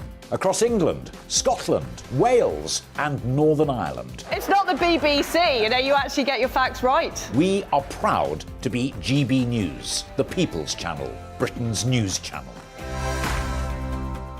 Monday to Thursday, 9 p.m. till 11 p.m. Join me, Dan Wootton. I'll bring you the sharpest takes and hottest debates. Do you not believe in prisons? I don't believe in prisons. I'm completely stunned. I guarantee you there'll be no spin, no bias, no censorship. I actually was personally quite offended by it. And no reason to go to bed. So I guess they've always been quite woke. That's Dan Wootton tonight on TV, radio and online. Monday to Thursday from 9 p.m. till 11 p.m. on GB News. The People's Channel, Britain's news channel.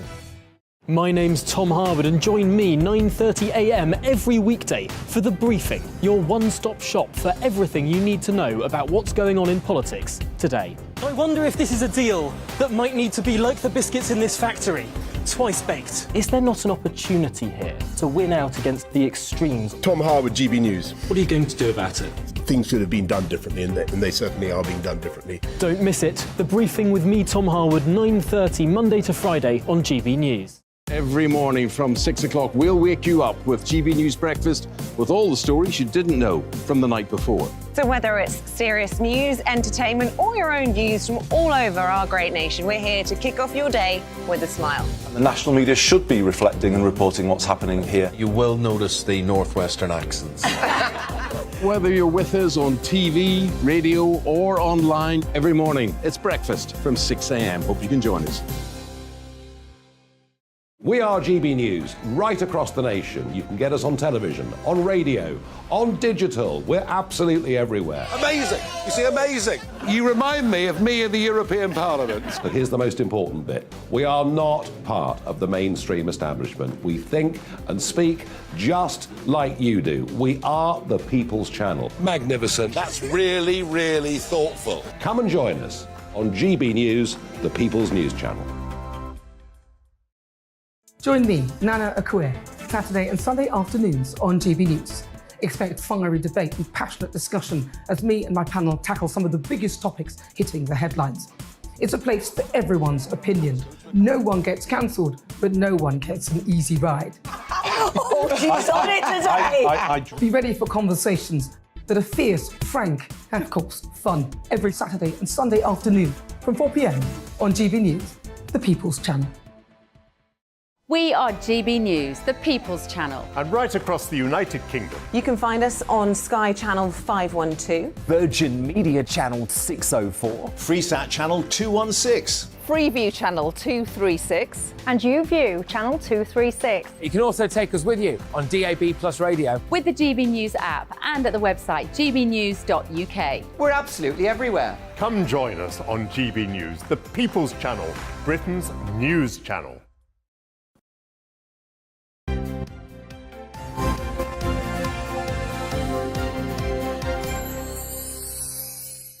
It's 9:40. This is Breakfast with Stephen and Anne.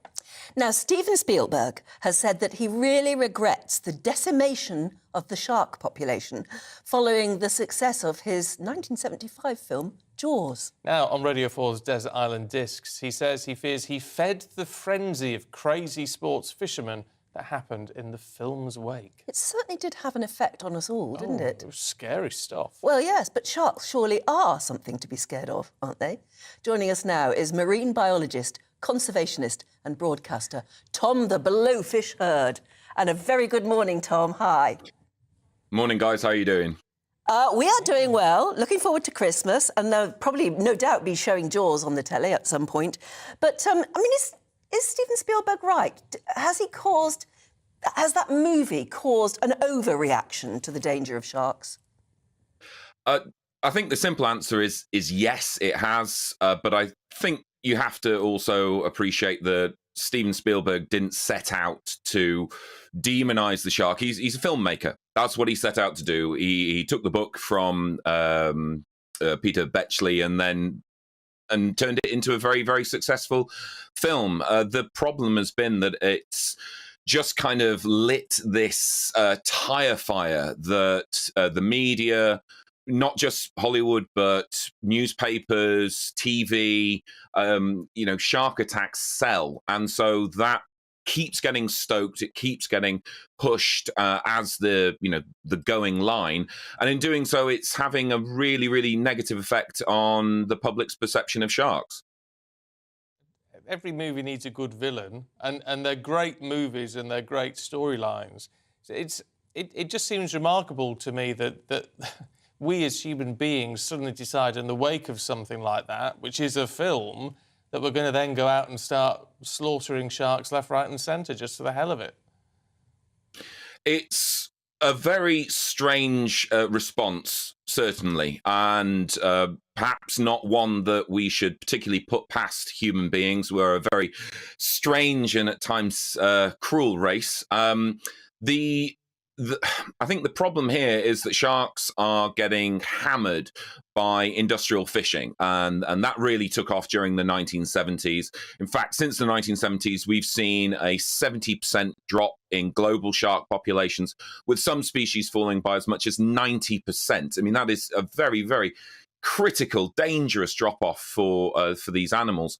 So when you then turn around and say, okay, guys, look, we need to do something about this, we need to save the sharks, you get that immediate pushback like, whoa, no, sharks are scary. And if you compare that to the conservation efforts of things like whales, pandas, tigers, these much more photo-friendly animals, having Jaws in the background, or certainly having the hangover of Jaws in the background, really impacts the stories that we as marine biologists, as conservationists, we're trying to tell people, look, this isn't real, this isn't true. You can enjoy this film as a film, the same way you enjoy Star Wars or any other sci-fi film, but it isn't real, it isn't a documentary.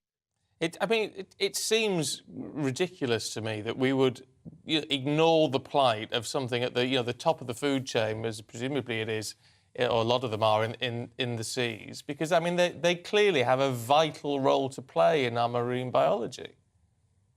Absolutely. Sharks have been around on the planet for 450 million years, which is a very, very big number. But when you actually look at that, humans have been around for 300,000. So humans have been around for 0.06% of the shark's lifetime. And in that time, we have decimated their populations. We've had this huge impact. Sharks have been around since before trees evolved, before even flowers evolved. And taking into account that you know, we live on a very, very small patch of dry land in what is planet wet, not planet Earth, planet wet. Sharks have been there all the way through during the evolution of the environment that spawned humans. So to remove them it's like taking the safety off. We don't know what will happen, but studies and predictions show that oceanic food webs will degrade, they will crash. And when you consider that the basis of, well, 90% of the oceanic food webs comes from the plankton, and that plankton is making at least 50% of the oxygen we breathe, those food webs are vital for our survival. So we might not be on the beach every day, but that beach, that ocean, those sharks are keeping this planet wet alive to keep us alive. They are the judges, they are the peacemakers of this planet. We need to keep them in healthy numbers. I mean, of course, the story of Jaws is of a rogue shark who comes right into the water's edge, basically, and threatens humans. Do many sharks do that? Or, I mean, if we just let them live, would we come across them very often at all? No, if you consider how many shark incidents there are during the year, you know, you're talking single figures. If that, you know, it's a very, very rare occurrence for sure. And the actual encounters between humans and sharks in the water, even now with their reduced populations, happens a lot more frequently than perhaps we would know, because obviously we're in their world, and most of the time we've got our head above water because we need to breathe, and so that kind of shuts down a whole view for us. And with the advent of, obviously, social media, people have got cameras on their phones, people are setting up drones, all that kind of stuff. We see fabulous footage of people swimming, snorkeling, surfing, and big sharks swimming very, very close by.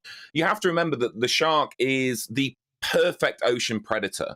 So all those senses, you know, they've got the 5 senses we've got tuned up to the max, and then they've got an extra 6th super sense.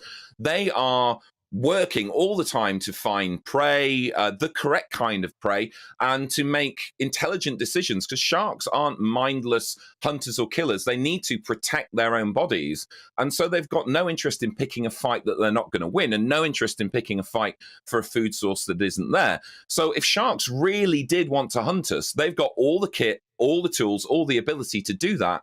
And you'd see 100 shark attacks a day, let alone, I don't even think we've had 100 shark attacks since Jaws. No, it's a really good point. Tim, Puts it in really perspective, good to talk doesn't to you. Yeah, great. Thank you very much indeed. No worries, guys. Have a good Christmas. Yeah, you too. Happy Christmas. I do think we need to really sort of focus on, because it's that when he says, you know, it's part of that structure, that sort of environmental web in the ocean that sharks are a key part of, and it all goes down to the plankton, which is producing 50% of our breathable oxygen. You don't want to mess that up, do we? No, we shouldn't at all, because I always think, you know, why don't we just get rid of spiders? Why do they exist at all? Oh, yeah, but apparently, if we didn't have spiders, we'd be breathing in flies all the time. Yeah. They would be, our air would be full of flies. So I don't like spiders very much, but apparently they have a reason to be. Everything has a role. Everything has a role. Now, should we talk Christmas? Yes, it's going to be Christmas Day in exactly a week's time. I wonder what you'll be doing. We're opening the presents about now. What have you? Or will you be having the first family argument? Yeah. Now, see that. How do we avoid that? This doesn't happen in my family. We've never done it. We've never had family rows and things over Christmas. For heaven's sake, you don't know what you're missing. So it just doesn't happen. I don't know why. But anyway, so we wonder what you feel about that. And Aidan and Stephanie are here. Is Christmas a peaceful time for the Tetchy household? It is very peaceful for our household because we're quite vocal all year round. So Christmas Day is the one day we're like, actually leave everything to the side and just focus on the day, because you don't want to be that person who spoils Christmas for everyone else. And when there's kids around as well, I think it's awful if they feel that tension between certain family members. So we always try to keep the peace and avoid any topics of contention. That's important. Yeah. We will not be able to talk Harry and Meghan in my house Christmas Day, because boy, does that get people going. What about you? tend to agree on quite a few things. The emphasis of my Christmas probably switched 10 years ago with my parents passing away, so it's mainly my brother's now. He's got a big family and everything. But no, I don't recall any arguments, no topics that we would avoid. I mean, I do think it's a very long day. Although, having said that, I've worked the last 20, so... Last 20? Christmas days, yeah, so... yeah. When you're a sports reporter, you make that decision when you're in your early 20s, and you work... football happens at Christmas, you know, it's a big part of the year. Christmas Day it does. Boxing Day it does, and there's still things to be previewed and everything, so... Oh, absolutely, yeah. I am. But I enjoy it. I mean, there's not many days. Not many days when I've done it when I've been home later than, say, midday. So it's part of my tradition, really. And then in the afternoon, even if you just... I'm hosting Christmas night this time. So the evening, so that's why I've gone big on the decorations this So time. you're going to be working Christmas morning? Yes. My brother's in the afternoon for dinner and then hosting on Christmas night. And I'm working Boxing Day as well. So it's going to be busy, but... I mean, I spoke to somebody recently who said that last year COVID caused a lot of problems because somebody had to be excluded because they were carrying the virus. So it caused friction there. So I can see how it happens, but we are quite a peaceful family, so... what I always think with these things is because we all look forward to a bit of family time. We all look forward to Christmas, or the vast majority of us anyway. And it's such a shame if it gets spoilt by a petty argument over nothing. It does. Well, that's the thing. Even though Christmas is all about love and family, it also highlights what's wrong with different people's families. And, you know, if things haven't been resolved and then you're having two people who don't get on having to spend together the most peaceful day of the year, it's not always a recipe for success, I think. I think you have to manage it. Yeah. If you're the matriarch, as I will be in the house this time, you have to manage it. You have to make sure arguments don't arise. And like I said, we won't be able to talk. Harry and Meghan are talking. Boy, does that get people going.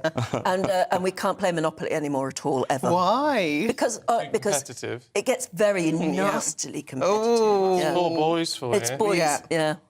And it's the drink consumption. Oh. And even though everyone's supposed to be more merry, it's like the truth, people become a bit more loose-lipped as the day goes on. The key is picking the people you have there in the first place, isn't it? I mean, if you identify any troublemakers, you've got to exclude them. I'm sorry. Yeah, but you can't do that if they're your family. Kids. No, you can't. Yeah, I suppose. You've got to manage things. I think delegating, giving everybody a job, and maybe if they're likely to have you give them completely different jobs at different ends of the house. You go and put the lights up in the garden and you cook the roast or something like that. Oh, the TV plays into it as well, but Stephen, you don't watch TV on... No, see, we don't have TV on Christmas at Day. all over Christmas. I know, I need it on. I need it on all day. Yeah, I think even if it's just noise in the background. Yeah. Oh, no. Yeah, I like it. No, we just don't do it. It just feels totally wrong. It feels so fundamentally wrong. Silence is golden. Well, we're talking. It's like you put a bit of Christmas music on. It's dangerous talking too much, I think. I think Christmas music in the kitchen, maybe television in the front room. Yeah. I think that's to be, has to be somewhere for people to go. Yeah. Also, I'd say the kids make a big difference as well. Yeah. They affect the dynamics of Christmas Yeah, Day. I they do. mean,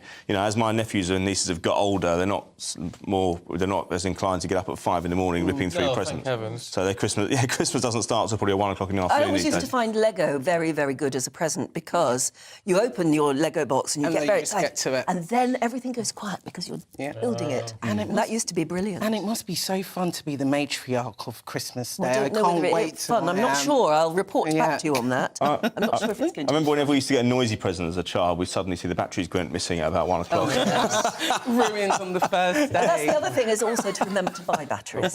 Yeah, that's true. I'll tell you what strikes me, though, in all of this is it's a bit like Kevin Woodford was saying with the Christmas dinner, how to make it simply is planning ahead. Yeah.